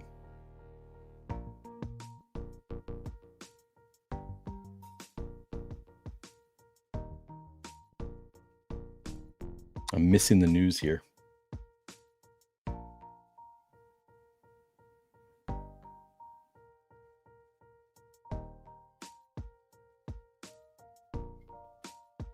I had seen that his wife posted like big news coming or something.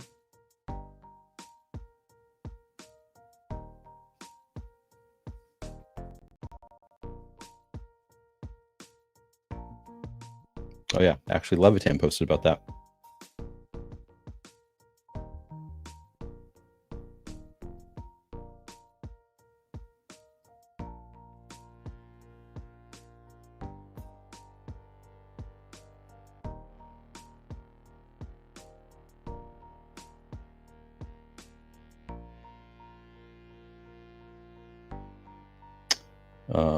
Yeah, I don't see what you're talking about. Let me know what you're at. Maybe you've updated.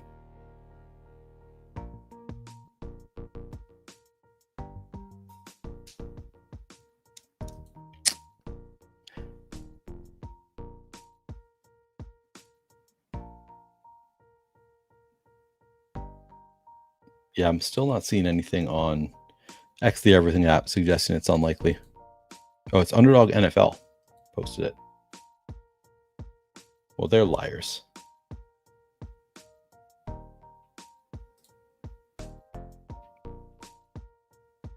But they probably got that news from somewhere else.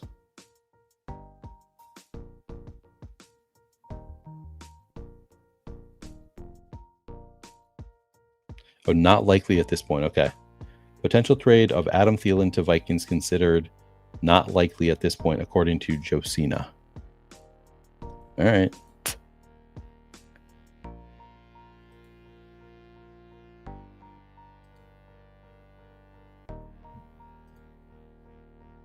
Troy Franklin, I'll take.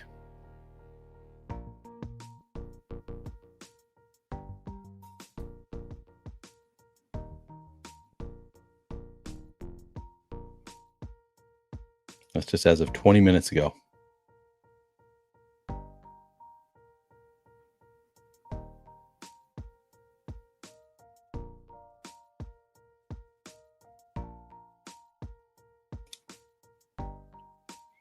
That might just mean like not today, but no, not likely at this point. It's not good. It's not good. Not what I want to hear. I want it to happen on this stream.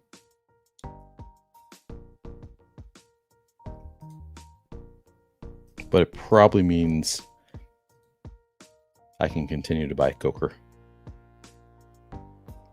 But it also means I don't need to take him here, probably.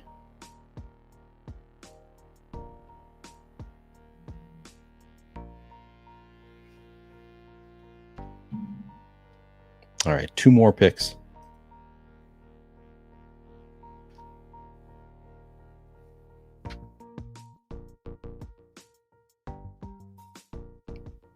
Wade needs it to happen so his wife will watch the Vikings with him.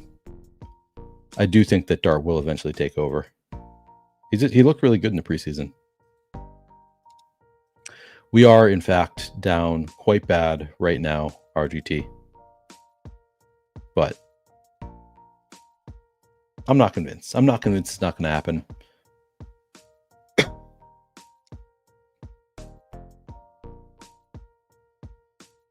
But yeah, I thought with the wife saying big news, all the rumors happening, people in Thielen's camp thought it was going to happen. I wonder what happened there.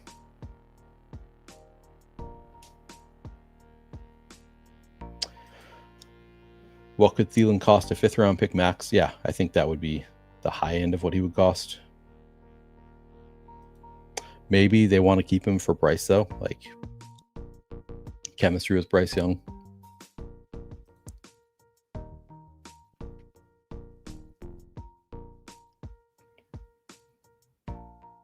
$3,582. I think I need another tight end to, because I've got 2 week 14 buys there.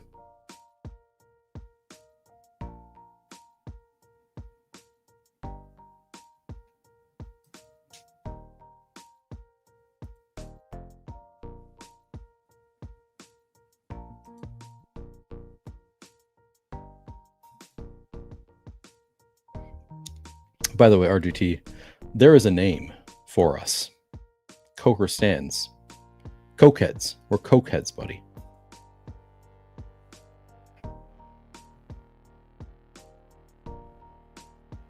Nice little double stack on Bryce.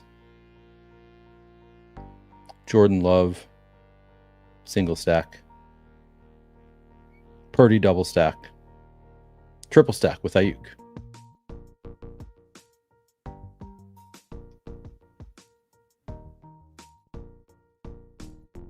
Also, I have Zay Flowers, right? Got the bring back on the Green Bay Baltimore game. Don't think I have any Bears.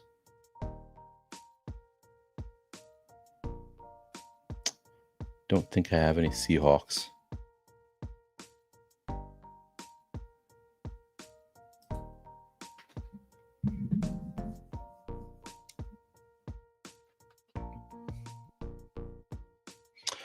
I really would like to go out and sit on a patio, eat some dinner, drink a beer. I'm guessing it's not happening tonight, though, because we did that last night. No, we didn't. I picked up food and brought it home last night. But I think we have food in the fridge. So probably not doing that tonight.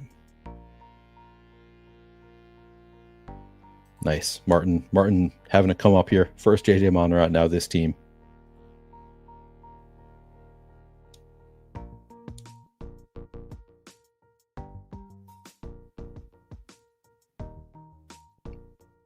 All right, I like Higbee here.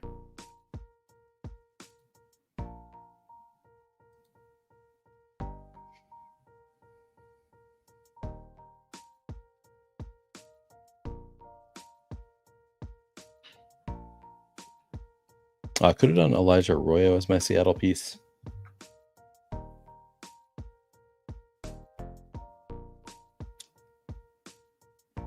DeAndre Hopkins in the 20th round.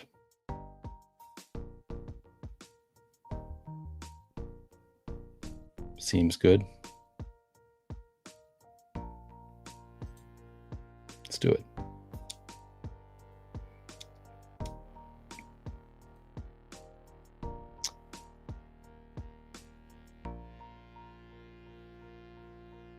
All right, so my final team, I'm just going to read it off now.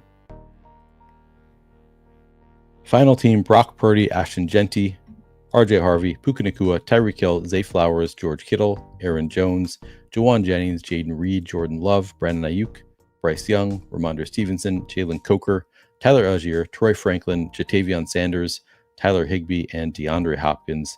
3-5-9-3. I like it.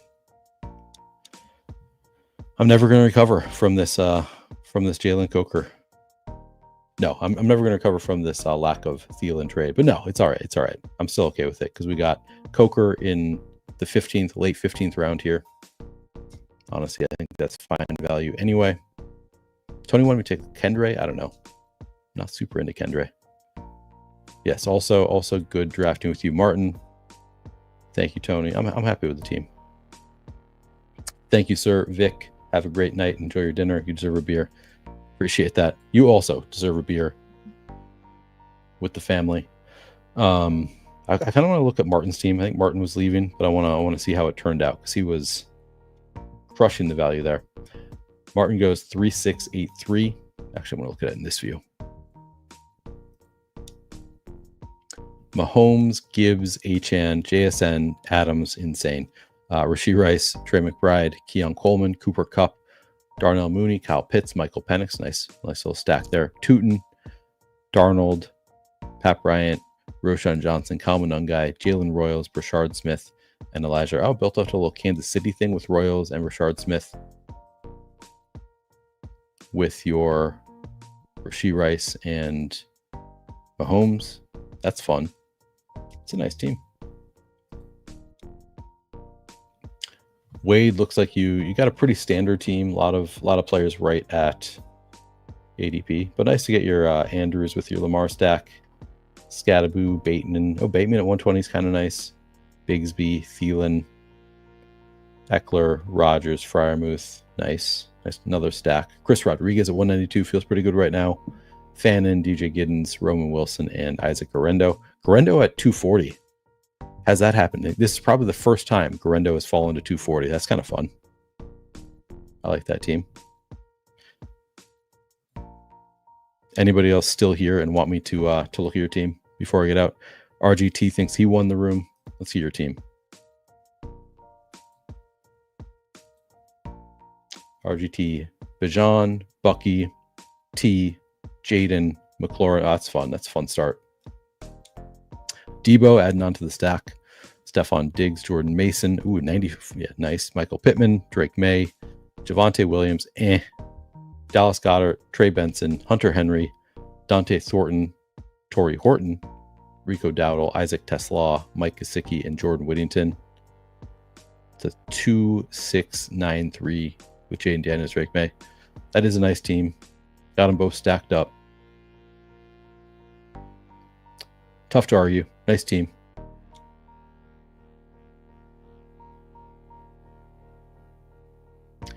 Cash for Days. I forget what your username is in the chat. Yeah, Addison definitely draftable.